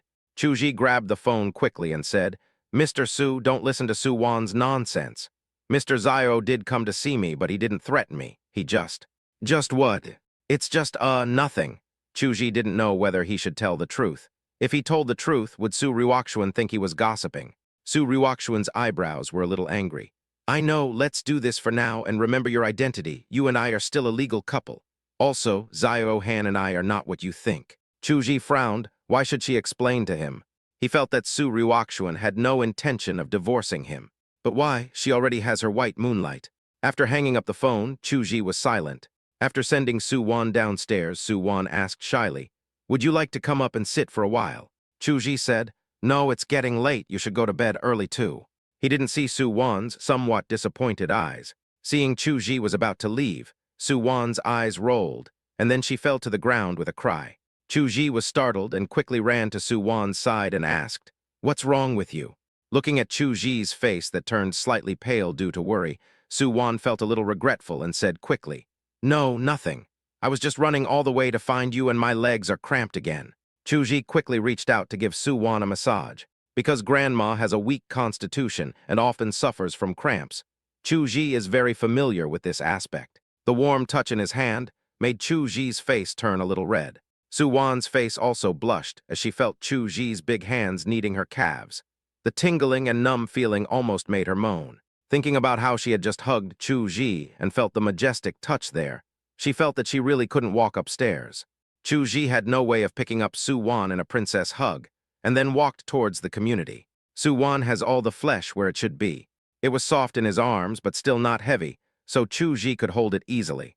Chuji didn't see that Su Wan in her arms was curled up in his arms, greedily breathing in his scent, like a fairy. Chapter 29 Exposed. This was his first time coming to the room rented by Su Wan. It's very cozy, and it feels more like bought than rented. Putting Su Wan on the sofa, Chuji filled a basin with hot water and then placed Su Wan's fair little feet in the water. After massaging for a while again, Chuji asked, "How does it feel?"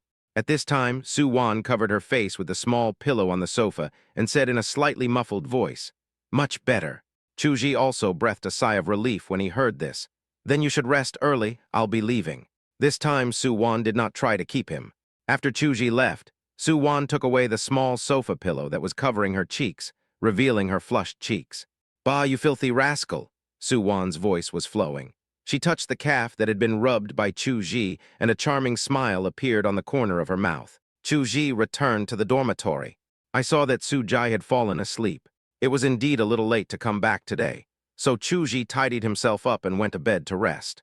The next day, Chuji went to class as usual, and Su Wan sat beside him quietly.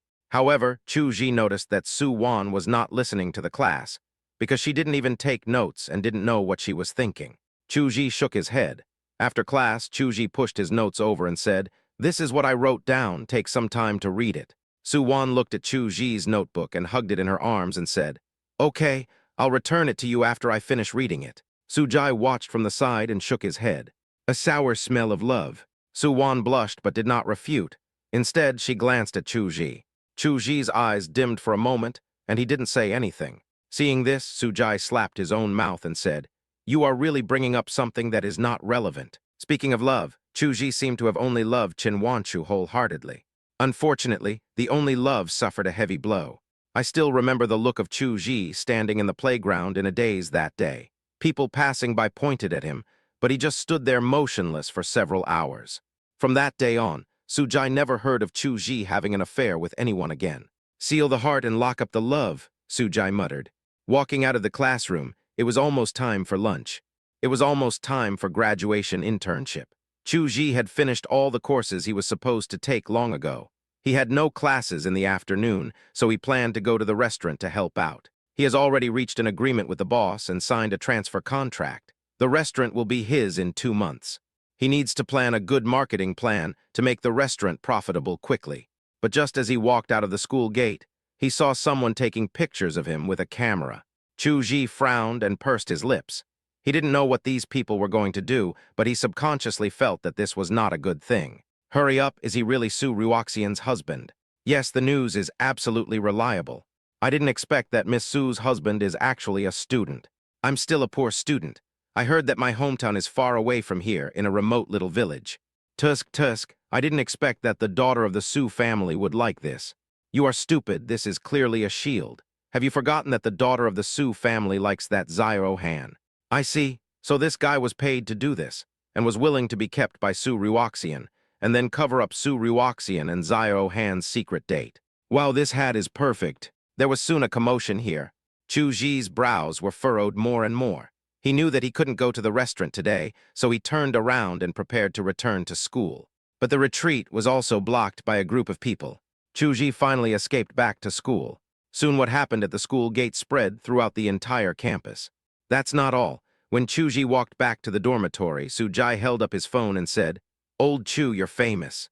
Chu Ji checked his phone and said, "Shock. The daughter of the Su family is already married, and the person she is marrying is actually a poor student.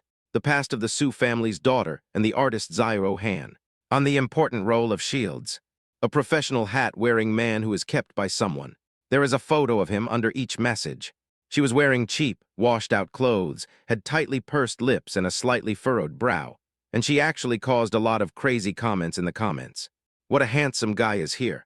I have no money, but I would still support him even if I had money. Oh, this is totally in line with my aesthetic taste. That melancholy look breaks my heart.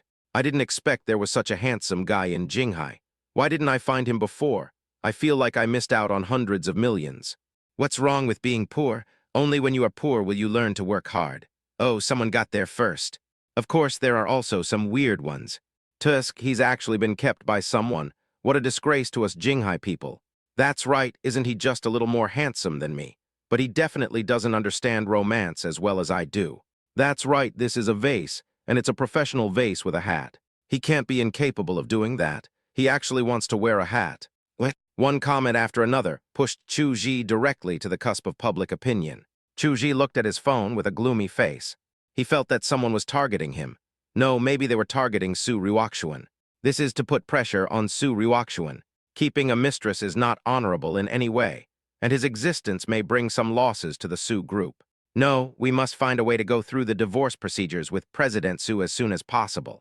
But we have to wait until those paparazzi leave. Brother Godfather, these paparazzi seem to be against you, Su Jai asked while browsing the news. This is aimed at me as well as President Su. But what I want to ask is, are you and President Su really married? The fire of gossip was burning in Su Jai's eyes. Chu Ji nodded. It was meaningless to hide this matter now. Fuck, it's actually true. No wonder you're so distant with Qin Wanshu. It turns out you're marrying the daughter of the Su family. I really don't know whether I should be happy or sad for you. Chu Ji said, I don't know why it has come to this, but there is nothing between me and President Su. Su Jai said, you don't even know that you are being used by someone. I remember telling you about the relationship between the daughter of the Su family and Xiao Han. No wonder you asked me about the Su family that day. Chu Ji's expression darkened. Don't blame me for being blunt. Are you really being kept by someone? Chu Ji said, I didn't ask for her money, but she did want to use me as a shield. I'm already discussing divorce with her. Su Jai said, divorce? Are you really willing to divorce? Chu Ji said, why not? She and I are from two completely different worlds. Then why did you agree to marry her in the first place? Su Jai was a little confused.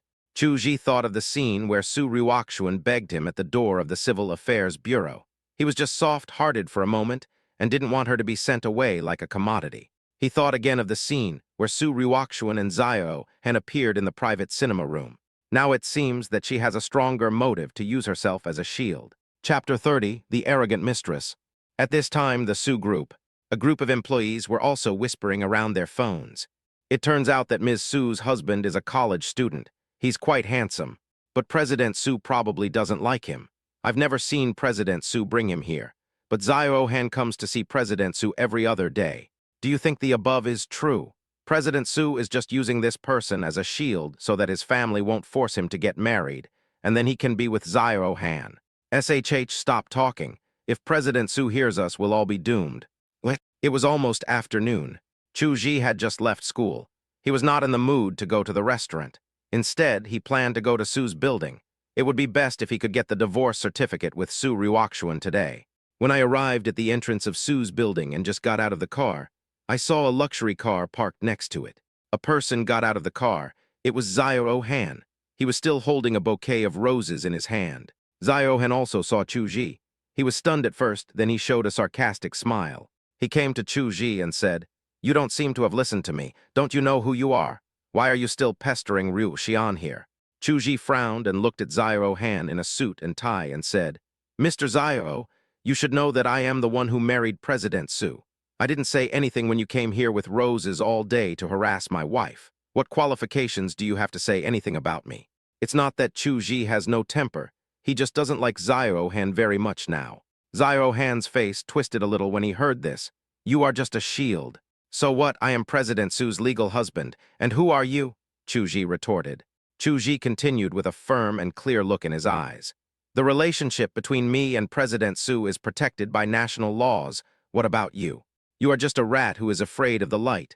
What qualifications do you have to boss me around? Xiao Han suddenly grabbed Chu Ji's collar with a resentful look in his eyes. Chu Ji looked at him quietly, as if he was looking at a piece of garbage. He knew from a young age that blindly tolerating would only make people worse. Although he didn't want to cause trouble, if someone kept causing trouble for him, he didn't mind fighting back. Xiao Han suddenly laughed at this moment, and his laugh was very sinister. You're just a peasant. Do you think you can see Ruoxuan today? Xiao Han glanced at Chu Ji sarcastically and walked into the building. I don't know what he said to the front desk, but he looked at Chu Ji with disdain again, sneered, and entered the elevator. He had no obstruction here. Chu Ji's eyes darkened. He wanted to leave, but he didn't want to miss this opportunity. After all, the round-trip fare was quite expensive. After thinking about it, Chu Ji also walked into the building but was stopped. I have something to talk to your CEO Su about. Do you have an appointment? A receptionist came over. No, but I really have something to discuss with your President Su, Chu Ji said. The woman at the front desk was polite, but she still said, if you don't have an appointment, please make one. You can only see Mr. Su after Mr. Su agrees. At this time, another receptionist came over and whispered something in this receptionist's ear. The receptionist was stunned, then took out her cell phone. She looked at the phone and then at Chu Ji and covered her mouth in surprise. This is President Su's husband. What now? Call Mr. Su. If he agrees, just let him go. The front desk clerk immediately made a phone call.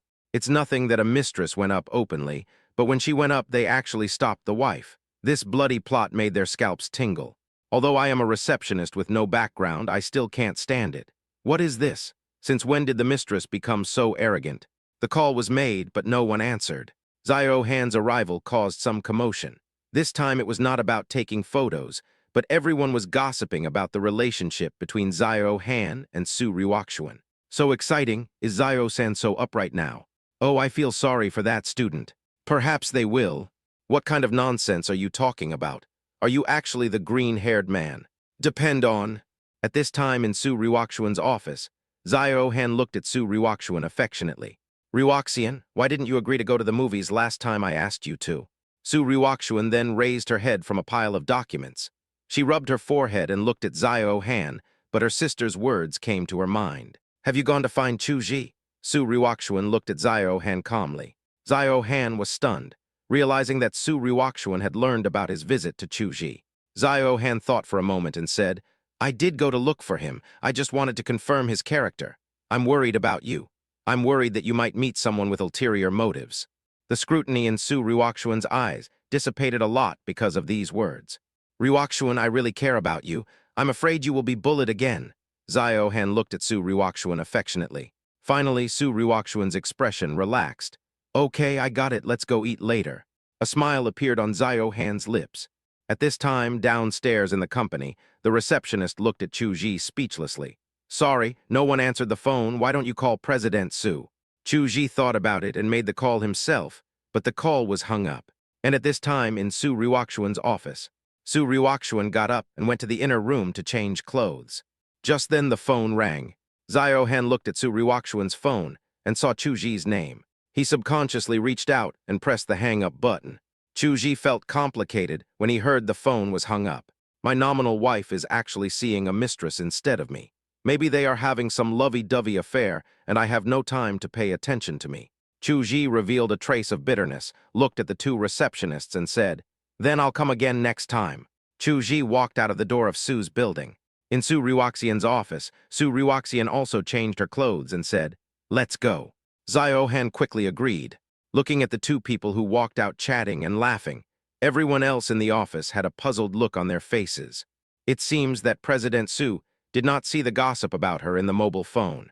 Or does President Su not care about these things at all, and just wants to live with his mistress openly? Zio Han and Su Ryukshuan came to the lobby on the first floor. The two receptionists seemed to be hesitant to speak when they saw Su Ryukshuan walking towards them in a somewhat intimate manner with Zio Han. At this time, Zio Han went to drive the car, and Su Ryukshuan was waiting in the lobby. Su Ryukshuan walked to the front desk and said, "If anyone wants to see me, let's arrange for them to stay until tomorrow." A receptionist said at this time, "Except for the person named Chuji just now, no one else will visit next time." Who are you talking about?" "He said his name is Chuji," the receptionist spoke. Su Ryukshuan's face instantly became nervous. "Where is he? Why don't you let him go up?" A receptionist said, "Boss Su, it was Mr. Zio who said you didn't see anyone, and Mr. Chuj also called you. Didn't you refuse to let him go up?" Chapter 30, One Who Told You to Touch My Phone. Upon hearing this, Su Ryukshuan quickly took out her cell phone to check. Sure enough, I found a missed call, but it only rang a few times before being hung up. At that time, Zio Han was the only one in the office. At this time, Zio Han drove the car to the gate, then looked at Su Ryukshuan with a smile and said, "Ryukshuan, let's go." At this time, Su Ryukshuan looked at Zio Han quietly. Zio Han was stunned, and the smile on his face became a little unnatural. "Ryu Han, what's wrong with you? Who told you to touch my phone?" Zio Han was stunned. His face looked a little ugly. "Ryukshuan, I think it's better for some people not to see each other." Su Ryukshuan's face was gloomy. "Who should I meet and who should I not meet? Do I need you to help me decide?" Zio Han's face became even uglier. Su Ryukshuan looked at the two receptionists at this time. "Are you my employees or his employees? What qualifications does he have to let you do things? If you do this again next time, you will all be fired." The two receptionists were so frightened that they dared not breathe. Su Ryukshuan turned her head and looked at Zio Han. Zio Han looked aggrieved and hurt at this time. One has to say that he is a good actor. His pitiful look made Su Ryukshuan unable to say the next words. "I won't have dinner. I have something else to do. If you have nothing else to do, you can go back first." Su Ryukshuan walked out of the building and headed towards her parking space. Zio Han looked at Su Ryukshuan's back as she left. The grievance on his face instantly disappeared, replaced by a trace of resentment. "Chuji, why is it always because of you? You deserve to die." Su Ryukshuan came to her car and immediately called Chuji. Chuji had just returned to the restaurant and was ready to start work. Seeing Su Ryukshuan calling, he answered the phone. "Boss Su, can you call my name?" Su Ryukshuan asked. Chuji was stunned for a moment. "Boss Su, what did you say?" Su Ryukshuan smiled bitterly. "Nothing. Sorry I didn't answer your call just now." Chuji said, "It's okay. I should be the one to apologize for disturbing your work." Su Ryukshuan bit her lip and asked, "Is there something you want to talk to me about?" "Boss Su, I came to you to ask when you will have time to get the divorce certificate." Bang! The other party hung up the phone. Chuji was a little confused holding the phone. Why did they hang up just like that? Su Ryukshuan returned to her villa in a rage. The housekeeper came up to her and asked, "Did Miss also see the gossip?" "What news?" The old housekeeper was stunned and asked, "Isn't this what the young lady is angry about?" Su Ryukshuan opened the news browsing software. The past of the Su family's daughter and the artist Zio Han. On the important role of Shields. A man with a hat who is being kept as a pro. What? Looking at these gossips, Su Ryukshuan's face turned pale. "What's going on? Why is this happening?" The old housekeeper said, "The news from Miss Su Wan is that these people suddenly showed up and blocked Master Chuj at the gate. Now Master Chuj's days at school are probably not going to be easy. Some people might point fingers at him. Think about it, it's not a big deal for a woman to be kept by someone. It's nothing new. The scary thing is that Chuji is a man, and he is kept by a rich woman with a bad reputation. This topic has been around for a long time. As an outsider, he knows what the scene will be like when Chuji walks on campus.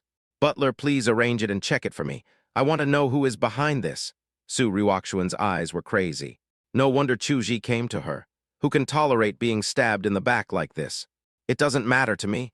My reputation has been ruined a long time ago. But they shouldn't have implicated Chuji." She called Chuji again, but no one answered the call this time. Su Ryukshuan put her phone down dejectedly. Suddenly her cell phone lit up, and someone called her. Su Ryukshuan was delighted and hurried to check. She was slightly stunned and answered the phone. "Dad, what's the matter?" "There's a dinner party at home the day after tomorrow. You have to attend. Ask Chuji to come as well." After hanging up the phone, Su Ryukshuan frowned. It was obvious that her family also knew the news. In order to eliminate these news, the most effective way is to make Chuj and her relationship public and hold a wedding. Let everyone see that Su Ryukshuan was not using Chu Ji as a shield, but was really married. If Chu Ji could live with her, all the rumors would be dispelled. This is also the most effective way for the Su family to eliminate the influence of public opinion this time. Otherwise, this incident is likely to evolve into public opinion pressure against the Su family, and then affect the Su family's stock market. Although it is not a big deal, the Su family still needs to prepare for it. That guy is eager to divorce me now. Is it possible to persuade him to attend the party? Su Ryukshuan was a little depressed. Su Ryukshuan made another phone call. When the call was connected, a lazy voice sounded. Sister Wonking misses you. Hee, then come find me. You'll always have half of my bed. A sweet laugh came from the other end of the phone, and this laugh alone made people's heart beat faster. Hey, Sister Wonking, I have something important to talk to you about this time. Oh, serious business. What could be more serious than a long chat between us sisters? Su Ryukshuan rolled her eyes. This woman was good in every way except that she didn't like men. She was very cold to men but treated women differently. She was almost 30 years old and had never held hands with a man. Oh, my sister is so annoyed now. Please help me, sister. Okay, it's hard to explain over the phone. Just come to my place. Don't worry, I can't eat you. A charming voice sounded from the other end of the phone. Su Ryukshuan packed up and drove out. Arriving at a grand manor, Su Ryukshuan stepped into the magnificent hall. In the middle of the hall, a slim woman who was half a head taller than Su Ryukshuan was dancing. Her graceful dance moves made even Su Ryukshuan feel a little dry in the mouth. Zyro Xiangxian, come and dance with your sister. The woman spoke, her lazy and charming voice making it impossible to refuse. Su Ryukshuan walked into the ballroom naturally. Su Ryukshuan's dancing posture is even more heroic, just like her personality. However, the two dance postures, one hard and one soft, raise the beauty of this dance to 2 levels. If Chu Ji were here, he would definitely recognize her at a glance. That woman is actually Zhu Wongking. Ordinary people in Jinghai know the Su family, Qin family, Li family, and Zhang family. But few people know that above the 4 wealthy families, there is a Zhu family. The current head of the Zhu family is Zhu Wongking. No one knows the origin of the Zhu family, but the Zhu family existed in Jinghai before the emergence of the 4 wealthy families. How huge the energy remains a mystery. But everyone knows that you can offend anyone, but never offend the Zhu family, because if you offend the Zhu family, even a wealthy family will disappear, such as the once glorious Zhao family. Haha, Zyro Xiangxian is really getting more and more beautiful. Zhu Wongking reached out and touched Su Ryukshuan's face. Su Ryukshuan was also sweating profusely at this time, and she pulled Zhu Wongking to the side to rest. Tell me, what's the matter that makes you look for me so urgently? Zhu Wongking curled up lazily on the sofa and looked at Su Ryukshuan. Chapter 32. Anyway, we have obtained the certificate. What are you afraid of? Su Ryukshuan said. Sister Wongking, you can actually guess a little bit right. Hee, isn't it always about relationship matters that you come to me for every time? Is it about that Zyro Han this time? Su Ryukshuan's cheeks flushed. This time it's not about Zyro Han. You know I got married to someone, but that guy is asking for a divorce from me now. Zhu Wongking showed an interested look. Sister, I didn't expect that you also have someone you can't control, and it's a man. Su Ryukshuan thought of Chu Ji's eyes that always looked extremely calm, and her face blushed as she said, I don't know why, but I liked him the first time I saw him, and I liked him even more the more I met him. Surpassing that Zyro Han? Zhu Wongking asked. Su Ryukshuan didn't say anything, which was considered as her agreement. Haha, your husband wants to divorce you because of Zyro Han. Su Ryukshuan nodded. Something did happen. He thought there was something going on between Zyro Han and me and wanted a divorce, but I didn't want to. I also wanted to bring him to the banquet today to announce our relationship to the public, but given his personality, he probably wouldn't want to do that. Haha, let alone him. Anyone else would think there's something going on between you. Sometimes I am also curious why you are so nice to Zyro Han, just because he was once your white moonlight. Su Ryukshuan didn't say anything. This matter is actually very easy to solve, right? Zhu Wongking smiled. Su Ryukshuan was stunned when she heard this. Sister Wongking, what do you mean? Zhu Wongking smiled but said nothing. You are usually very smart. Why are you always confused about Zyro Han's affairs? If you hesitate to make a decision, you will suffer the consequences. You are asking for trouble. Seeing Su Ryukshuan silent, Zhu Wongking said, Okay, whether you break up or not is your business. Tell me about your little husband. You want him to attend the party, right? Su Ryuaxian said, Sister, do you have a solution? First, tell me how far you and this person have come, and what his personality traits are. Su Ryuaxian told Chu Ji everything from the time she met him until now. In fact, there is not much overlap in total, and we will finish talking about it in a short while. Zhu Wongking was a little dazed. Based on Su Ryuaxian's description, she thought of Chu Ji. She has been busy recently and has not had time to read the news. Otherwise, she would have known that Su Ryuaxian's cheap husband was Chu Ji. However, she would never connect Chu Ji and Su Ryuaxian together. Zhu Wongking said at this time, It would be fine if he had feelings for you, but according to your description, he completely treats you as an ordinary person, even worse than his friends. He has done what he should do. If you tie him up now, it would be strange if he agrees. But this person is a bit simple and kind-hearted. This kind of person has a strong sense of responsibility and always thinks more about others. You can start from here. Sister Yu, do you mean to act pitiful?